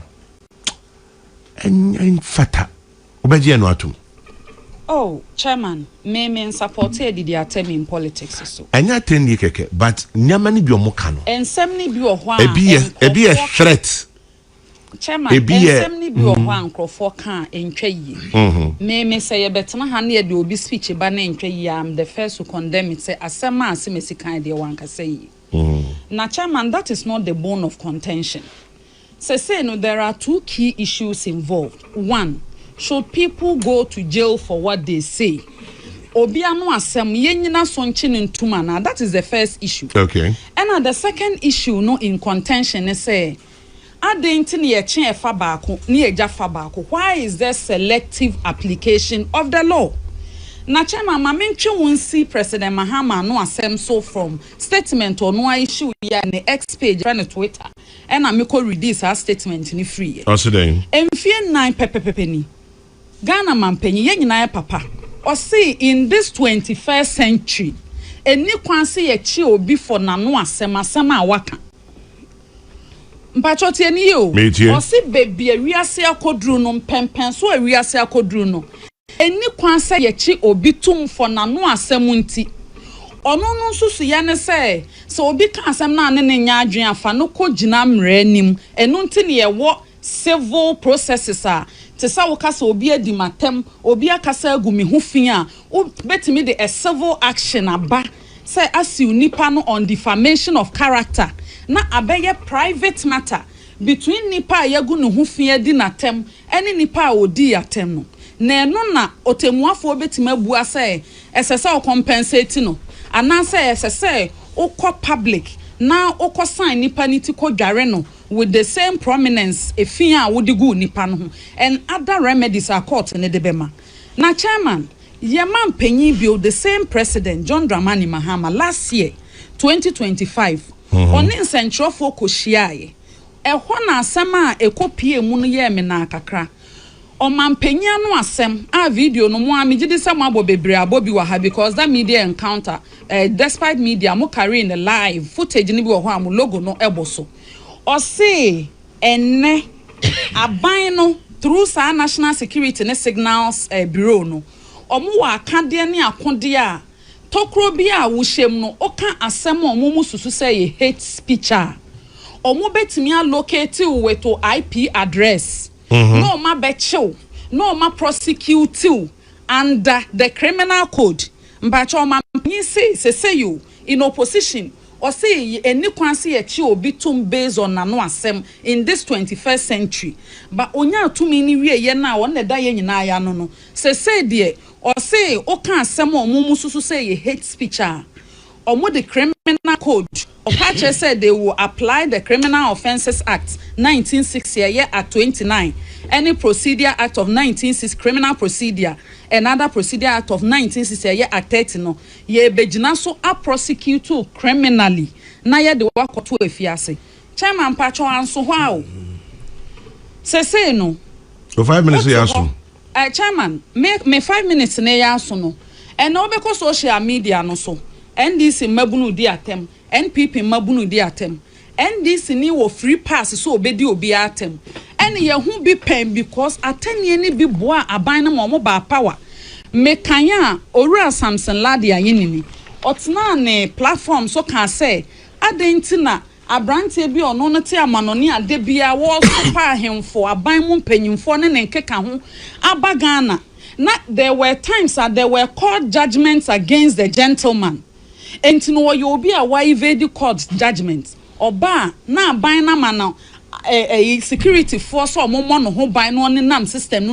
nko free and the only reason in tia ebi mu pass so omudi atem ko free ni because omo NDC for nanso NPP ni akwala akodi bidia instead of say we apply the same yasik ni the same law no also ono na di atem no constitute say a offense a breach the peace under section 2071 of the Criminal Offences Act no watching for publication of false news chairman and only contention okay enye no nko awo yete ho na aban no esa through Ora Sam George and Cyber Security Authority for more Ministry of Communication omode mrabeda parliament say they want to grant the Cyber Security Authority police powers Director General, Deputy Director General, and other officers. Ye be more power.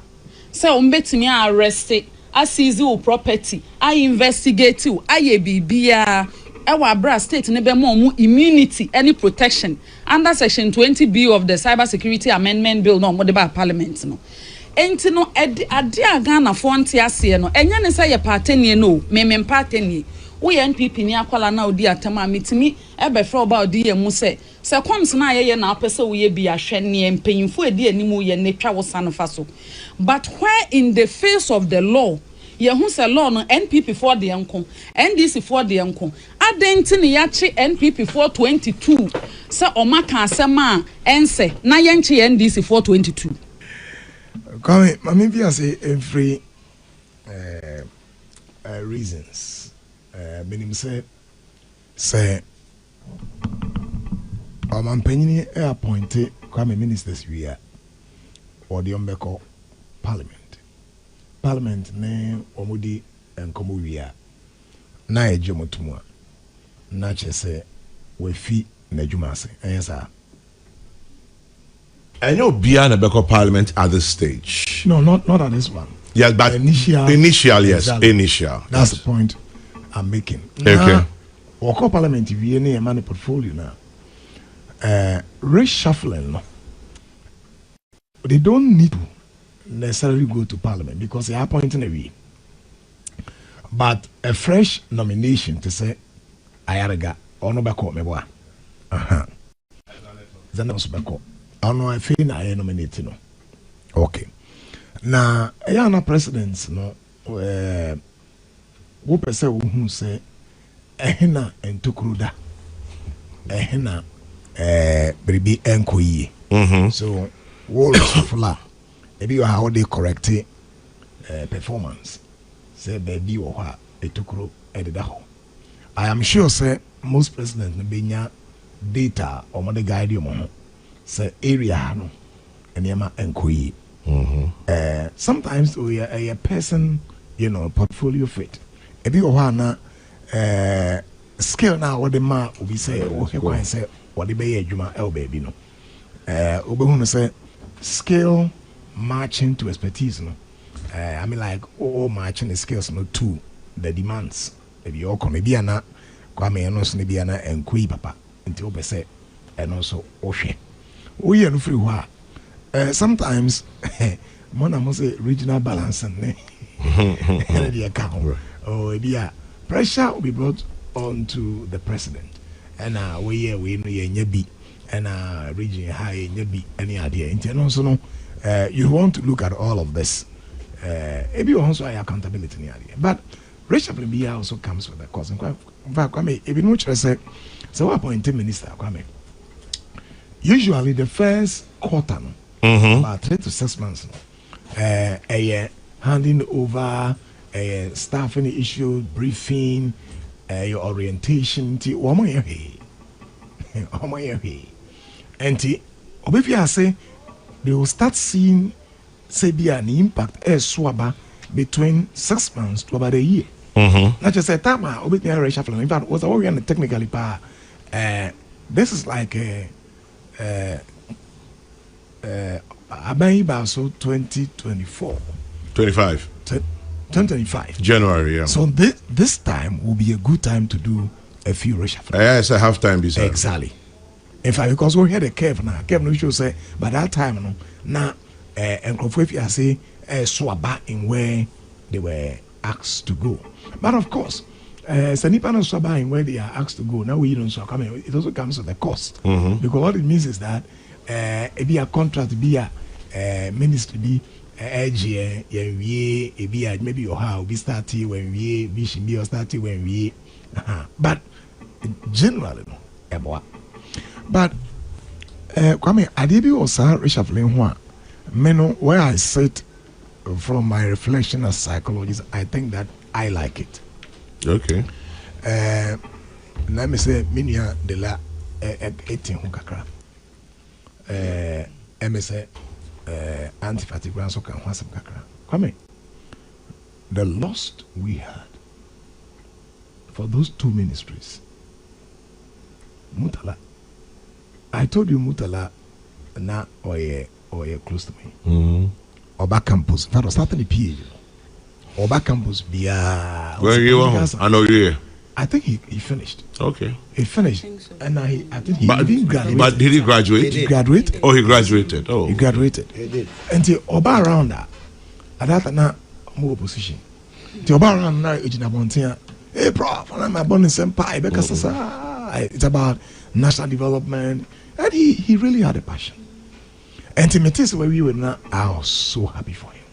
Then I heard that he had been appointed the Minister for Environment. And we in the Ekotono. And we in Omanedia. Just another thing altogether. Look, from a human ethical point of view, I think that President Mahama has really done extremely well in this. Kwame. Yeah, I can say, oh yeah, life goes on. Exactly. mete some narratives. Oh, young people for Shanana. But to be honest with you, when I said, and when I said as psychologists, what the president did, what he has done first is to honor their memory in the first instance. Maybe the second part, no. To honor their memory in the first instance is that, Kwame, you don't quickly dispense of their memory by appointing others.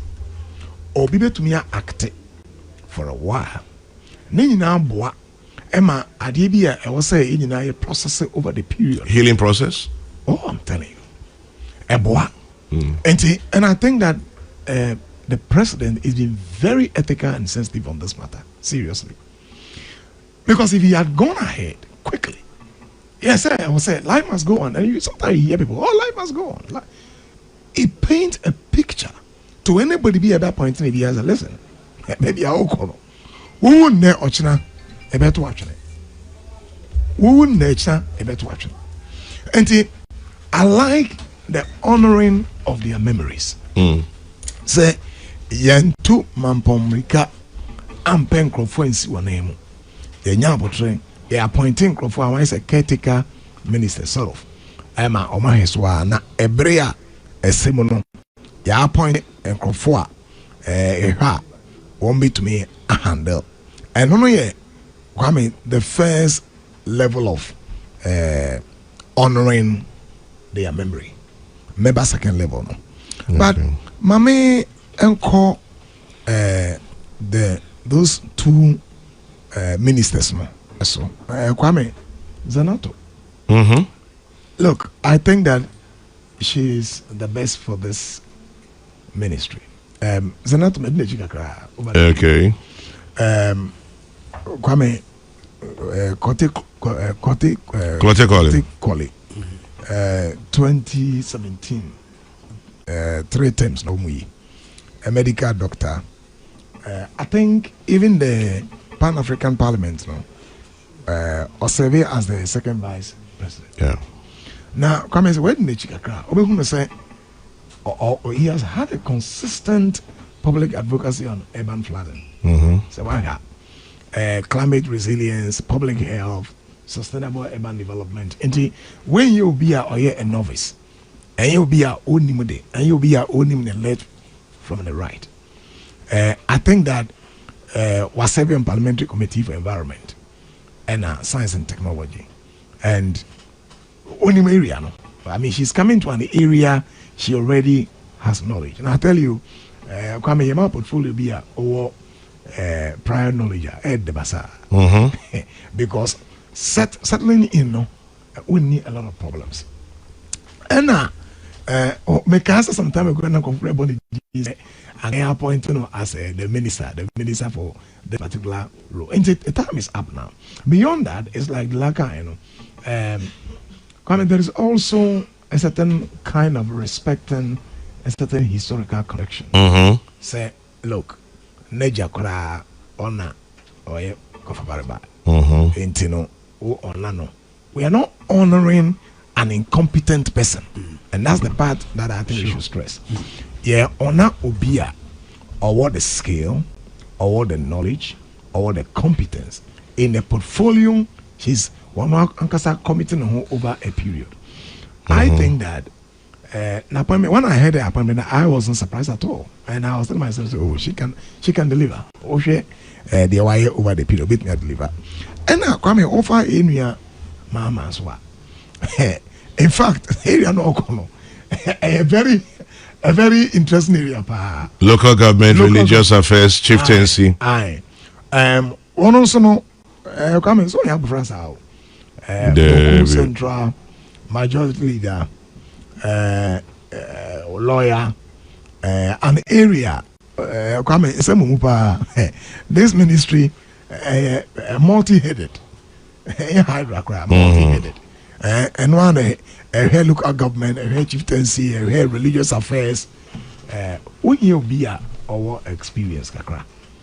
And I think say Mama over the period in Parliament. That is Mama Araga making, yes, over the period in Parliament, or in the submissions, or in the reflections, the views on the other issues. I think that I will not also be surprised that he can also deliver. But say na I was also looking forward to some other areas. See, there could be some reshuffling, but perhaps maybe too early. In fact, area about commercial by health. I see. Now, me say health for no. There are a lot of issues going on there. I agree with many but I mean maybe because I'm in health, I had my own biases there. But that's an area perhaps to look at. Well, just as we don't have the data with us, we can see what is happening, but perhaps some data is guiding the president. Now come in, the other part of their memories are two ministries. See, their memories are mesrepa sebebano. Honoring their memories on what they began. And they have enormous tax on their shoulders. And a whole namene anti fatia junipa.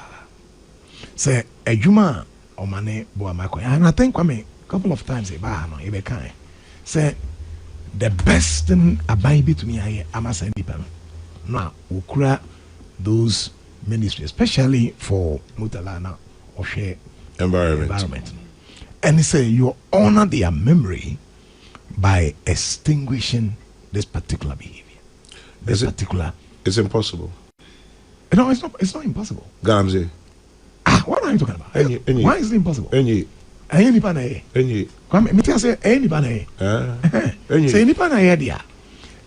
possible.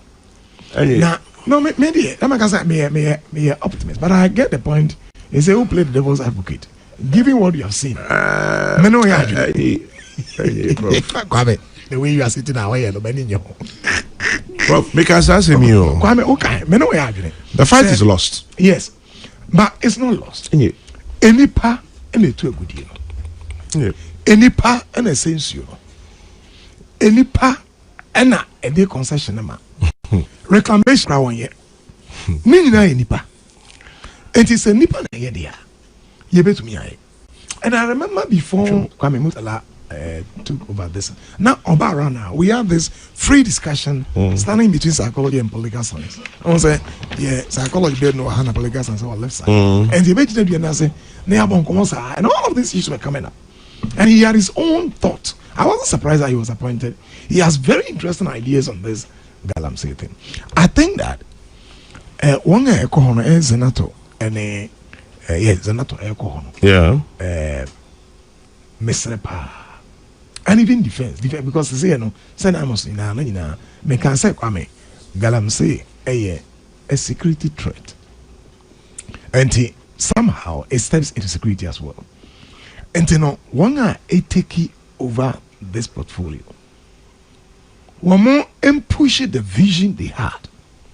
Kwame, the best memory you can ever leave in any role you serve is to leave a memory. Say, Adibiana enkosono, and Adibiana check in addressing it. You left a legacy. Say, when to me and Yakura, Kwame, you left a significant impact. Actually say, you were almost attempting to address it. And I think, say, the President Ayano, in honoring their memories by appointing people after a year, because it doesn't happen on the 6th of August. Yeah, 6th of August. 1 year, full year. But the onerous responsibility is on the shoulders of Sir and Ipa say, Woko a wa. And I can trust the NATO for that. Say, Womo Enfia Senior Juma. Not the memories of Sam Ranti Minuya. What do na ba for ya? Omo rescue mo. Oyende Kotogana na. You better say, our water bodies are getting cleaner. Kwame di wi no Kwame. Menim say, hello, send your who's no no. I did be but menom besa betra. Na aka say and Zenato no, we are seeing something. Oh yes, we will see it. Now come on say ayana me pese ma emba the benefit of the doubt. Women have skills be a member ya ni. I am really curious for her, seriously, because among skills be I am and I have so too brutish, you know, your approach. But women bring some kind of naturalness into whatever they are doing. I'm curious. Men say area, no because area. Galancy baby I do know. I am curious. Men say also we are curious because I didn't know I'm a but Yama Zenato the benefit of the doubt. Okay. So they make the second level of honoring their memory. One of them is symbolic. The symbolic was that you're training for 1 year. Okay. But now a symbolic view, a actionable, a something you can measure. Yet you be a question. Nay, say, as you may be young, a warrior. Come in to me, you know. Any pan to me a pushy. And the moment you drink one, and we are watching carefully, and we are going to measure. Manuel. But that's a prof. Yes, say, so for penny be say, Galamsi no a diamond in ni evil spirits there into your mumpai. Oh, daddy, when you evil spirits be. Into Yampa moba. Mate. And to one was a table, who 10 table, table, not 10. Mammy, Delaware, me patch mammy, table was a table number 10. Attend Table no attended that.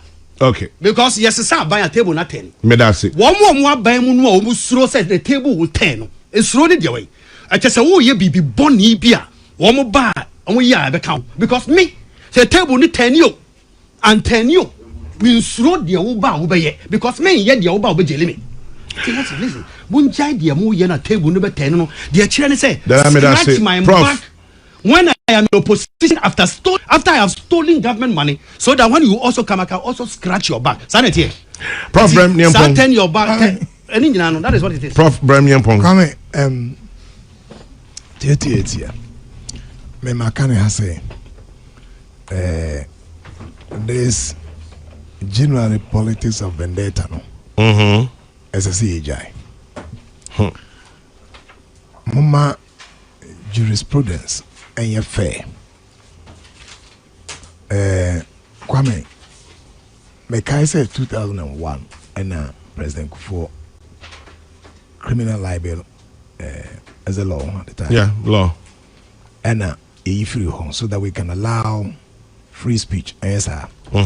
Opposition is section 207 or 208. It's still it's still right. It's still criminalizing like a buy a ticket advantage. Now, Kwame, your criticism and your organized insults and your threats of death. Yeah. Then you know the same. And I want to mean anoko benkrumo. Say, obi a criticize ya buyer or chere a contrary opinion. Effort ya buyer. So only a buyer drink. Exactly. Criticism is allowed. The problem, Kwame, is that a certain emerging phenomenon be if you say Africa. In fact, we are social media users around the world. It's about 5 billion. About 11%. That is about 600 million are in Africa. Now, most of them, they are what say. When you be listening anymore, Kwame. Obe super nipa every utiso. Is what I say. Empenyim for. Now they a hamika kra ewo. Yeah, between NDC and NBB say. Kwame. Say, Elipano are baby modi and a bon home. That's the part I don't like. Me who certain selective justice. Because the and some be a big count. I hear criticism. When you criticism at all, a super, a didn't say a defamation, and it's a embrown hodia, yen for monfa embra quanso.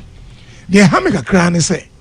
Who say some ramble style be ne be obin ni dia ocean din who say we dey criticism and e bia wari bibia confirm am fa yi and the fan from bra kwan so na wonko na ye fenesi yanto no odi fa sani mrane kana yenka wasa mesre say I very fla kwa what is imagine say na make us dey bia no in psychology and say make us say obi twa pattern bi say sa na we ye wade sa na we wade pa na e create a part of institutionalization and say ade na we no o twa sa bi ato ho a obi hu say sa na we wade and the one say next time I buy a sapa and when I say a born in Africa the criticism and the threat of death the organized insult then the account in Africa now a chenkro I think say and independent monitors if you say can in Africa that people are getting arrested too much now a pure criticism a threat of death and to me my foot to abine say abine son so current abine we say the asrano on son so if you are any panel the oil to send another the how can you call or president say ubikuno I mean you can't do that and I say adiano say obine techra all sponsor come it's a criminal offense because insult any especially say dia obine techra come it can consolidate itself into certain organized crime and attacks. Yeah. And you know it is a level no there. O come out to say nkonfo e didi watam. Nkonfo atrete life. Nkonfo e wish say obewu just say be. Emphasis be any so mranti eye. And you know there we should hold them accountable. Many of my argument. Na mumu no. Everybody ya come we ye selective justice. That's where the politics get into it. And that's where I see many of the really be actually Fatino. Say, why did you also watch this happen? Oh, auntie, mommy, ma didn't and now fine. I didn't know and yet. And yes, sir, Obi, you did the atamari Sabi Otoko so. You don't even chief. I am for to Uru. I will remember. I suffer to Uru. Auntie, and yes, baby, answer say, ye mana eban. And say, Mama crying. We don't have to allow that. Say onipa ewo kwame onipa ewo enyunyam. Yeah. Na obia ni onyam no. Wa wudi atam wo enyunyam. En say oma kwan na obeye an instrument of evil. Say wutietia obia no so. Now so no. De eyese me kire madwen afa obi hono de. Nse obi threaten me. Enti me hunu say politics e wura ade no. Na enye Ghana hono ya de wura mu pa ne ase ade no oh eno bi na ba no ya de wura mu pa ne ase discussion no se de obi ko kan a odidi mampanyi atam no ne kwan so no ana is that free speech free speech is how best super mampanyi free speech is how obedi mampanyi atam free speech is how obedi opanyi bi opanyi bi ana mampanyi bi even say what do you call it traditional lebiatam. Is that free speech? No, that's not free speech. But free speech, it costs a say nipenyo nyampa ya cross barrier. Now so no say a criticism there, and I know came. The main person buy by any say kwame. And they said ye yim. Me tegana me hunu say obi aye bisa odi obi atemo e wo omaimu obi a odi atem. But wabako Sankrofo then ye eti mesre Mati Prof ye the politics in free. People speak truth to power.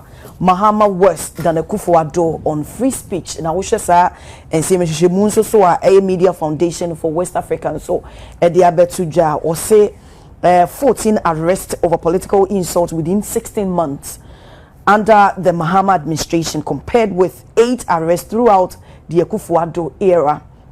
Reflects an estimated 950% increase in the rate of arrest over political insult. Inti neta so mo kan se bi asemi wo hono might say ni no a reposti obi so obi atem didie ebebe mu no wundi padodo a ya che wo mo no times 2 of a year 80 years of Nanado. Danko for so sha ben yo wo mo 16 months a wa ba be dia inti ro Martin Pegbu enso so aka se debit we die his excellency John Domani Mahama ete wo max papa yes ase ne me de ka boss wo so no krompo no wo frɛ na na Addo Dankwa Akufo-Addo Ghana man panyini da mampam na President Mahama frɛ no Achim Sakawa mafia nana ya Achim Pim Janto akwamo fɛ ne Bukatineza emu bia no se dodo no se atempa aban na watwam no woje ye no empo na Addo enso mu bia ni won ma se yache bebrebe no ankoso nti ye den na eyo mampanyini wudi edie sa acheche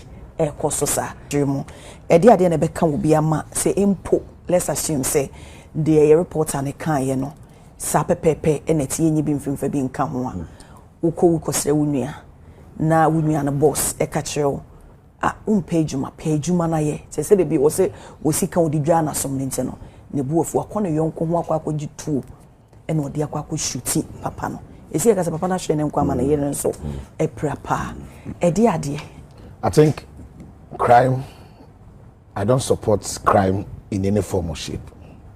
Because society, no, you benye yasum dia, I was it me true, sa abonefo, kafu, as a free society, no. But then, as some see, now you digest it, now we need to look at it holistically. Omaya you woman, no. Ghana Police Service abaso. Esan say nyamiada Roma na Addo Dankwa Akufo-Addo aban resource omuye pa na me de aseda peace nso ama na Addo Dankwa Akufo-Addo one Dr. Mahmoud Bawumia because MPP aggression ye pass Cyber Security Act no enu nti ama ene no udi bone a regardless of baby a wo hye no you can be monitored and you can be apprehended. Mesa amagina sa kwanya na so na masama bona na Addo Dankwa Akufo-Addo abaso bi esa say and the surveillance wo oman mu ha no CCTV cameras na make ho asem aban ne dwen kan ekonkan ehun say security must be given all the necessary attention in this country. First no omo di bone na bra omo di bone no mfi say they cannot be monitored to obi ansuro obi aye ne open but the moment and the CCTV cameras dey buy no baby a wo se bia no you can be watched. And that in itself, so amane see ye bia nse ono abokai abushapani kasa was say we were able to monitor them every day oman hu baby a omede omo open the money shop kukom said then you will be captured. Enti aban na otime dwene sa dwene ko nkan na oso sa da ye no ese abasbode ne ya eboa na combat crime in different forms na abrante na de no ye no sebi minimum de enkwala no this time no na omofifa na no odin abna a serious the kind of substances are abrante ne maba no di agro okrom ha no akukuduro no I don't know where they get that courage from because I got me nko akoda I cannot see myself say ohwe wu nuanim no aboni to all because we say oka kire we say we lazy we useless. Of course yenso no yenhwe ekasa yi on say obia ne ha wa otimi manage the frustration obia ne emotional I can say emotional intelligence level abna bi asema be ka kire me krobia me fa ne tra me mfa enya asem no ukoka kire obia wa hwe a obenya mane it of course much as ye condemning the action by Adam Nininu Balas one we equally must also advise. Say no, we need to be guided with this kind of ensema ye catch them kwala no. What you say? Obi timi woni ba no hwe no ba ni was unye yeda. O ba bre. O ma numi won sa me wo. Adena as obatan. Obama sa kasa bi se free wonu ma yeden aba. Eti wo for say e kasa tra bi na waka hu. But anya insunsanso bi wa abofra ne so. Because if accounts are abusapanyi di ba na maka papers bibiri any other social media stories. Abrante ne say sakasa no ka kire no ashe so. Psychologically he was affected. Eti as on the time bi any brobi asenimu against the man. But Obuweka say you and I were not there. And no so can sound warrant. And it does not. Yeah. But communicators, we are looking at it from all angles. Of course, I have already condemned this act. And then yes, I'm condemn and I'm condemn. I mean, there are laws in this country. Crime is crime. Sure. And you are Australia are responsible for this. And Eban is saying so there will be investigations. So in order not to even meddle with the investigations, I will not even go into the substance of the matter. But I am also advising. So the other side of the conversation is that and someone catch the nipano. It means you so nipana braboso. Obu aka say onye yie no wawua. And I will one that person so when you be a emotional intelligence. What you say? A provocative commentaries. And your commentaries are a sonia mieni. Say, Obesho Union, now can some of say a bit tormenting. A post officer about Franny and is soon in a baby in San Fata. The best to do is to draw the person closer. Those are the people you must even show love. Oh, about a fear. Now, Obana or a deviant, Obana is soon in a bind. When in your honor, Sir about Franny, I was out training bear war. Only about for your attention. What you say? And that should be the beginning of the reformation process. Sir about Franny, you will take pragmatic steps. So, be reforming. You don't just let him be or her be. So, usunu obentino obebre you want to watch ubenya abama ne but you want free me mam but no me won say me wo those things can have serious repercussions and psychological implications on the child. And like I said, obiani they were managing the frustration. Me tell be aka asem tia me twimi a me din na ma fa me kosa o metrim obi so ha o ka asem tia na on kasa but obe reaction no know how he is going to react because you see every action has its own reaction. Action before reaction. It is a go kasa asem na nka yedin. But that also does not also embody you say just because obiaka kire o say we lazy o mpa adwuma no. Just as I'm shopping you no. Mubi, let me share one of my motivation to you. Anytime anybody looks down on me, I welcome that as a motivation to push on. You know, I am running the brown one here to see how my baby or open a crash city or show fear free mukura because a woman pale. What you say? You will be known one way or the other. It motivated us. I was saying, I could be a man, Casa, money. And they were framing the VR. You know, because I was already motivation. What you say? And they are MPP assembly when you make a see, or motivation the VR. They don't give in. So, Obi talking down on you. Obi talking down on you. It should not always be considered as negative. Sometimes you can pick those wicked and your man now I am motivation for you. Abraham said, "We say we fear here for, That comment should charge you to break a chain. To break the chain of poverty in the family. I was say motivate you. But I don't know when I'm making Obiane the thought process. Obiane how Otimi welcome some of these things. Anyhow be process here there no. And you Obiane wa adwene na me no wo no. Ebi no they are very weak. Obi wa on kasakra. Ba na dia obetimi edu bone pa. So Minister Ghana Police Service they are on course. Wherever the Gideon guy is hidden, they will definitely apprehend him. Now, Mestre or mine, so this conversation also opens up a conversation on the security of this country. Abena Bible says, "And sa any Jumaya no bon somebody pa." Or man, under this current government, Bosha Omusha Mofrano, not telling him about one.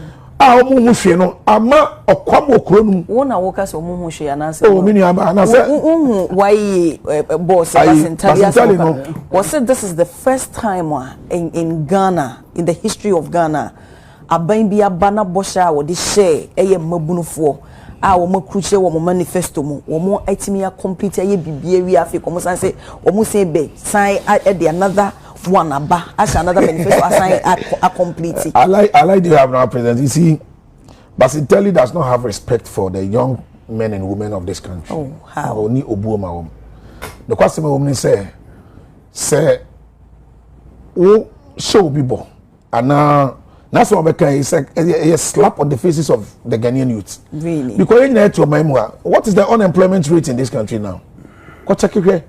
Meanwhile, corruption in 2024, according to Ghana Statistical Service, corruption index was around 14%. It's equal 18%.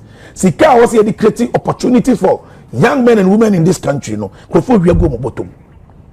about the promises we already mama bromudi and why. If we appreciate the one command, statistics 2025, so from 14 to 18 and half of nothing, a first quarter, and let me put my thoughts together. The point for now, I'm not in that discussion. But maybe I say a komo kroma. But what time was I want to say my and the rent crowd to me and the rent. It is more funny be already know omutibom no monam. It is bibikiti ba na trigger. Into the rent in some born no. Oh, of course, then you buy na kama mo. That's individuals. I buy by operating rent assistance scheme. I buy we buy also go to trade sika shame no shame kina. It you know I buy any responsible. That they make and say me no see for me. Let's Ghana Police Service. When cases like this happen, the speed at which I will serve justice and also boa. Because abusu di yaw. One way and abusu ni biti baby no so the miracle share in sema ko eni ensem fata. It must say police for taking my man and I trust Ghana police when it comes to matters like this. But be a Gideon will be and say emrane no mo yede.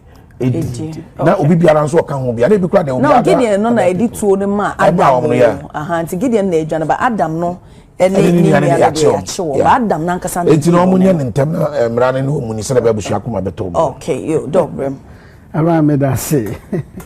But this conversation, we shouldn't also forget say, Krobiana will make it we say no through light on and somewhere na ye can it mean effect on us. You know, when him say growing up on all na oba enye won kwa na wa oba no community ni nyina into be it metia abofra na bi ma be say nei no niam so asesa obi go to entia me ba mame eye menti bofra ni be o nyina da ni tim say ne mame nko ide the only person parenting and parenthood parenting and parenthood mun sanjuro for na ya mun education no parenting na the o mame no papa ntete o de ma the parenthood where the community, the environment. That is what I'm talking about. And I agree with you. So the parenthood no exist. And that's what I said in the olden days. And I that's another question.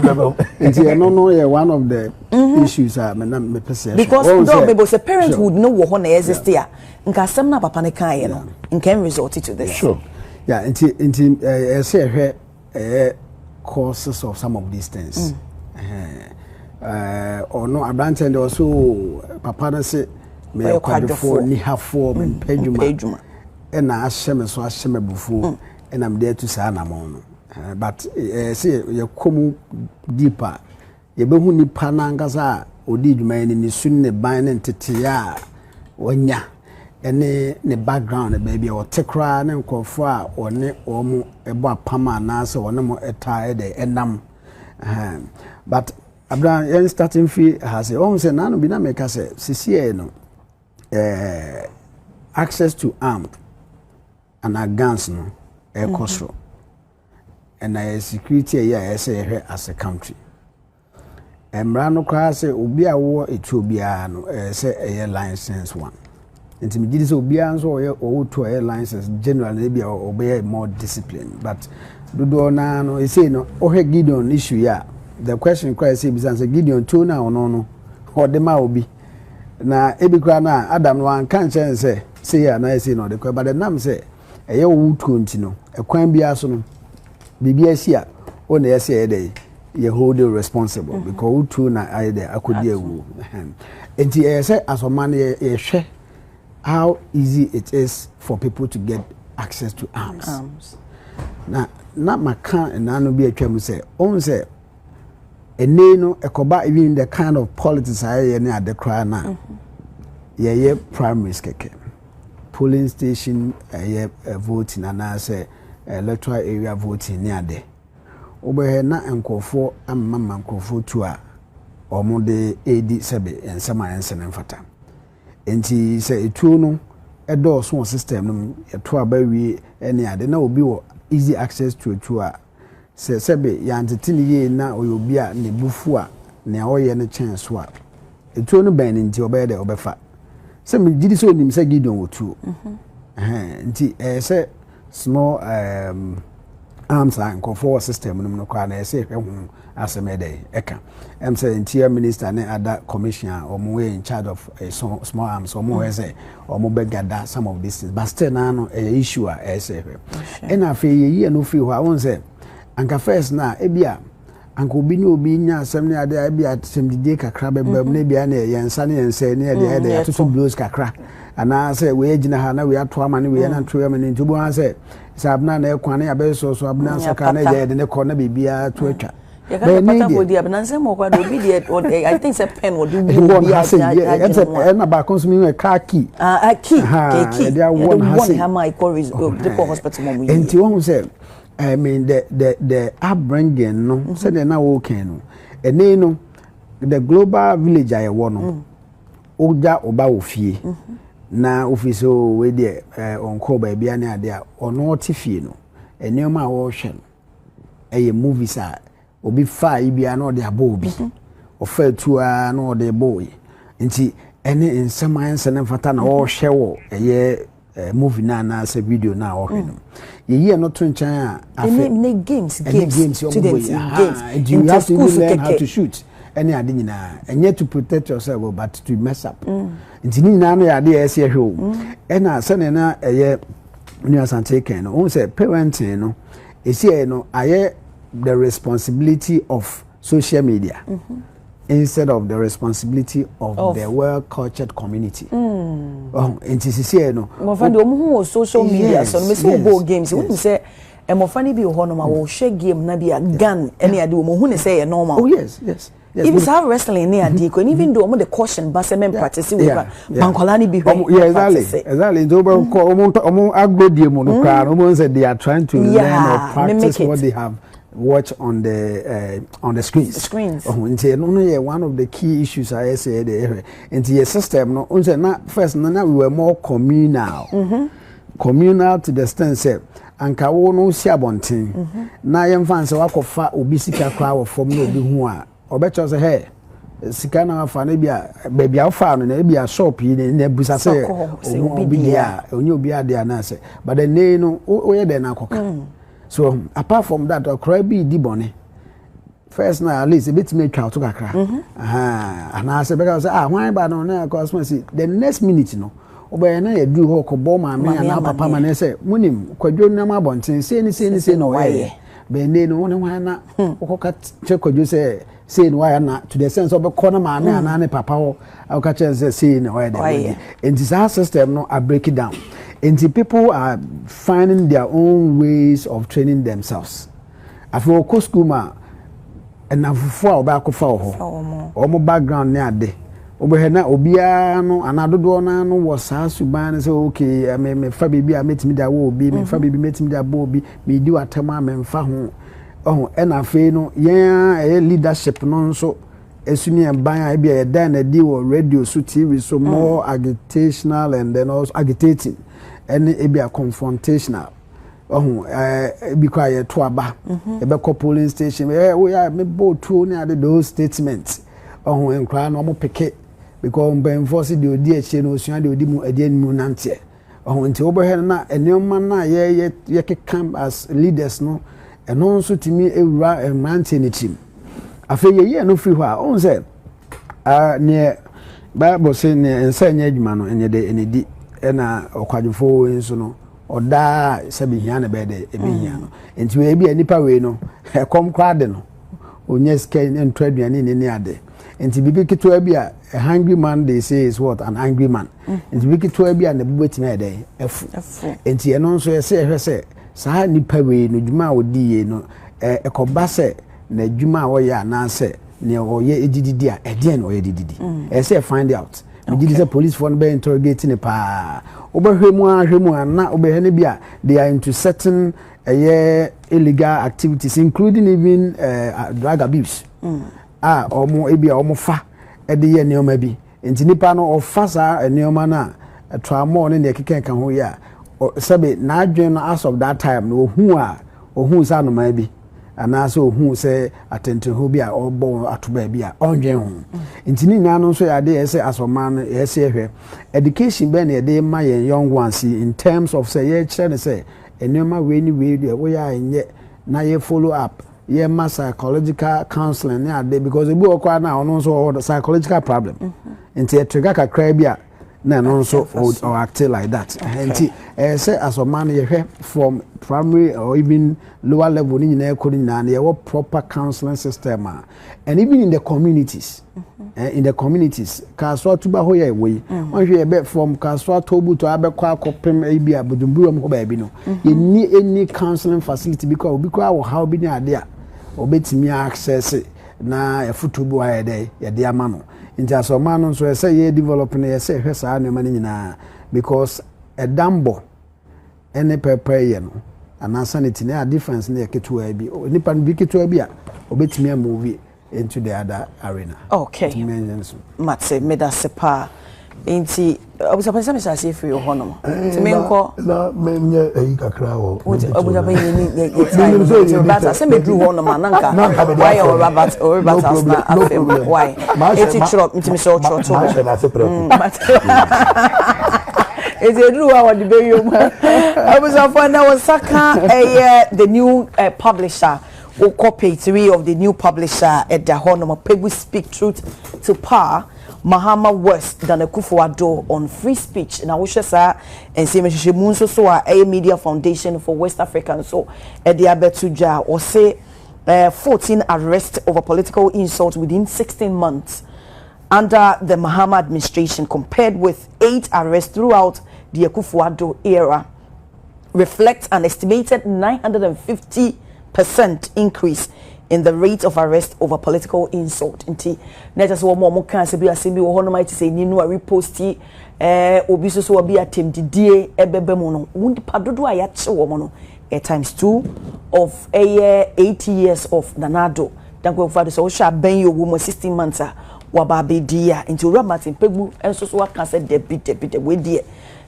his excellency John Dramani Mahama wo max papa yes I see enemy dey ka boss was no krombo no wo frɛ Nanado danko Akufo-Addo Ghana man panyini dada mampam na president Mahama frɛ no achem saka wa mafia nana ya achem pim janto akwamo frɛ ne Bukatineza emu bie no se dodo no se atempa aban na watwam no woje ye no empo Nanado enso mu bie no won se yache bebrebe no ankoso nti ye den na eyo man panyini wudi edie sa acheche koso sa krobia yo Abraham yedi kan topic we unless anyone no kwara say yedi kan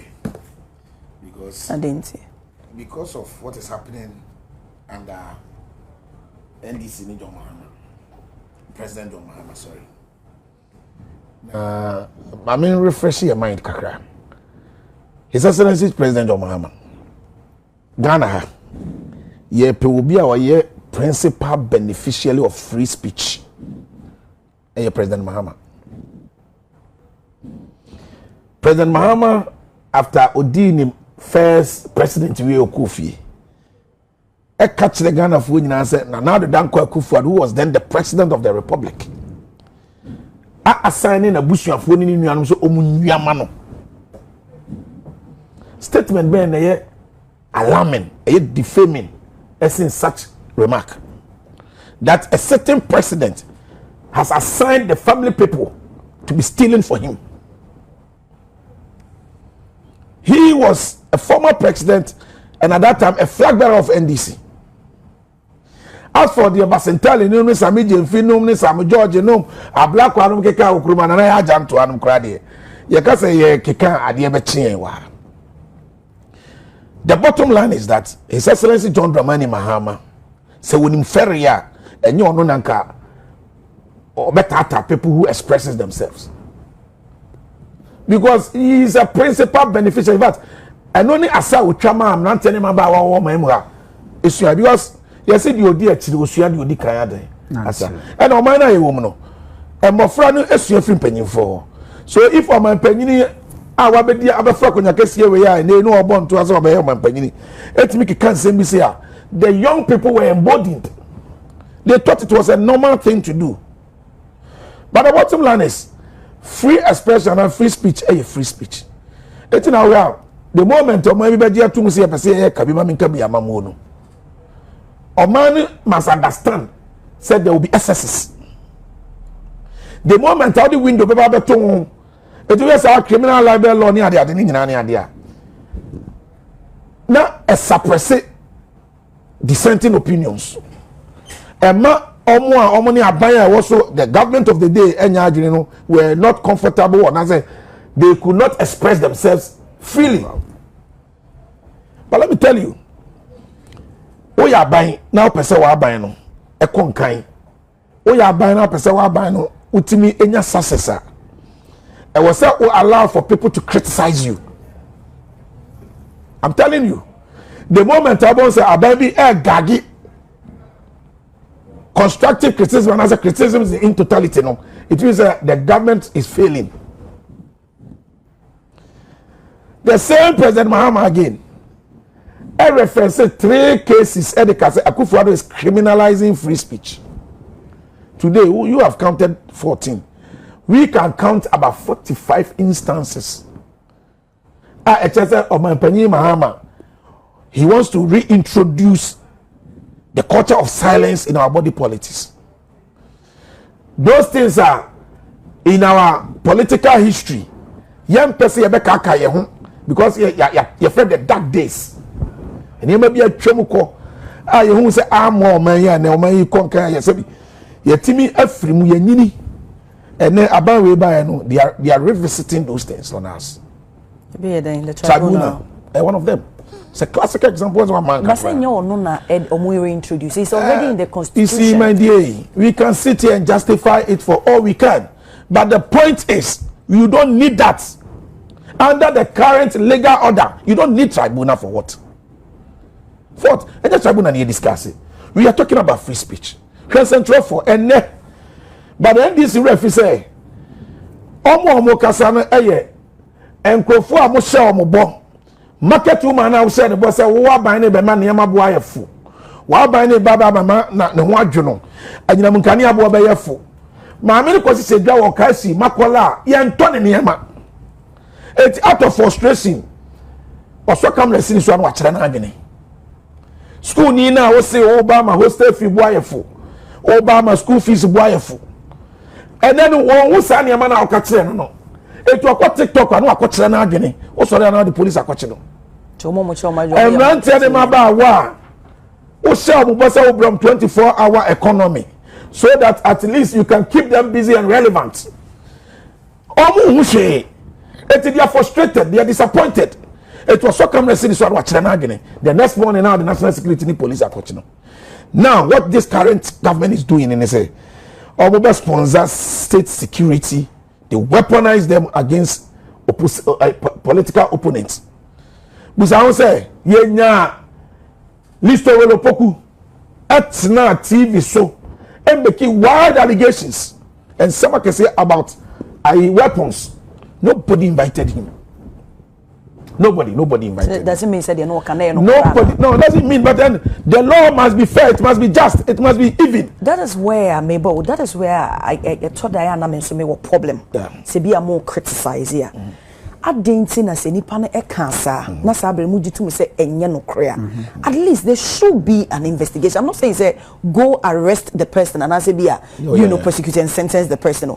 There should be a move. So when we say ya brana be cheche yemu na mo ti eba ne say na wo twasa na obeka say ye twasa asa say e wo mu say de okan na enye no kre by your friend toto na no de kokobo bi ye den e ma leave it abrana obi na I say okan mama bresia and at least over etna TV so make those allegations not just say okay because you put safre no a question no nothing of a sort happened. We have witnessed instances at NDC affiliates and making wide allegations, and not even an invitation will be extended to them. Not even an invitation will be extended to them. But the moment at the other side of the political divide, ever crossing the line, when you do that, first of all, you are killing the confidence of the public. And the state institution in a certain picture, I get in it, and it becomes, worrying for every concerned Ghanaian.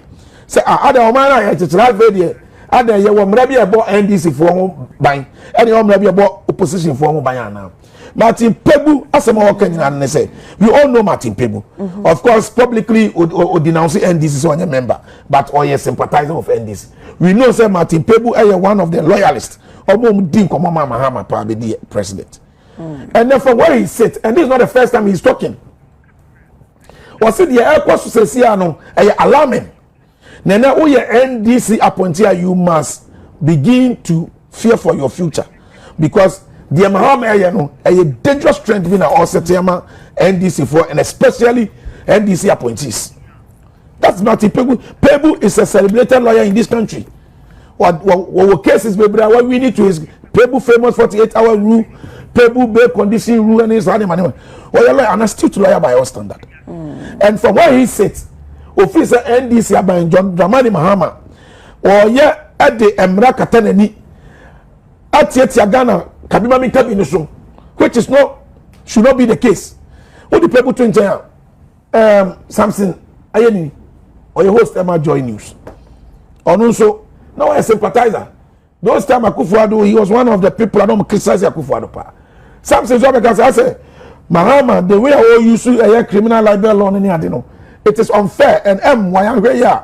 A very critical problem among me. A lot of people, another person, Sebefia. And also Ababontene, and these are all senior. Honorable Dafiamapo. The Fiamapo didn't quite clearly, nobody said there's a certain trend in BIA. NDC for now, concerned and responsible. No, I would say Yan Kasana and Siano Kwaya. President Mahama, the obedient president of Yaku. Or Memo and Akufo-Addo here, teaching Crawford. What is Obiaco? Okay, see for my President Akufo-Addo, what is Obiaco? But Mona Moyana Pam Fona. Mudi juma wo aban mu no se mo antimi anya kokoduro ankasa ntia ne ma ekoso anya na you should know say otena president ne dey over retirement on ne here ne ma e go enjoy but one way here you will have yourself to be blamed yes I agree with people Ghana for nyina de omani ahwede Mahama ye okroma and then as Mahama ne family no the moment abekasa abebo Mahama din a enkomo na anya ne de part the next minister say CID for e bra ba chima hu let be a Miami Nia Nikwe Nitego, just Nitego, actually open letter to the CID boss. And I mean, I like the way of Tron, so, but he communicated important points. Or Chairman Minister, I'm sure yeah, Oboni and Idia recorder, name my legacy or one in the record or one Mukrano, her life as a lawyer and as will be our rising policeman.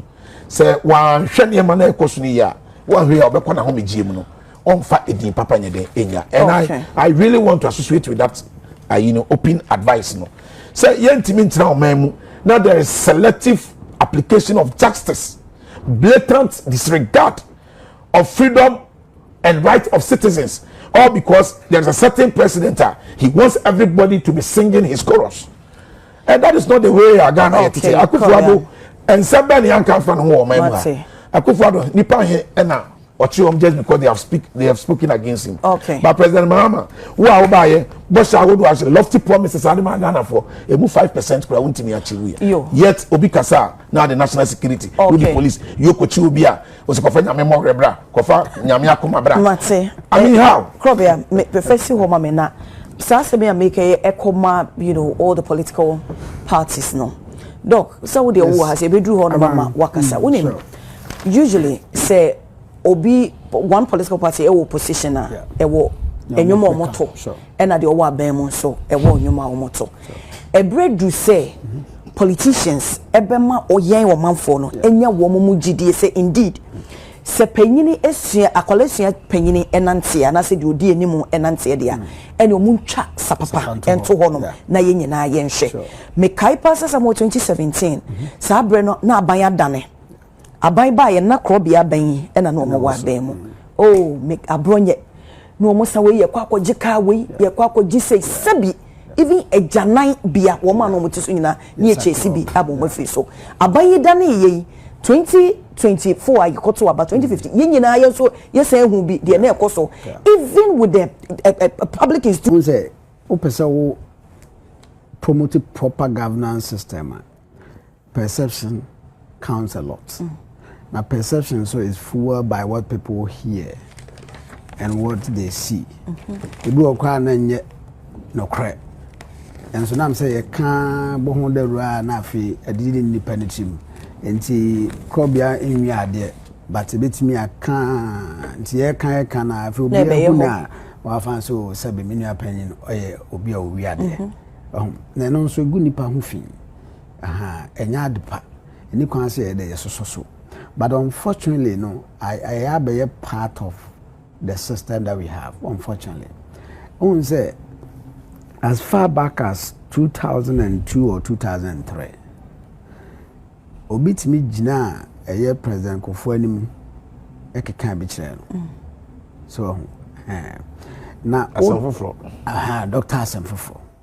So, Sebe, or main President Kofo, ex-President Kofo, baby, ne caliber bibia ni wa, it is to know what a bay, but okay, can I dream a trainer, not any soccer.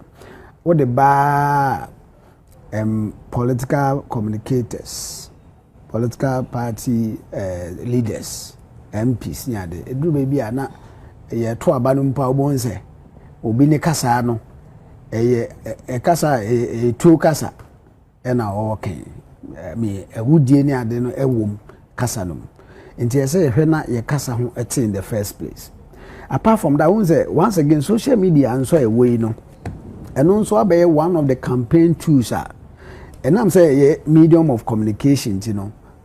Politicians use super on say obi directly or indirectly no not also be a cheer or pushing na or cansem eboa sebeya or no ebe favor no.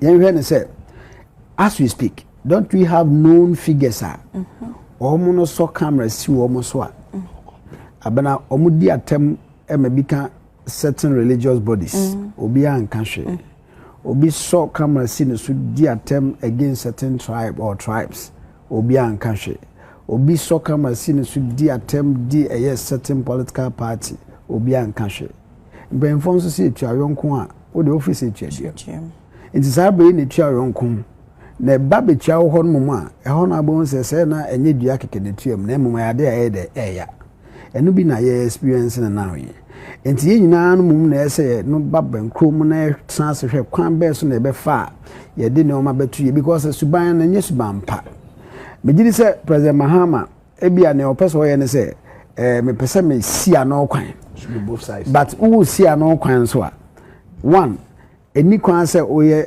more selective because as we speak obi antimi nka nchen se NPP for nkwa fans and supporters and a radio so social media Facebook and the keka ho eye and paying for including the president obi antimi enka nchen sa Ghana because several YouTube channels near they were a man for sebe attack akese ne nsem kwa na ensenem fata so e may become paying for both sides. There's no need for what is saying is true. Both sides. There's no need for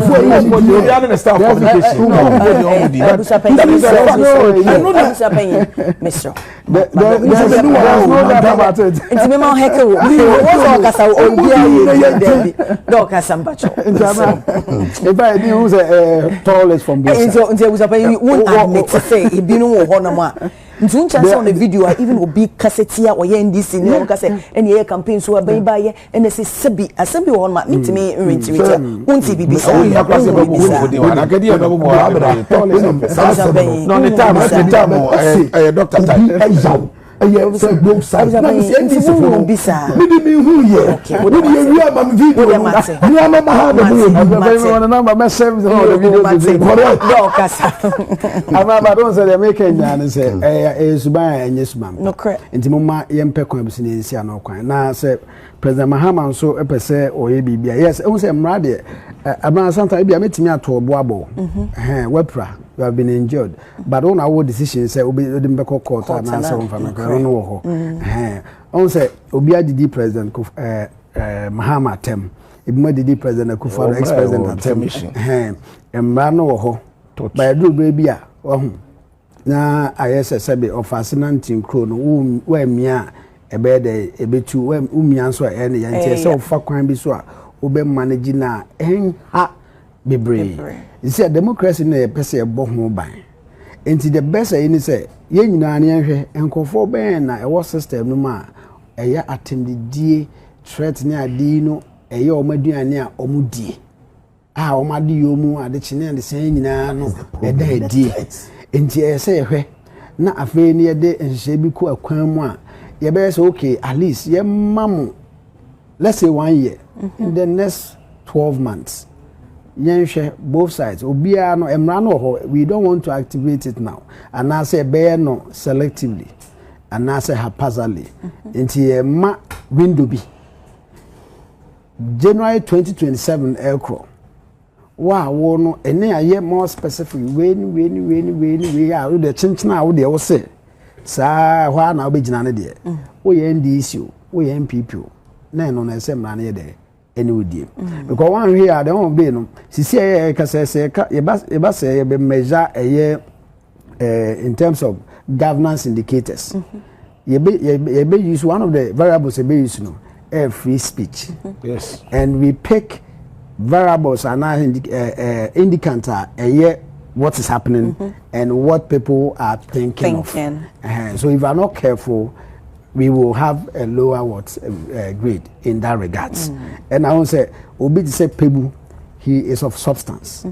When it comes to the legal aspect, no else can be bizarre. Whoever is out there watching us will take it serious. And you know, say na yen kwa no more politics na ade na the we o say me no say say count exactly but those who are more best mo che ye ni but enye and now say sometimes they may you kakra na say no wa ban mu a almost everything is fine. That's how they see it. Almost everything is fine. So, but opposition there, then okay. What was repeated? Obi be nti mo me nya no yem fa no kra nya adwuma na enye no enye nti se ne na nya wo kire obi ya no so that at least ye nyina no will chart a certain path a be near to the benefit of the identity that we want to build as a country and as a people. Yes, I be say and then so you know share na de come see come sa come see so they here enti abusia for unfortunately the third you know yentimi and discuss it enti ha and so way they say the matter assembly because don kuma that na mo bo aban so mo we need a defense minister or defense but say defense minister the 1 year after and on man penny defense minister there any wrap up but on my information be accurate so unemployment rate unemployment rate in 2024 na 13.7 in 2025 about 12.8 2026 and they baby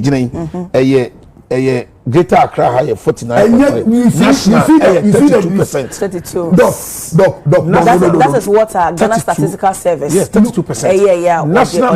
National. We ain't no do. And I'm saying Greater Accra. No.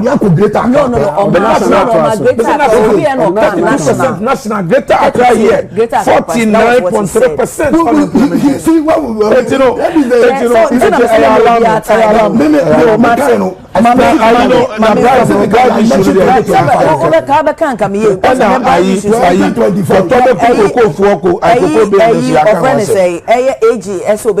into that and then we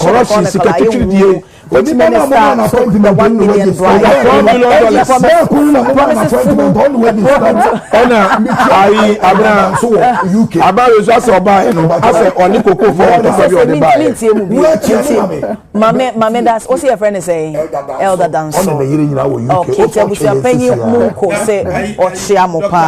yo abusia for mame enama say aha say na beba kwa me edi dwumedie ni nyina asie na we na Basintali say first you wie ni. Oh, forget about Basintali. Now there's all guys in a campaign platform. So I think that where he works in a campaign platform, he's a joke. If we are holding people accountable, he should be held accountable. And I can tell you today that the NDC is virtually the first political party to have fulfilled our entire youth manifesto in 1 year. Everything we promised in there, we have done it. Na emra abai wede ba enfa koko ho ene koko body nsem no. Yara Isaac ya opoku aya MP awo Offenso South. Mamene no eni nkomo emra. Unim se enne. Ukwa inkura yetu mining galamsey wo hona. Ahimfie bia won task force. Task force na juma mo ye ne se omo so tu omo gum. Nana se there was I'm telling you. All of those areas. Task force from Ahimfie. If I talk car my branded car no. All over the place. It was also come miners na wa site. Inti Nana se the modebe bo Ahimfie ombeje every miner. These are miners doing illegal mining. In fact, omo was small scale mining licenses papampono are not doing responsible mining. I don't know how. And now me who be I was encouraged. Oh, breakum. Yeah. Demonstration. Demonstration. Demonstration. So I'm told said breakum de ne bi ne ho. I'm saying they be a breakum atroni as in the bronga half on the day. Yes. Something that you man for na real thousand never. And yema yam pese bete. Asema wote wo yemba show. Ebe twa nsu mu nko na yete. And yema basa ene tisiye.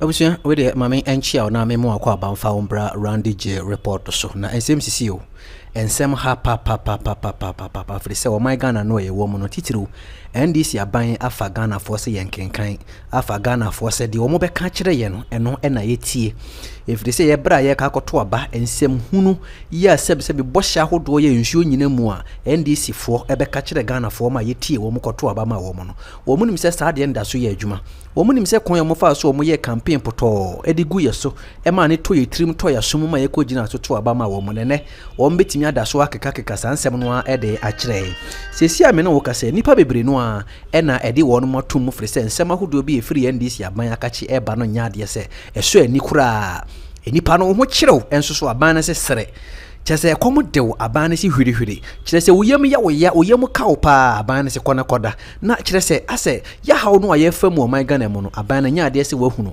nyaade se wate kura se odogo bi kura mpo enu abenene obi woni oman hene ene de wo matotu bi di amane MPP NDC aban papa wana mo bi a wonum etuo ya wo mpese Ghana fo hunu se ene ma nyina ye Malik Basintali ya oneda wayi ya no mechire Youth Employment Agency obaye onfa nipa ba akokora adwuma eho dada kurampo ya pam wo munyina yi wo munyina di emabunu no mo ya aban adwuma ya sanka wo munyina mo munyina kwatena fie nenso so ene wayi ye boss pese wo kire se NDC aban ba ye no waye record obi nye bi da I promise sa wo mo promise Ghana fo nyina wo mo ba ye be we omba ye be we ni nyina no aban wotimi di so ama no abam eni tisese de obia ye MPP ni amuhia na monsi ne who if it's a record wa NDC aban ya no obia ne honma watimi aye bida na afi de o man hene de wa kire ne papa se mo ka se campaign no amoye 2024 no sa na moda so ya tekro no na mugina so amo chese mo ka se wa hu mabru no amo ka sa kire o mo no munyim de ko enti ya mo nka no kore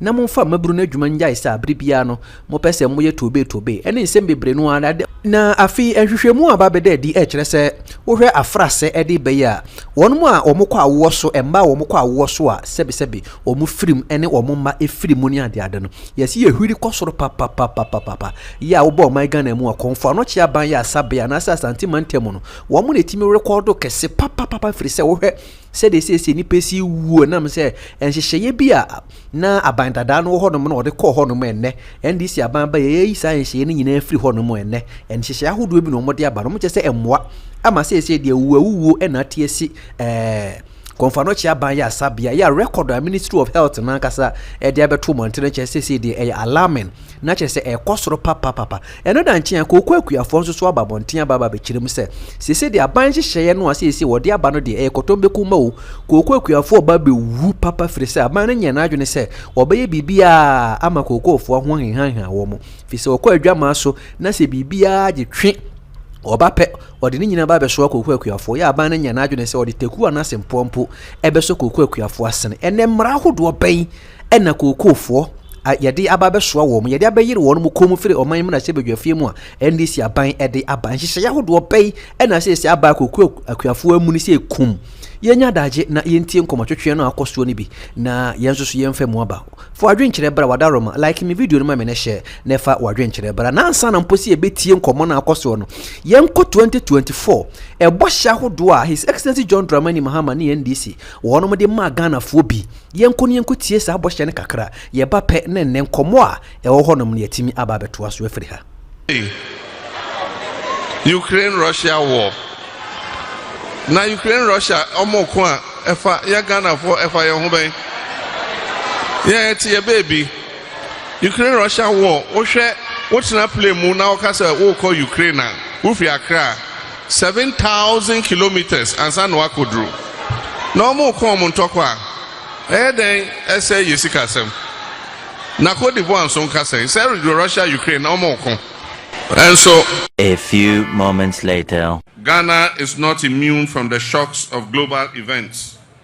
Recent events in the Middle East, which involve an exchange of missiles between Israel and Iran, have started to escalate crude oil prices dramatically. I've asked our Minister of Finance and Minister of Energy to keep a close eye on the development and model the possible impacts on our petroleum prices. Ezu Yaban Omo Mochi Omo Galamse no Omo Atu Omo Yabema Omo Amnesty no Omo Saba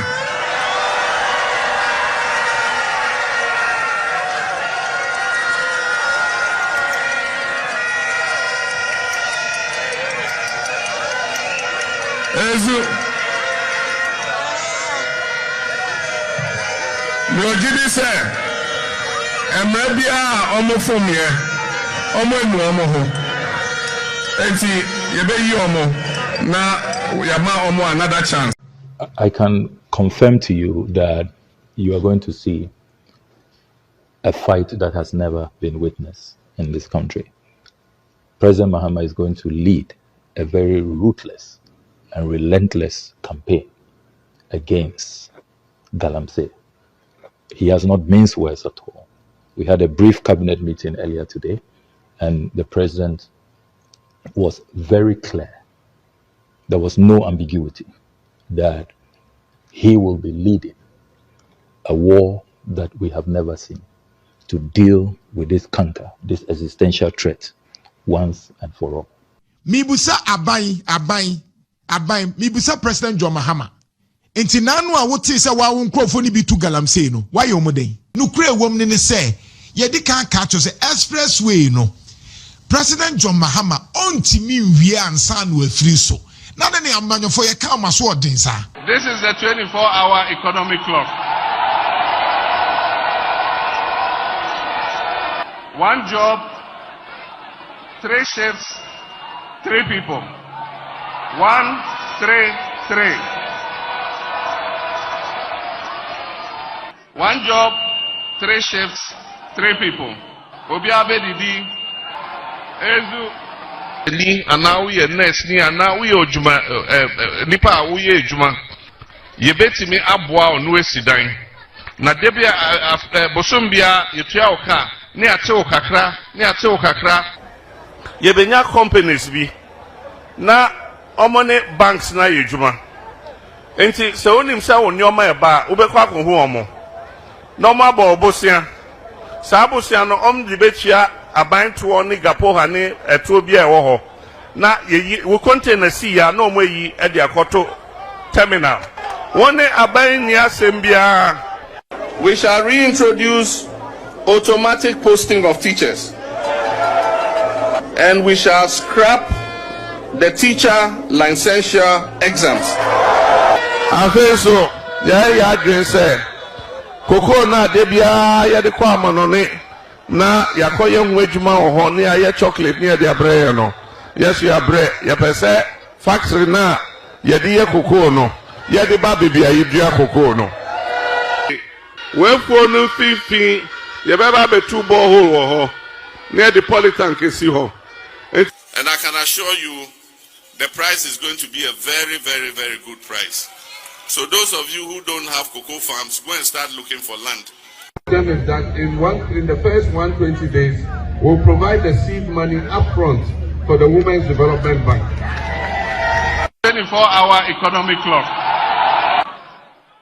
1 job, 3 shifts, 3 people. And one of the things we'll do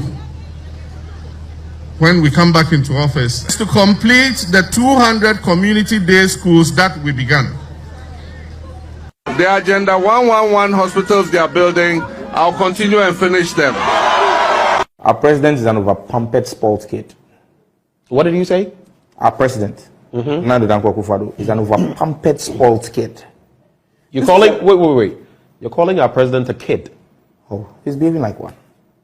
He's throwing tantrums. Isn't that a bit of a low blow? If the president, a man of almost 80 years, you're calling him. So then he should stop behaving like a sports kid. Our president is throwing tantrums on the international scale and embarrassing us. It's like you going to a church service with your child and your child is rolling on the floor and screaming because they didn't allow him to dip his hand in the offering bowl. That's what our president is doing. This is the same man who ran around with these rating agencies and their ratings when he was candidate and used it to poo-poo the Mahama administration. He has overseen the worst economy in our country, reduced our country's economy to junk status, toilet paper status. And when they are telling him, he says that why should they tell him the truth? Our president hates to be told the truth. But the ratings are getting better. The ratings are getting better. Because you're not paying your debts. Incompetent and useless the president is. You can't say it any way nicer. And this one, when I say he's a useless president, I'm being very charitable and nice and kind to him. Because the president sits on his ears, so he doesn't hear when we talk. All the difficulties, negativities, radio, so they did do attempts all day, all night. I was also maybe because we could say, hey, I don't for I mean all of these things. But they don't disturb me and they don't derail me, they don't divert me from the project ahead of. When for no 50, you better be 2 borehole near the Polytank is here. Musa Galamsey. What do Galamsey dear? Baby, I can't on NDC for a person to also a bamwa. Yama ye numerate. Because kwa December, last year December, me fa pana utimfa ai barakese kwan ko pie fufu ebesi adujamano. Na Galamsey ni left and right. Na bibi enwe ekeze Galamsey. 3 months ago me fa okodo bonkum nifa. Ehemfa. Fufu kwan ko pie adujamano. Oma tiesim. Ya tiesim atese Galamsey no mfidi suo anyasem kuma. Ele ne chenchen yanka me in particular. They yanka fa Galamsey. NDC. Dear Ben Yahu said Galamsey a Yetia MPP for. Dear Ben Yahu. And you met 2 MPP for and Bushas NDC for your first year home with respect to Galamsey. Debbie Boson, yeah, my name Galamsey or baby no me Galamsey. I dance to qua, maybe or maybe a fampo, a friend. Oh, so quite a war. By new areas be a quadro, new forest be a nay, cannot cry. Then I say not to pack Kawasim, Marusaku, Kevin. Almost a beswan forest. And no quad dancers squad, you're 2 at the a group police station. And you ask the police penny to what were they? See. But my promise is Nina. A bit to Temu. Now, when I'm not Basentali is a first year, oh, forget about Basentali. Now, there's all kinds of campaign platforms. So I think that where he works in a campaign platform, he's a joke. If we are holding people accountable, he should be held accountable.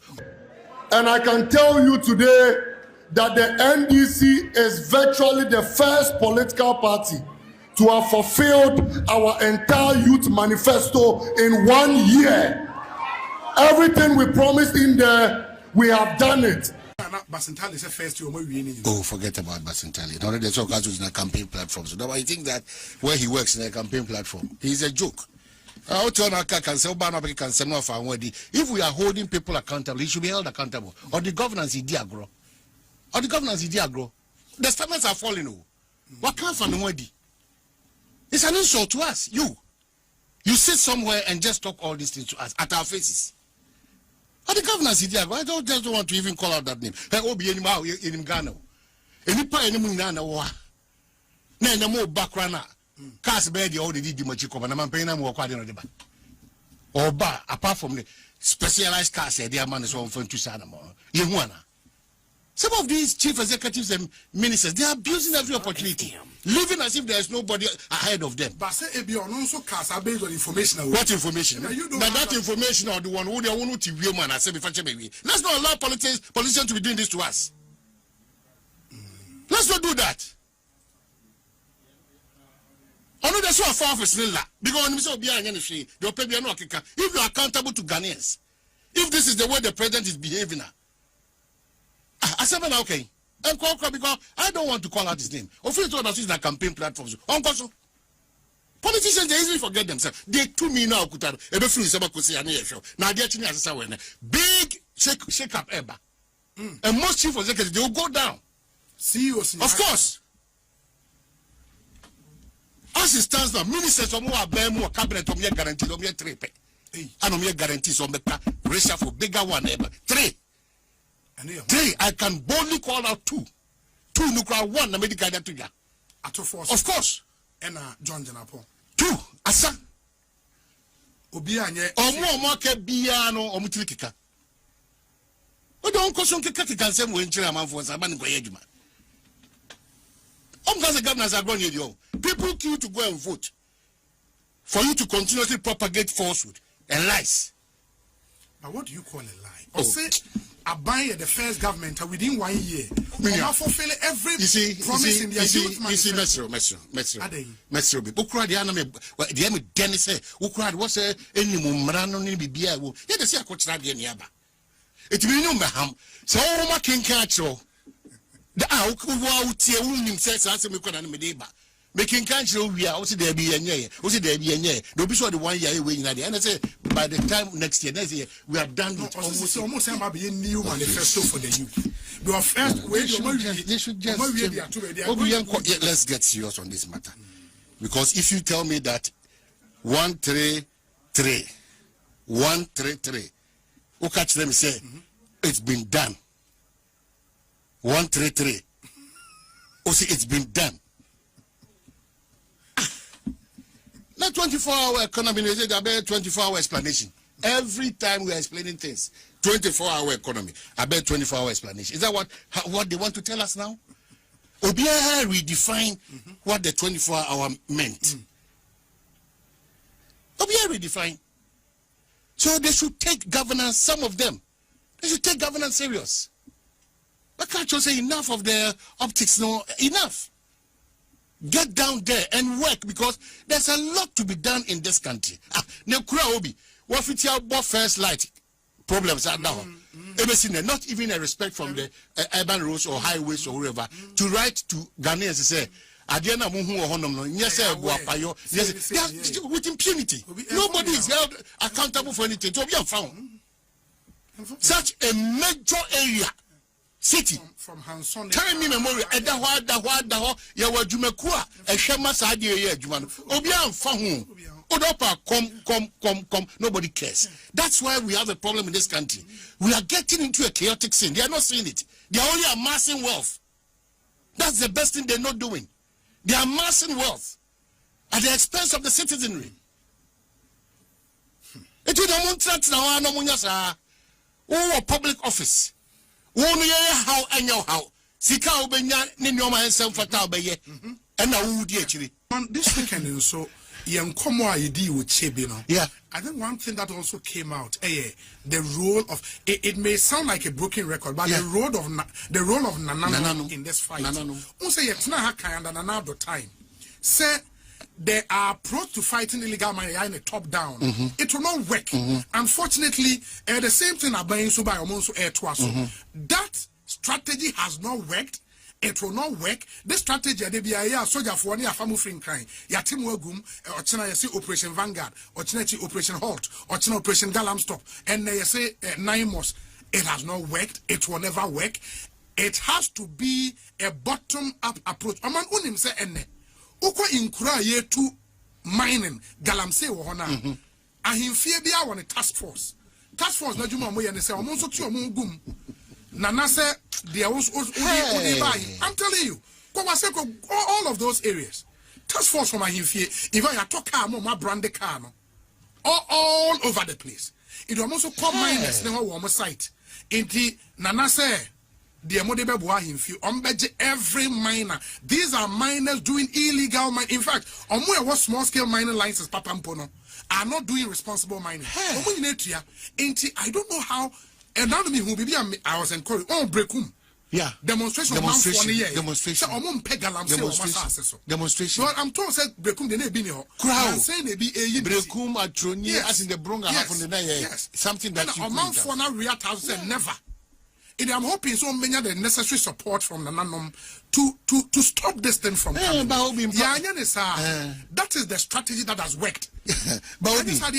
Nananom, yes, I understand. Atroni as a case study. Nananom SEMP, Nananom Bodeuro, Alpha Community Funny, the AE. Nananom Nananom support.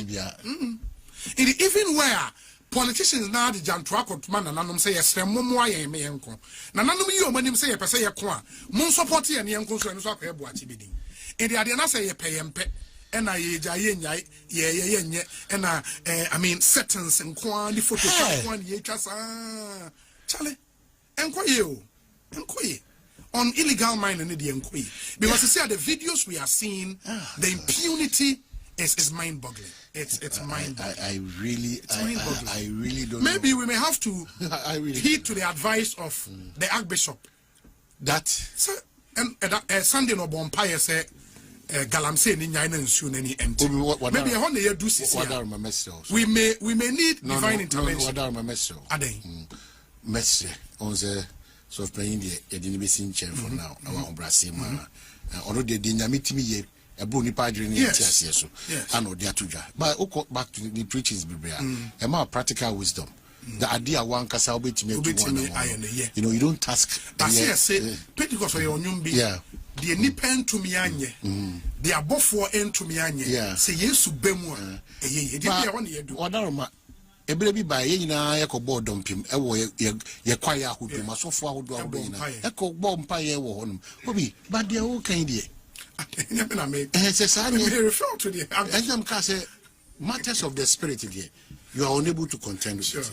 But the physical aspect on one person in church the mind most of the time no there are certain things so when you them patrol when ma Ghana for boa payum say they will come say o your hene say o your assemblyman so we opinion leader we DC na bind the akogina baby na asudi bind the amount man paying the amount they say hwe say ye kwaye ni nsuo no through the lands minister and they omode sa river gas na sabe kan mo na mo hwe say sa na mo ntuo no entimi nimu na enwie peyo obi a involve ya assign mo kra no ana mo connive ana mo collaborate eti hono e de na yekoye Yakobon Pie say, Saku Nivans no any collaboration no, Yamfa force being in Kunkumatima and I think when they Debbie oh, bien obedichim. Nasa will be called that from New Jack out a Nipa Kodemu, a Jabba anywhere final. And Mijitum Papa. This approach, if you use that mechanism now and a method now, Obi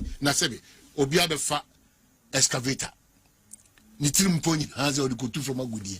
What do a forest in painful danger forest or Nananum of Honum, Mebuno Kumonomo, Ubia, Jika, a paved way, Amanako forest. What do you, Mr. Wadaroma? Who did GDA cry to animal? Is walk a bomb pie and boy, one for GDA and 2 animal. Umpire Wabunian, Academ. So after prayer, you have a certain kind of power around you. Say, Uduano can say, Mo Bia Nunsia.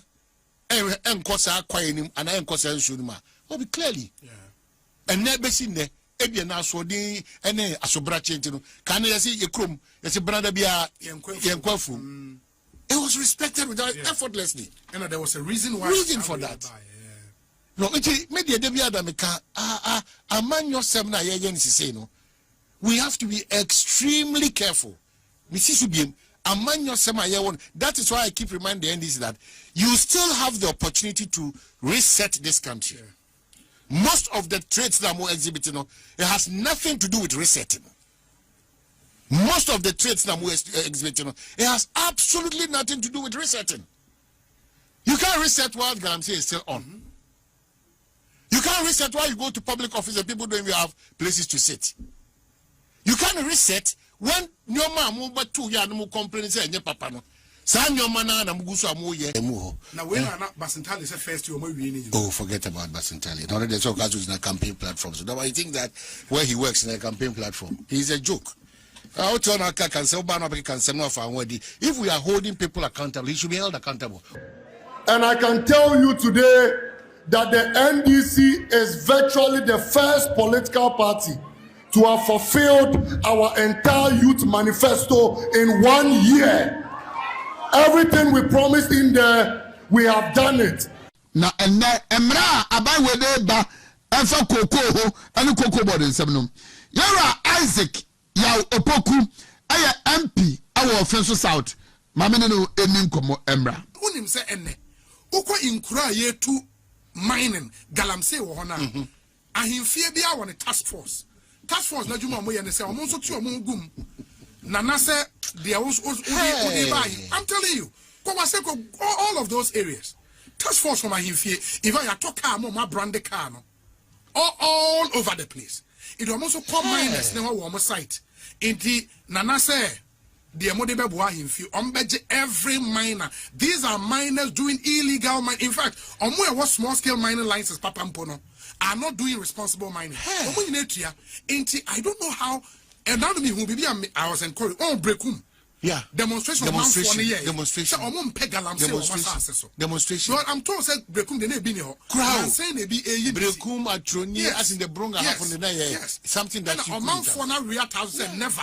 Enyema yempese ebete asema wote wo yemba show ebetwa nsu mu nko na yete enyema basa ene etsie abusia we de mame enchia na memo akwa abanfa ombra Randy J report so na SMCC o ensem ha pa fri se o my Ghana no ye wo mu no titiru NDC aban afa Ghana force yenkenkan afa Ghana force de o mo be ka kire ye no eno na yetie efri se ye bra ye ka koto aba ensem hunu ya sebe bo hya hodo ye nsuo nyina mu a NDC fo ebe ka kire Ghana fo ma yetie wo mo koto aba ma wo mo no wo mu nim se sa de nda so ye adwuma wo mu nim se kon ye mo fa so wo mo ye campaign poto edigu ye so e ma ne to ye trim to ya so mu ma ye ko gina so to aba ma wo mo ne wo mbetimi ada so akeka sansem no a ede a kire sesi ame no wo ka se nipa bebre no a ena ede won mo tum fri se nsem ahodo bi efri NDC aban akachi eba no nyaade se eso ani kura enipa no ho kirew enso so aban na se sere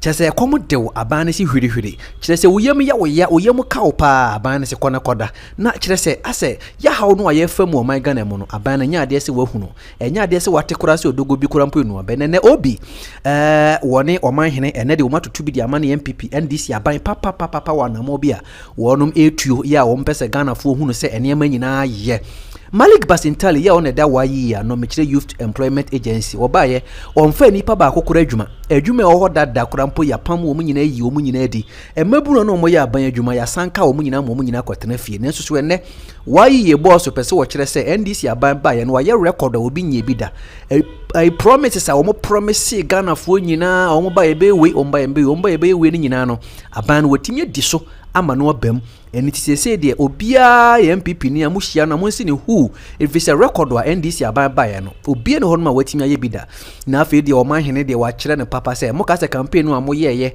2024 no sa na moda so ya tekro no na mugina so amo chese mo ka se wa hu mabru no amo ka sa kire o mo no munyim de ko enti ya mo nka no kore na mo mfa mabru no adwuma nja isa abribia no mo pese mo ye tobe ene nsem bebre no na afi enhwehwemu aba bede di kire se wo hwe afrase edi beya wonmu a omukọ awo so emba omukọ awo so a sebi omu firim ene omumma efirimu ni ade no yesi ehwiri kosoro papa ya wo my Ghana mu akonfo no chia ban ya asabe na asante mantemu no wo mu netimi record kese papa firi se wo hwe se de se ni pesi wuo na me se enhyehyeye bia na abandada no ho no no de kọ ho no mo enne NDC aban ba ye yi sa enhyehyeye ni nyina firi ho no mo enne enhyehyeye ahodo bi no mo de aba no mo che se emmoa ama se de wuo ena tiesi konfano chia ban ya sabia ya record a Ministry of Health na kasa e dia beto montene che se di e alarming na che se e kosoro papa eno da nchia kokwa akuafo nso so aba bonten aba be kirem se di aban hyehyeye no ase wode aba no de e kotombe kuma wo kokwa akuafo ba be wu papa firi se aban no nya na adwene se obeye bibia ama kokofo ho henhan wo mo fi se okwa adwama so na se bibia de twe obape odi ni nyina ba be so kokwa akuafo ya aban no nya na adwene se odi teku anase mpompo ebe so kokwa akuafo asene ene mra hodo ben ena kokofo yadi ababe soa wo mu yadi abayire wo no mu komu firi oman mu na se bedwafie mu a NDC aban ede aban hyehyɛ yahodo pɛi ɛna se aba koku akuafo amu ni se kum yenya daje na yentie nkomotwetwe no akoso ni bi na yenso so yemfa mu aba fo adwenkyere bra wadaroma like me video no ma me ne share na fa wadwenkyere bra na ansa na mposi ebetie nkomo na akoso no yenko 2024 ebo hya hodo a His Excellency John Dramani Mahama ni NDC wono mo de ma Ghana fo bi yenko tie sa abo hye ne kakra ye ba pe ne nkomo a ewo ho no mo yetimi aba beto aso afiri ha. Ukraine Russia war. Na Ukraine Russia omoko a efa ya Ghana for efa ye ho ben. Yeah, tie baby. Ukraine Russia war. O hwe wotina play mu na o ka say wo call Ukraine na. Wo fi Accra 7,000 kilometers ansa no akodru. Na omoko mo ntoko a den ese yesika sem. Na Cote d'Ivoire son ka say Russia Ukraine na omoko. And so, a few moments later, Ghana is not immune from the shocks of global events. Recent events in the Middle East, which involve an exchange of missiles between Israel and Iran, have started to escalate crude oil prices dramatically. I've asked our Minister of Finance and Minister of Energy to keep a close eye on the development and model the possible impacts on our petroleum prices. Ezu Yaban Omo Amochi Omo Galamse no Omo Atu Omo Yabema Omo Amnesty no Omo Saba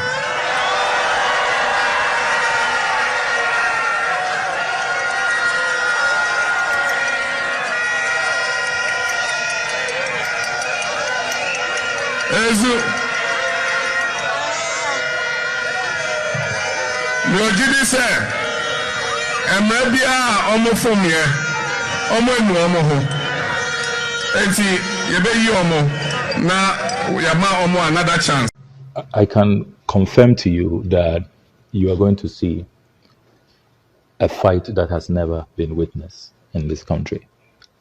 President Mahama is going to lead a very ruthless and relentless campaign against Galamsey. He has not minced words at all. We had a brief cabinet meeting earlier today, and the president was very clear. There was no ambiguity that he will be leading a war that we have never seen to deal with this canker, this existential threat, once and for all. Mibusa abai. Mibusa President John Mahama. Enti nanu a wote se wa wo nkrofo ni bi tu Galamsey no. Why you moden? Nukure wom ne se yedi kan ka cho se expressway no. President John Mahama ontimi nwie ansa no afiri so. Na ne amanyofo ye ka maso odin sa. This is the 24-hour economic clock. One job, 3 shifts, 3 people. 1, 3, 3. One job, 3 shifts, 3 people. Obiabe didi, ezu. Ni anawi ye nurse ni anawi ojuma nipa awi ye ejuma. Yebetimi aboa onu esidan. Na debia bosombia yetua oka ne ate okakra. Yebenya companies bi na omone banks na yejuma. Enti se onim sa woni oma e ba ubekwa konhu omo. No ma bo bosia. Sa bosia no omdi betia abanto ni gapo ha ni eto bia ewo ho. Na yeyi we container si ya na omo yi e de akoto terminal. One aban ni asembia. We shall reintroduce automatic posting of teachers. And we shall scrap the teacher licensure exams. I feel so. Yeah, green say. Koko na debia ya de kwa manone na yakoye nwejuma oho ne aye chocolate ne de abrɛ no. Yes, you abrɛ. Ya pese factory na ye de ye koko no. Ye de ba bibia ye dua koko no. Wefo no fifi ye beba be two borehole wo ho. Near the polytank kesi ho. And I can assure you, the price is going to be a very, very, very good price. So those of you who don't have cocoa farms, go and start looking for land. Is that in the first 120 days, we'll provide the seed money upfront for the Women's Development Bank. 24-hour economic clock. 1 job, 3 shifts, 3 people.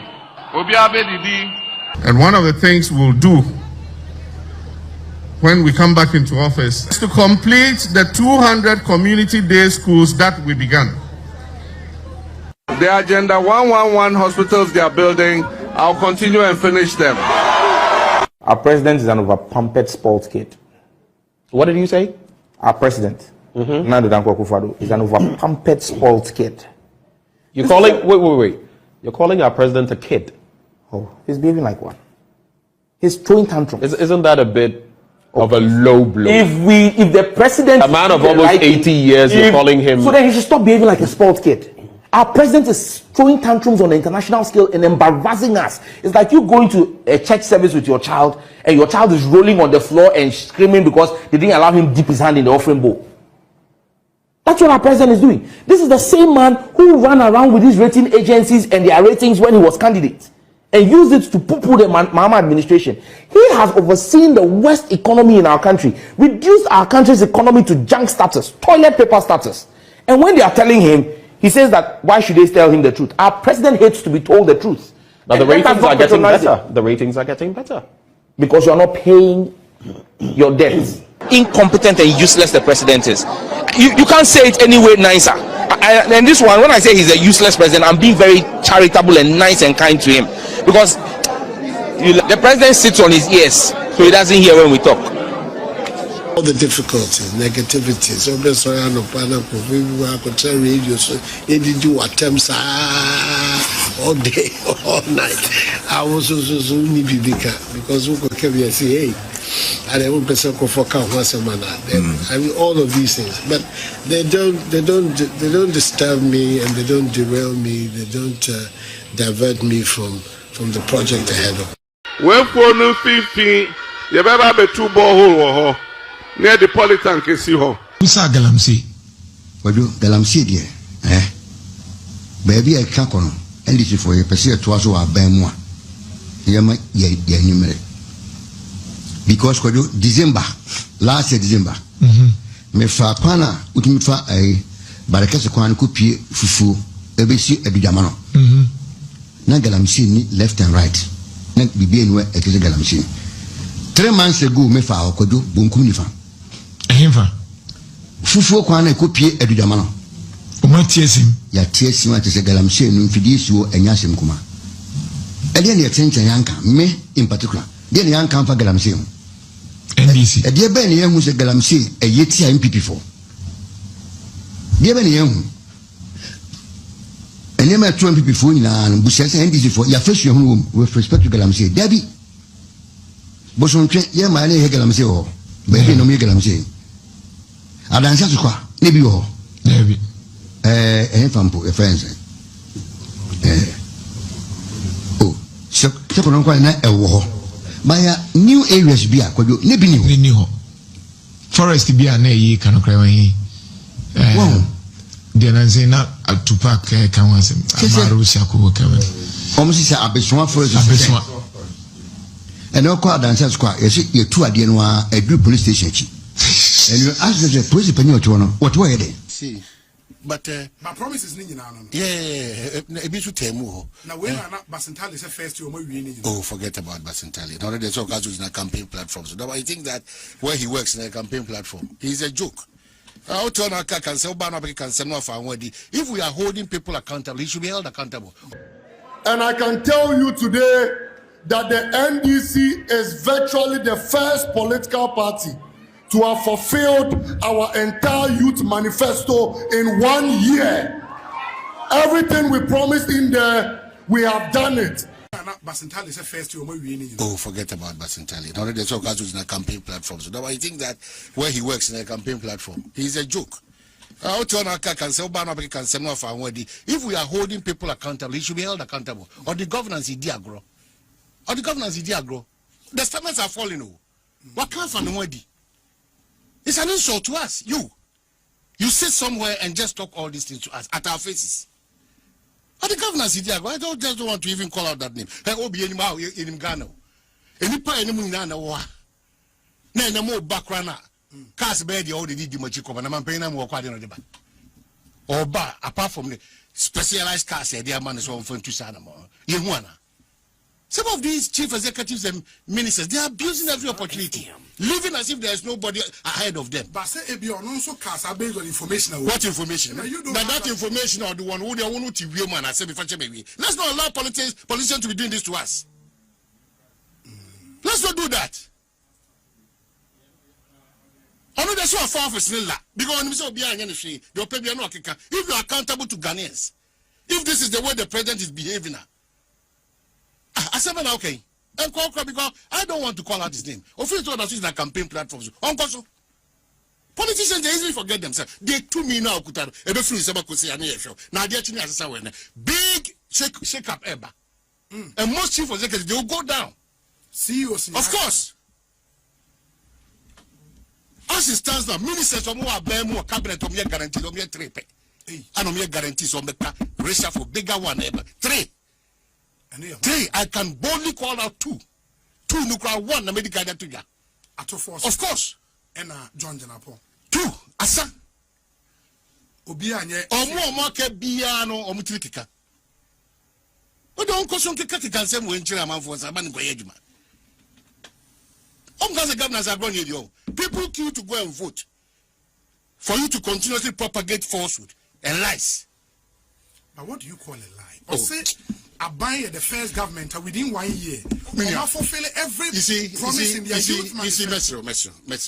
Mesro be ukra dia na me dia me den say ukra wo say enimu mra no ni bibia wo ye de say akochira dia ne aba etimi no mbaham say wo ma kenkan akiro the out tie unim say say me kona na me dey ba making country wia o see there be yenye o see there be yenye no be so the 1 year we nyina dey and say by the time next year we are done with almost about be a new manifesto for the youth.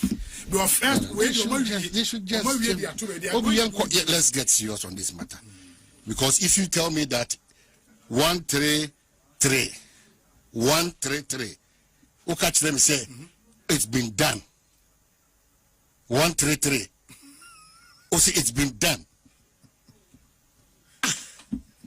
Not 24-hour economy, they say that 24-hour explanation. Every time we are explaining things, 24-hour economy, I bet 24-hour explanation. Is that what they want to tell us now? Obia redefine what the 24-hour meant. Obia redefine. So they should take governance, some of them, they should take governance serious. I can't just say enough of their optics, no, enough. Get down there and work, because there's a lot to be done in this country. What if you have first light problems are now? Not even a respect from the urban roads or highways or wherever to write to Ghanaians to say, yes, with impunity. Nobody is held accountable for anything. To be found. Such a major area. City from Hanson time memorial edaho yawa dwumakua ehwema saade ye adwuma no obi amfa ho odopa come nobody cares. That's why we have a problem in this country. We are getting into a chaotic scene. They are not seeing it. They are only amassing wealth. That's the best thing they're not doing. They are amassing wealth at the expense of the citizenry. It will no munyasa public office. How and how Sika Obenya Ninoma and Sam Fatal Baye and I would actually on this weekend. So young Como ID with Chebino. Yeah, I think one thing that also came out, the role of it may sound like a broken record, but the role of Nanano in this fight. Also, yet now kind and another time. Say there are approach to fighting illegal mining in the top down. It will not work. Unfortunately, the same thing about so by almost air twice. That strategy has not worked. It will not work. This strategy, they be a soldier for one year, family free crime. Ya team wagum, or China, you see Operation Vanguard, or China Operation Halt, or China Operation Galam Stop, and they say 9 months. It has not worked. It will never work. It has to be a bottom-up approach. Aman unim say ene. Uko inkura ye to mining galamse wo hona. Ahimfie bia won a task force. Task force na juma mo ye ne say omo so ti omo gum. Na na say there was I'm telling you. All of those areas. Task force from ahimfie. If I talk car mo ma brand car no. All over the place. It almost call miners na wo mo site. Inti nana say the modebe boa himfi ombeje every miner. These are miners doing illegal mining. In fact, what small scale mining licenses papampono are not doing responsible mining. Inti I don't know how, and now me who be I was encouraged. Oh, breakum. Yeah. Demonstration. Demonstration. Well, I'm told said breakum they be here. Crowd. Saying they be a breakum atroni as in the bronga happen the yes. Something that you amount for now react house never. And I'm hoping so many the necessary support from the nanom to stop this thing from happening. That is the strategy that has worked. Nananom, yes, I understand. Atroni as a case study. Nananom SEMP, Nananom Bodeuro, Alpha Ben Community Funny the A. Nananom Nananom support. Even where politicians now the Jantuakot man and Nanum say yes, Momoy me uncle. Nanum you when him say a say a qua, Mon support and Yanko and Saka Boati bidding. And the Adiana say a pay and pet, and I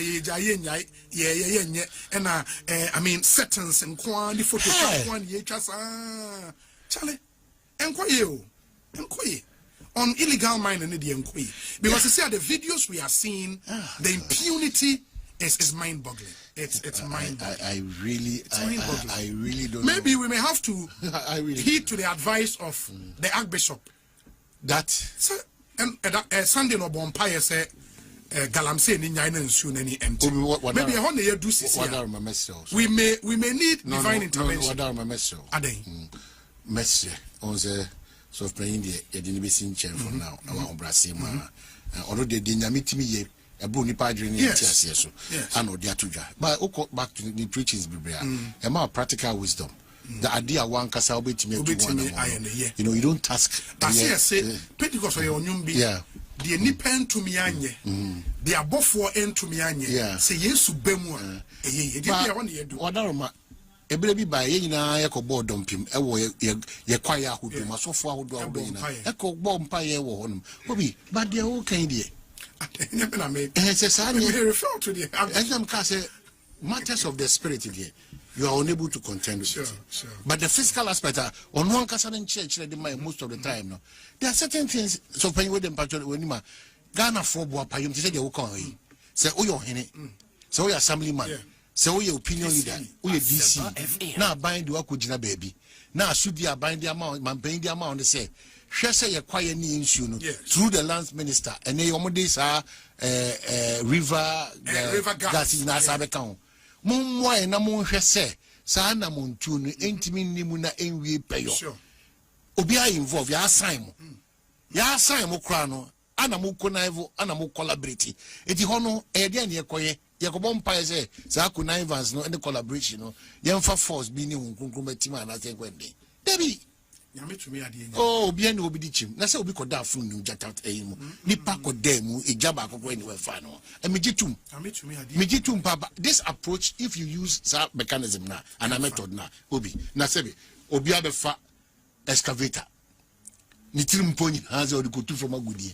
What do a forest in painful danger forest or Nananum of Honum, Mebuno Krumonum, Obia, Jika, a pave way, Amanako forest. What do you, Mr. Wadaroma? Would the GDA cry to animals? Walk a bomb pie and boy, we know the GD. One for GD and 2 more. Umpire Wabunian, Academ. So after prayer, you have a certain kind of power around you. Say, Oduano can say, Mo Bia Nunsia. And cause I quiet him and I am cause I should ma. Well, be clearly. And never seen there ebi na so din ene asobra chenti can you see ekrom you see brother bia yenkwafu it was respected without effortlessly and there was a reason for that. No, media de bia da meka amanyo sem na ye nsise no. We have to be extremely careful. That is why I keep reminding the NDC that you still have the opportunity to reset this country. Yeah. Most of the traits that we're exhibiting, it has nothing to do with resetting. Most of the traits that we're exhibiting, it has absolutely nothing to do with resetting. You can't reset while Galamsey is still on. Mm-hmm. You can't reset while you go to public office and people don't even have places to sit. You can't reset when your man move but 2 years no complain say nye papa no. Sa your man na muguso amoye. Another demonstration any signal they ma ban say afedie hunahuna no any intention injustice attack on free speech. Democracy is really under attack. Chairman. Yo. I know ba. This is NDC for Omaji Omaniso. Omaji Omaniso. Obi be sasa na chairman NDC ajo Omaniso. And almost stations in the BTT. Demonstration, no, you two share dank and run and 1 year. Region. Yania recorded the highest number of maternal deaths in 2025. 253 cases. 253 cases of maternal death. And 2025 Ashanti region recorded here. We have a total number of 965 women died during childbirth in Ghana in 2025. Makacho masa NDC aban we buy no enema yempese ebobodin before 2017 NPP ebaba power no na mekai minia set Kwame Boateng said, oh, good morning, it's been long, bro. Said Kwame Boateng of Joy FM and a bear document to be our Ashanti region next to die our Konfanache enkwala ya wo mofu from apemfo a wo braso mo bawo baby o da enkwala se dom gu nkubeta mu baby o sa nan enkwala nan da no de enkwala be edu ne edumienu aguo chese congestion ne ade condition na wo no me say wo yo ba na wo fafu na wo braso na wo ko mfa no chia me say atu nu nyankopon ena wo bedi sa adwumadie no ena yema me Rebecca Akufu Addo, the beautiful Rebecca Mabeki, Edim Rikania Yemishia, Tima, and your dog woman sentimenti, Oba Confonoche Abayar Sabia, and Afe, Obe provide emergency space, temporary one, our honum, and according to Confonoche for now, from then, and Sadia HR say pain. Nana dan kwa Akufo-Addo enim diemuno no nim se ebedu baabi a number ne besa rise bio enti maternal blocking for over 40 years or 50 years abaya ba aban ko yero je Akufo nko na ba ya oya nyi se obetu wana mo kakra na dan kwa Akufo-Addo ba no oyese okọ home ana omomo nim de wo dance ye no etu rufusa da bi baabi aka kono a dynasty wo ben fie de na ntia ye mre na wo de abafom tie nyiri ni nyina ngu na yesi foforo ampa otie akubapam ejida ni na agui asa pejai within 1 year baabi ana wo gonfonoche a yesi dan na duru no 18 months a NDC aban abaye so obo pa wo tema na odoso nkoma asante maya ane ma ekwa wo so ne nkwala ye wo mu foforo enka baby and maternal block no enka omawie a personalize e ma na ye adwuma na do ni NPP aban ni ne santi no aro bi say be ya pressure ama only the premier hospital a was St. Martin no agenda 111 a year no what they do so and ba St. Martin a anka mantem bia na say ministry bia district bia ebenya de nanka de yidre no conference no district bia so no agenda 111 no atumi ame aye bi ohonom NDC aban baye omose ho amfa omu amfa so bia ni so efise womu no yeto abakwa na womu nyare do ewa asantema mu hanom enne yese apemfo omu kwa wo so a omu wuye 253 the highest asi ewo Ghana hanom Ashanti region ahane baye na mamenko ma so na menkodi nkomo we mra ya kan say no wo ka koku akuafo so a Asante mante maso ebi wo hapa mesi akwesiasie du oni ye isia no me koku akuafo na eno a eno me de bobo ho ban a yensi anko school da akwesiasie du anko school da nanso koku nti wo mutim de mu manso mema nko a ene obi a akosuku a ye won krakra no ekra at least 2 degrees na enne emra aban wede ba enfa koko ho ene koko board nsem no yara Isaac ya opoku aya MP awo Offenso South mamene no eni nkomo emra. Good morning. Good morning, sir.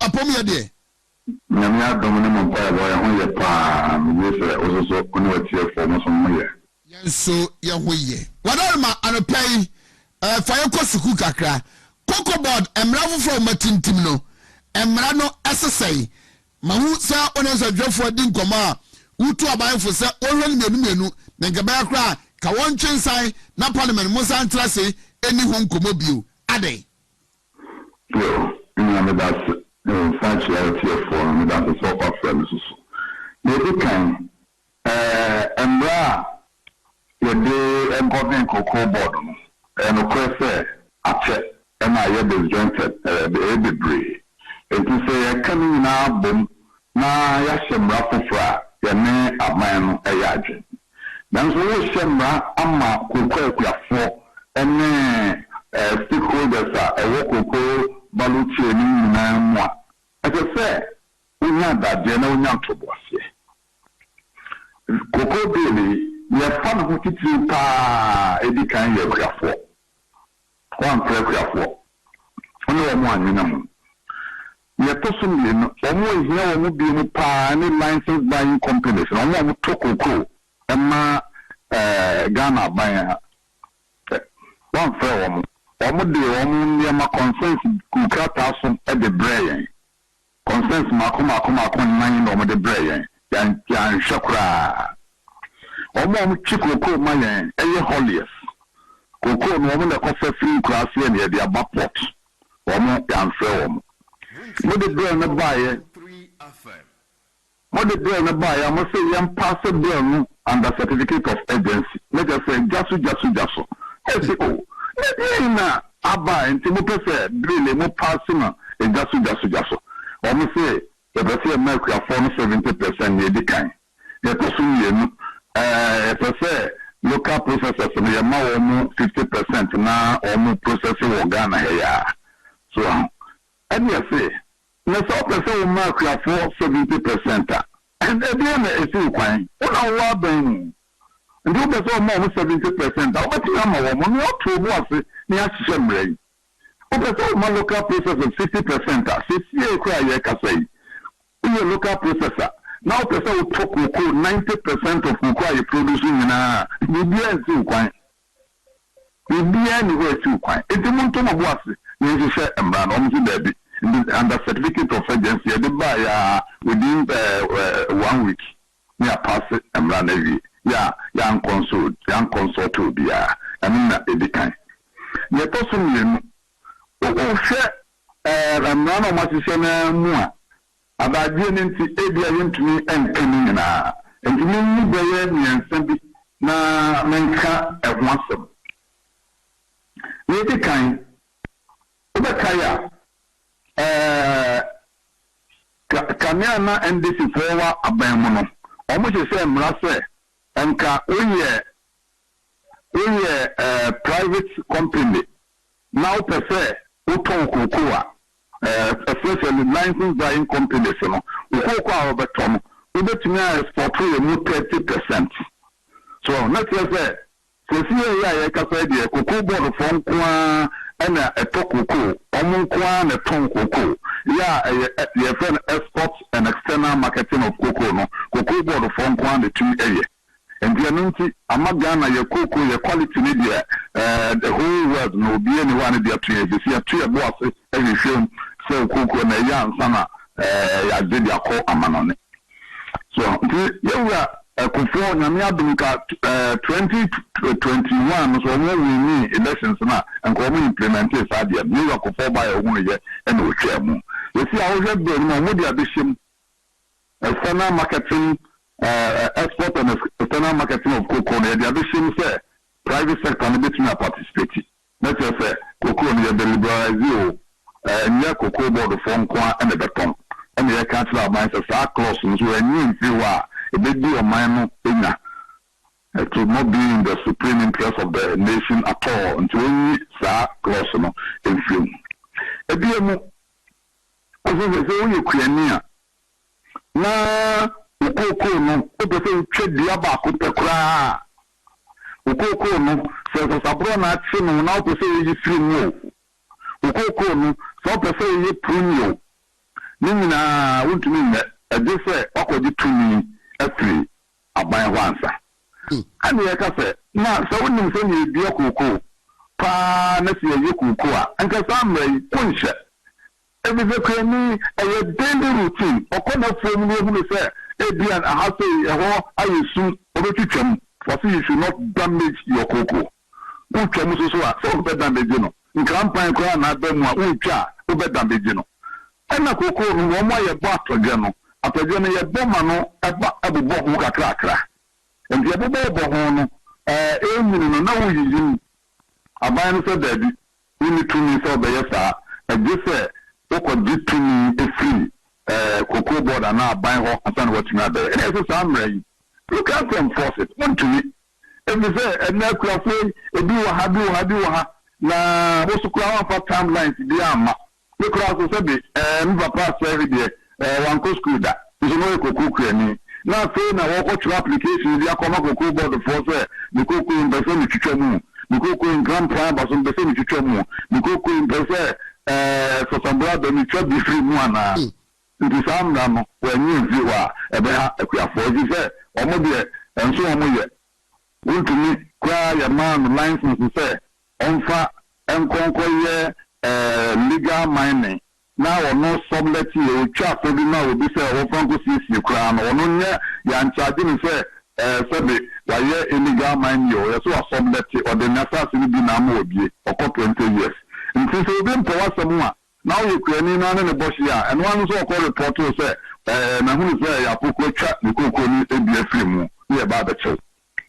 So, it be so your cocoa can our cocoa, Ediana, cocoa name, and the influence of cocoa beam, Ediana, assassin class, I did the and the influence of cocoa beam, Ediana, about time the ground was as soon as into the cocoa. CCNA and the support cocoa will not say, what the year beautiful fra, repurposing, to me,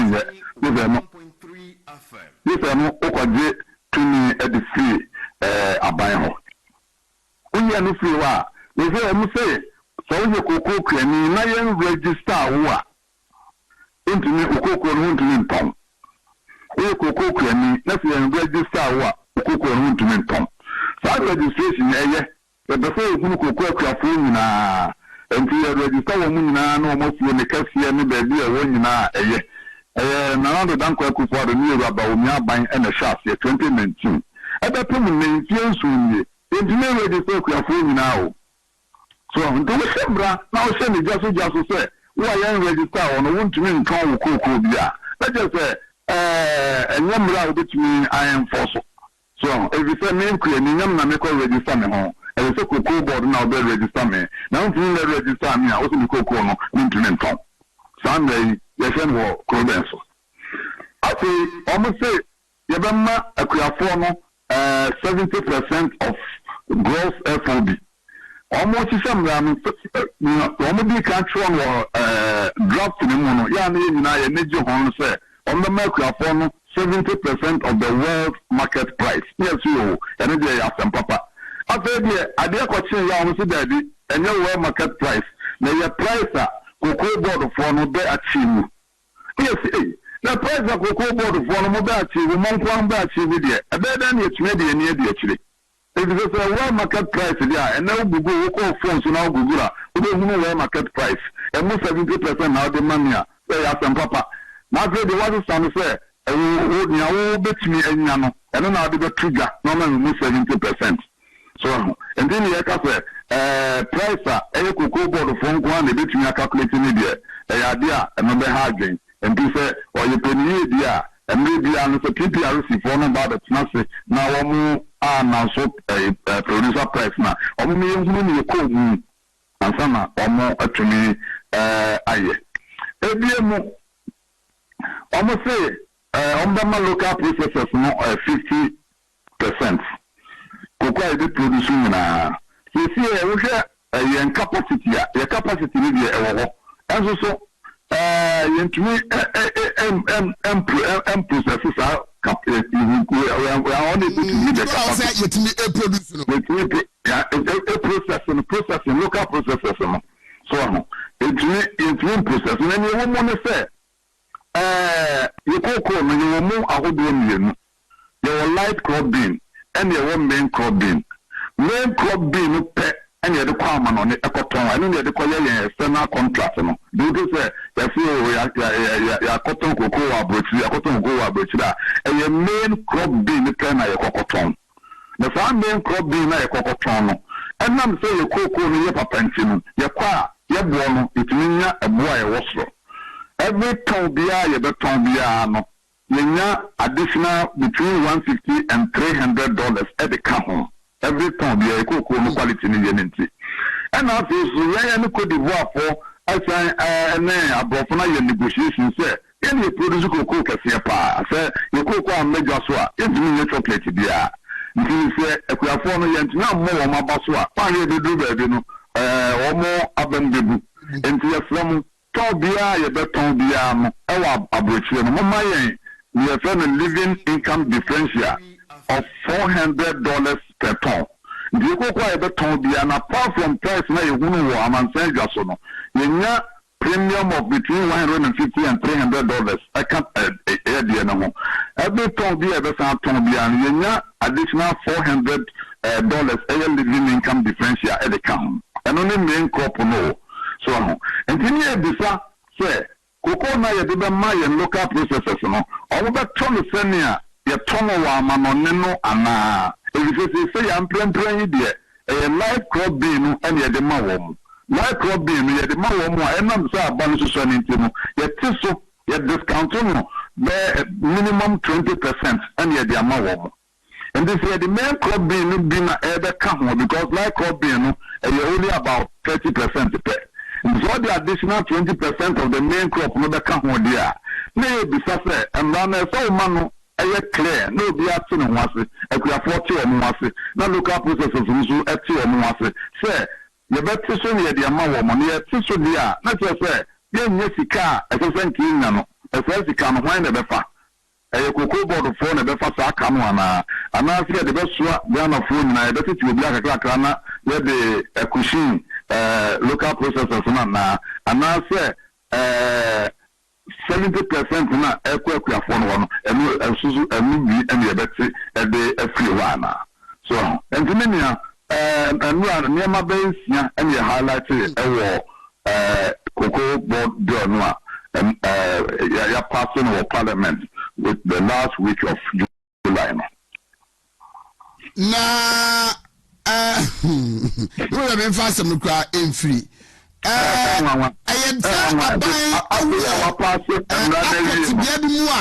was or down on Harriso a passes Amray, Entina or Yana under that certificate of ages. And I say, one Kazakwana, I am one, say, oh, to 2 American. I know Biama. What passing you know? The passing Rano Wednesday also, the last week of July, of the passing year, and then Juanda. ya pass ya wie no ya pass mra na wie no ne duada na akuafo mpanyimfo bi efre me say aso ni afom cocoa board say omumra ni ncheche omumra ni mu ya pass ya wie no ya pass mra na wie no na je so odwen ho a won ti ase we pa America be pa na se utu e se cocoa boy die afibia yese na jidie bia cross ni it is last year mo catch say Manya achieved FOB of $7,200 per ton. One farmer, I did say, I must have emergency cabinet meeting. Mokoya, a buono crown, more no matter so. Nobody answer me yet. No, but more promises a cocoa bag, dear. No, promise, and is it different from Yamokan? Most catchers a cocoa bag, dear, my 6,000. In Dimrika, a Kuafoya, they Dimrika for Tuaba at the Mamo. So, now maybe any among say. Sabe koko adwuma na ye pesi eguno koko adwuma na ye pesi eguno na no oti region ni nse odi woni di akira omokoye demonstration den wo hoho yeah say empio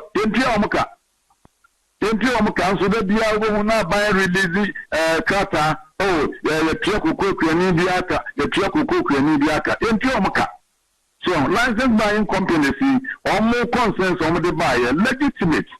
So, if you want cocoa, mra no say, we be cocoa eba na cocoa board for a year within 21 days. I say piawka.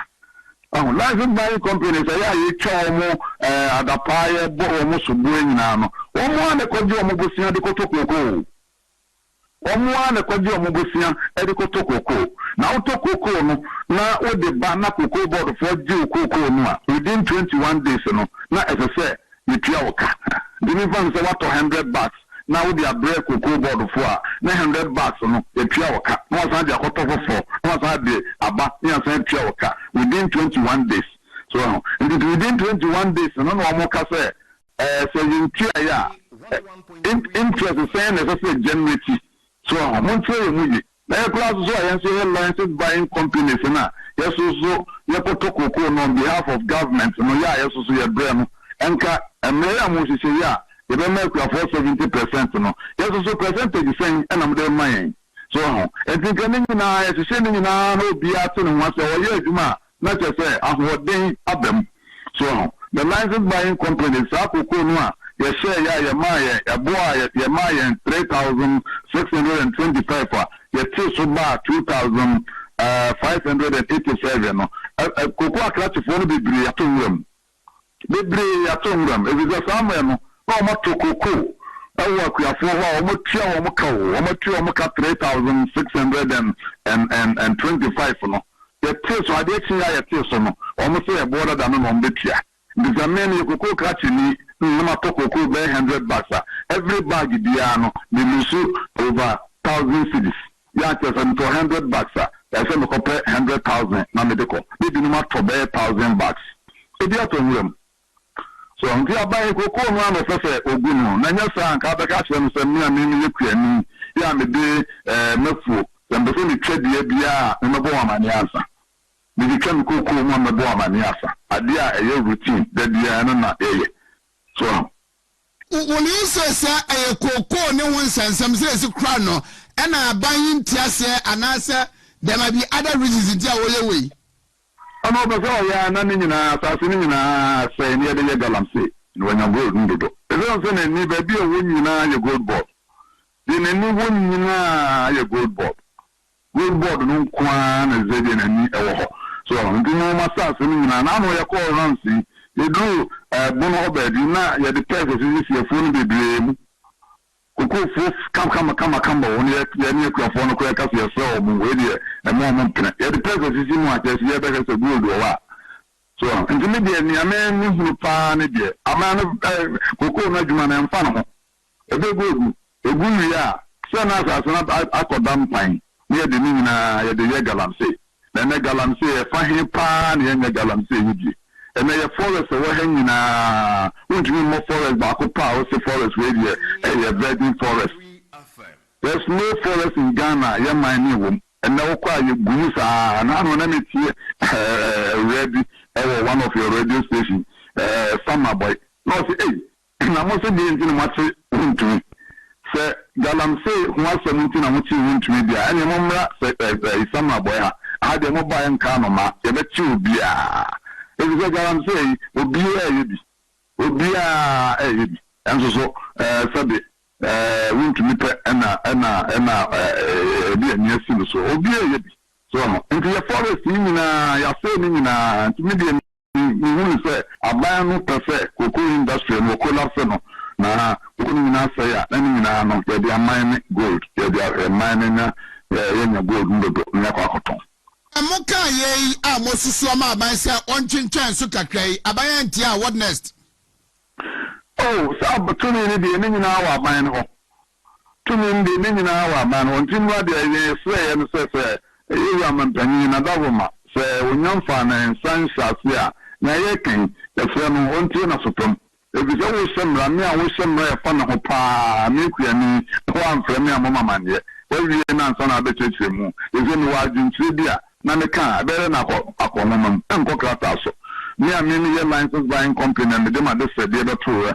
wentie me a me ye holia me twi kokoo no me de ma de se de be to wani wentie so enti mi jiri man panyi obetie na sotom na nko nsan famra me mo bo hu ni enye broader stakeholder engagement near the command na government na wasa emra ne de nyina ye di tu say emra no ye shemra no eye na mum as I say obia everybody should be on board nti ye di nzo man panyi be tie na supreme so nti na supreme no sign all the body ya minority ne reach my ya ne say ye di eni ebe di achiri na bibia as I say ye di ya ye anya de di kan ne edara psa abana yesa wanya absolute majority of parliament in Tembrano edom kuma no meka wasama na nso no atwe fam in Ghana's future elections you hear abame 100 timamufuo no and say is government setting his priorities right?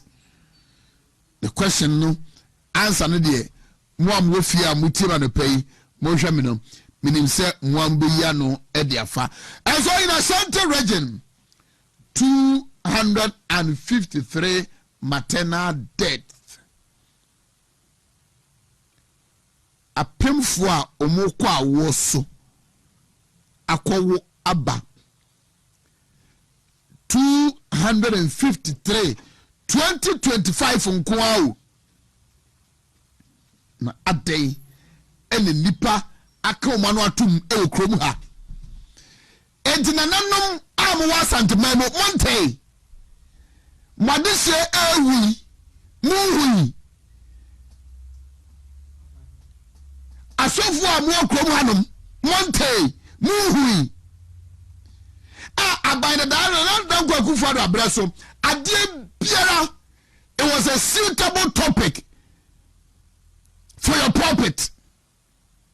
Ade bia na sikoma biara asofu de pichi na no de gunsa eyi asekura na mo ka wasam tisa asam kura ne mfa ho a mo betima asam na me na besiso na mo de aka asam e de aguaban na e twem ne ho fin. Today these things are happening before you are not talking about it.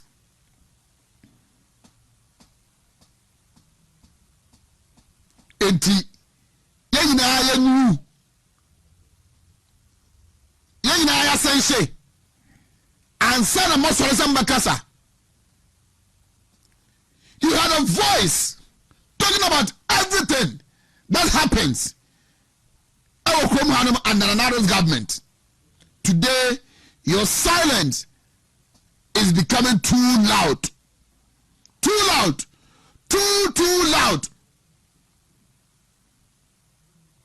Na areho esaya ngwasia ama na nanuma himfini bi ani asofo ne bi ani so called civil society organizations no. How long are you going to be silent because of maybe the wanya anasem for so bia aban wey adoye bia aban wey adefedefede bia aban wey ba ye odeyawo? And so you don't think about your people again. You don't think Ghanaian again. You think yourself. 253 maternal death in 2025 alone. Na Ghana nyina yes 965 965, a total of 965 women died during childbirth in Ghana in 2025. Ebi ameka say ewu bia yewu a eya nkwanhye ewu aya atofuwo aya na atofuwo bi ensere se oba afafuro abosome nkro emu atete ne nase tatai bre wom toda birimu njare mpo a jesa wotena akonya so emu ntasutia abofuro ni nyina chi no na wa yana nkakran ebresu se okowu a anhyehyɛ a wɔsa aban ayɛ ɛma wonya tenabea papa nurse ni papa midwife papa hospital papa na during childbirth ɔbɛwu afa ne ho afa ne ba na ɔbɛfia bɛka abusua ho no aban ntam a deɛ wɔyɛ ɔso yɛ a wɔanya nti maame no kɔ a ɔmma biu to da akwala ne bɛba maame ne mma na akwala yi ɔbɛbɔ asesa without any fault of his or hers. Aban nneɛma a wɔso wɔyɛ a wɔanya nti na ade wɔ sɛ yɛ declare National Day of Mourning o ebi ameka mesi ni pensia a helicopter bi omu kɔhwe wɔ mu wuye awerɛko. I don't wish it for anybody. It is very unfortunate. Nyame maybe nsi bi okron fam kwa chi but the man sisi okron mu hanom no aban ya amana kwa se the pensia no hu hia ne se bibia okron mu a kan kwahye mi si na nkola dunso no mawu pregope and cry kumase kwantempo nso enipa wu anopa awia anyumia to say ebinum crash. Now in a year 965 women died during childbirth. Abaywe akana no atum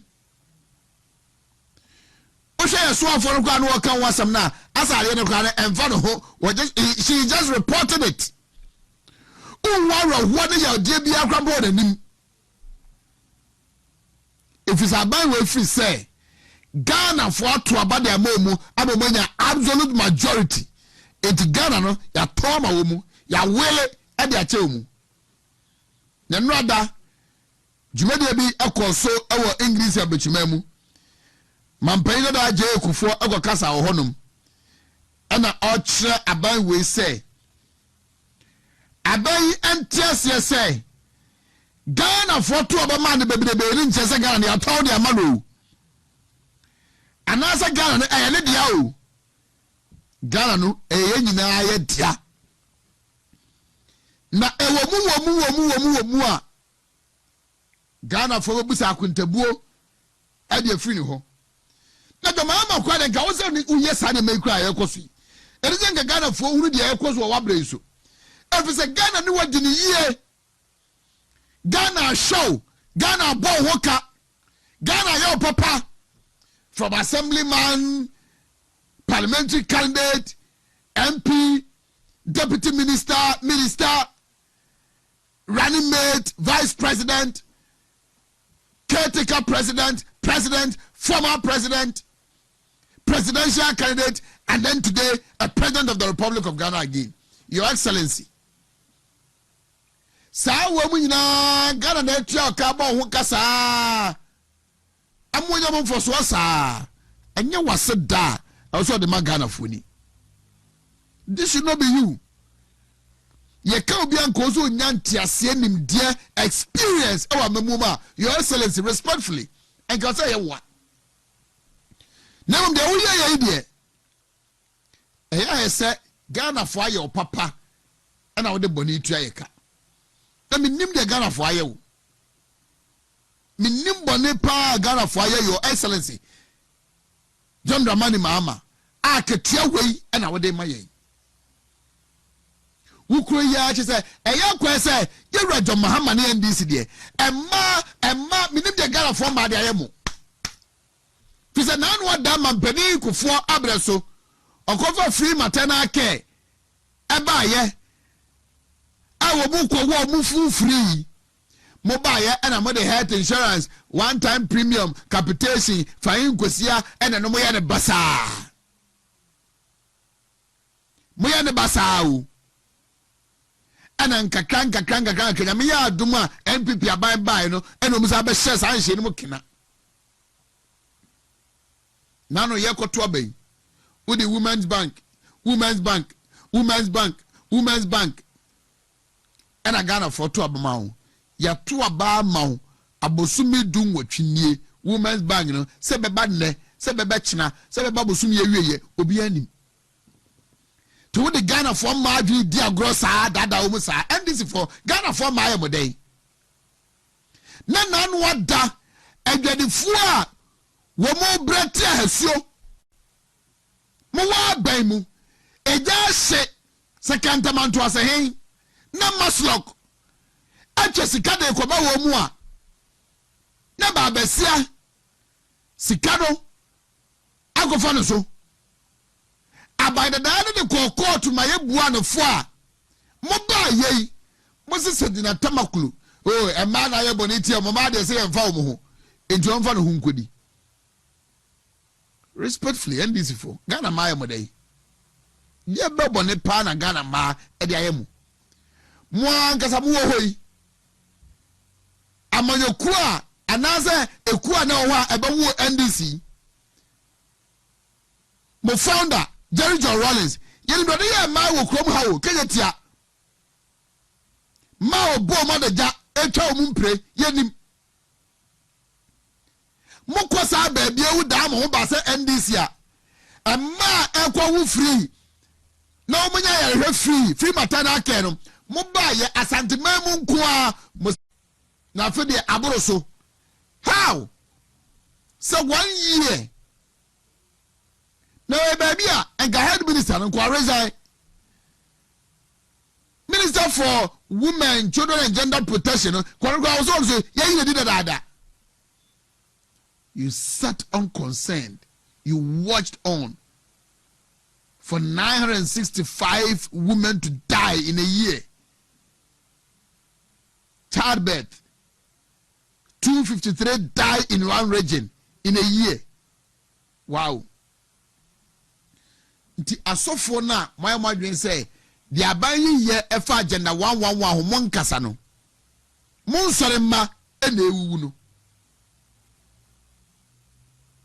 mo hwe ya ebetie se mo yere no so ene mo mama so because the ekoso no obia ya at risk miniama memma obia risk going through that same situation. Because the binding the bibi anche say or wanu ye bi edeba. Well, anano osebo nkasa enyina yetim. Chama wuntu bi na kaso obi abehu. Asofo no se mon nkasa enyina yetim. And these are the reasons why Nyame adwa 2028 abaye koto no. Eni se MPP ni bia didi agro. I was saying, yeah, Jumaden, you can't who bomb you to a more beer 2028 at all cost by any legal means. MPP as I win election 2028 nearby power. Na enono ana montuno ana party no asha see A2. Aye police station elections. Aye electoral area coordinators there. About constituency elections, regional elections, basu. but your visions here by 2028 a young woman.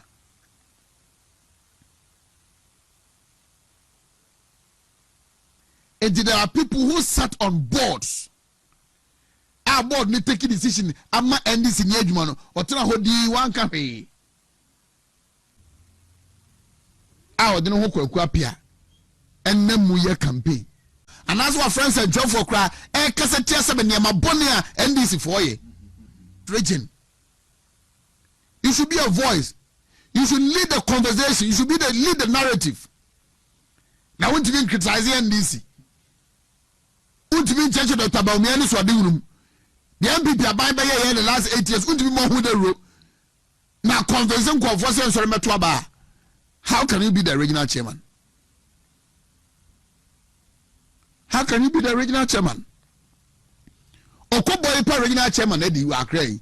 They be out the radio so criticizing the government constructively, propagating the good works NPP are buying by ebeye. Who they entonka? You better unka na election eduru honum. Oga will be say I feel so brave money anwa. Yes, a come on there. Nanso, is that the core responsibility of a regional chairman?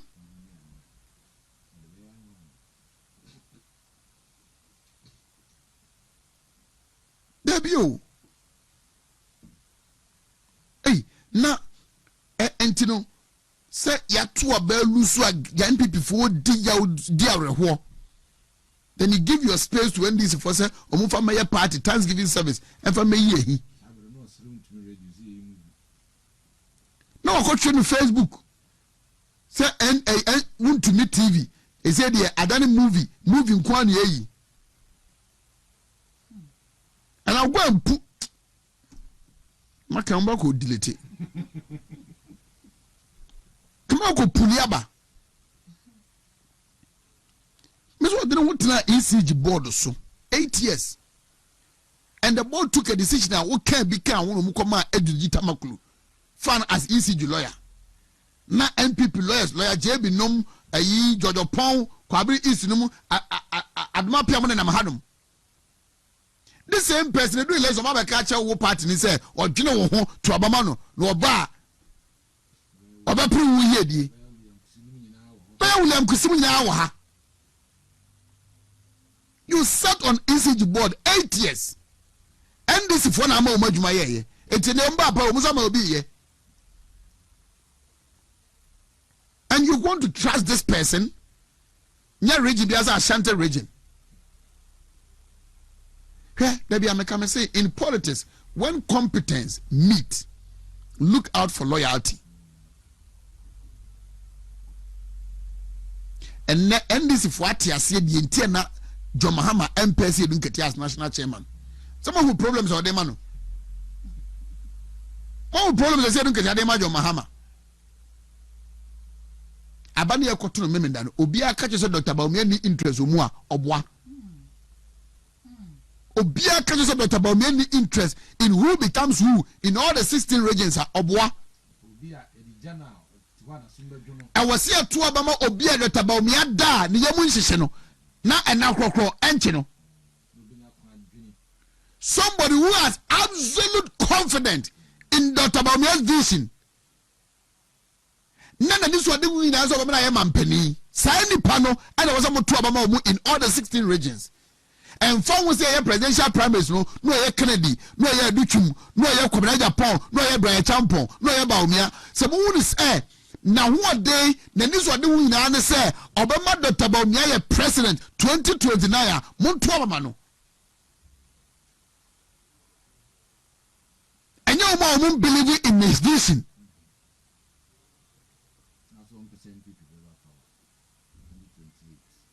Me say politics neutral be any politics agowe also you neutral now when you no kwafo.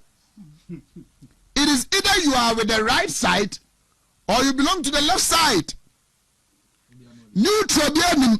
Yes, I believe in objectivity in politics, but not neutrality. Not neutrality. You can belong to the right side but be objective. You can belong to the left side but be objective.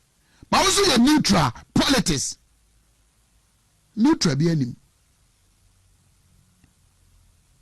nti me kan me bokoko se wo mu a ye presidential promise no so me neutral no edru election ya omu nhwe eno ma meka se omu wo baabi to advance their elections electoral fortunes ena edru ho no na me kan pa se me kan asem we me nua Maxwell Fosubu ache so am MC efrem me se asem ya ma kan o ma ne remfida the Maxwell ebrenini this is the time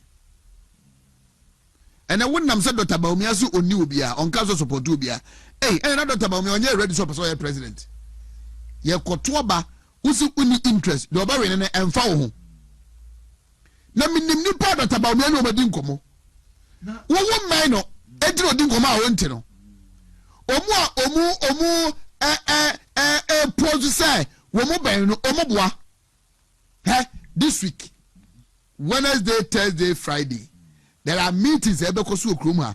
You better youth organizers no more deputies in Kwa. Near for women organizers no more deputies. Near for organizers no more deputies. Near for secretaries no more deputies. Near for chairman for. And in Komana ni panibedi ane say. Mumu bi kwada kukwemo from onu mudi ngoma se me former boss. Tono ko onwu no hu se papa ne the boss biu. Minim de wate. Komo no mu bedi nyina ane say ane wo mo titi krom anam say Dr. Baumia so opewe na nya no kre.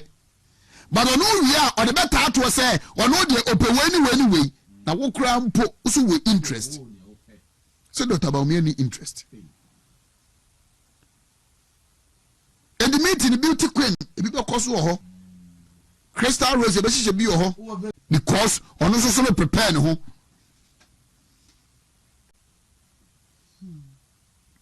Share the likes of Titus Glover, Lord Comey, Herbert Krampa, Abujina Paul, Eugenia Henom, Gift Your Warrior Boajinom, John Bodunum. Omu yo madwen say, when Bia so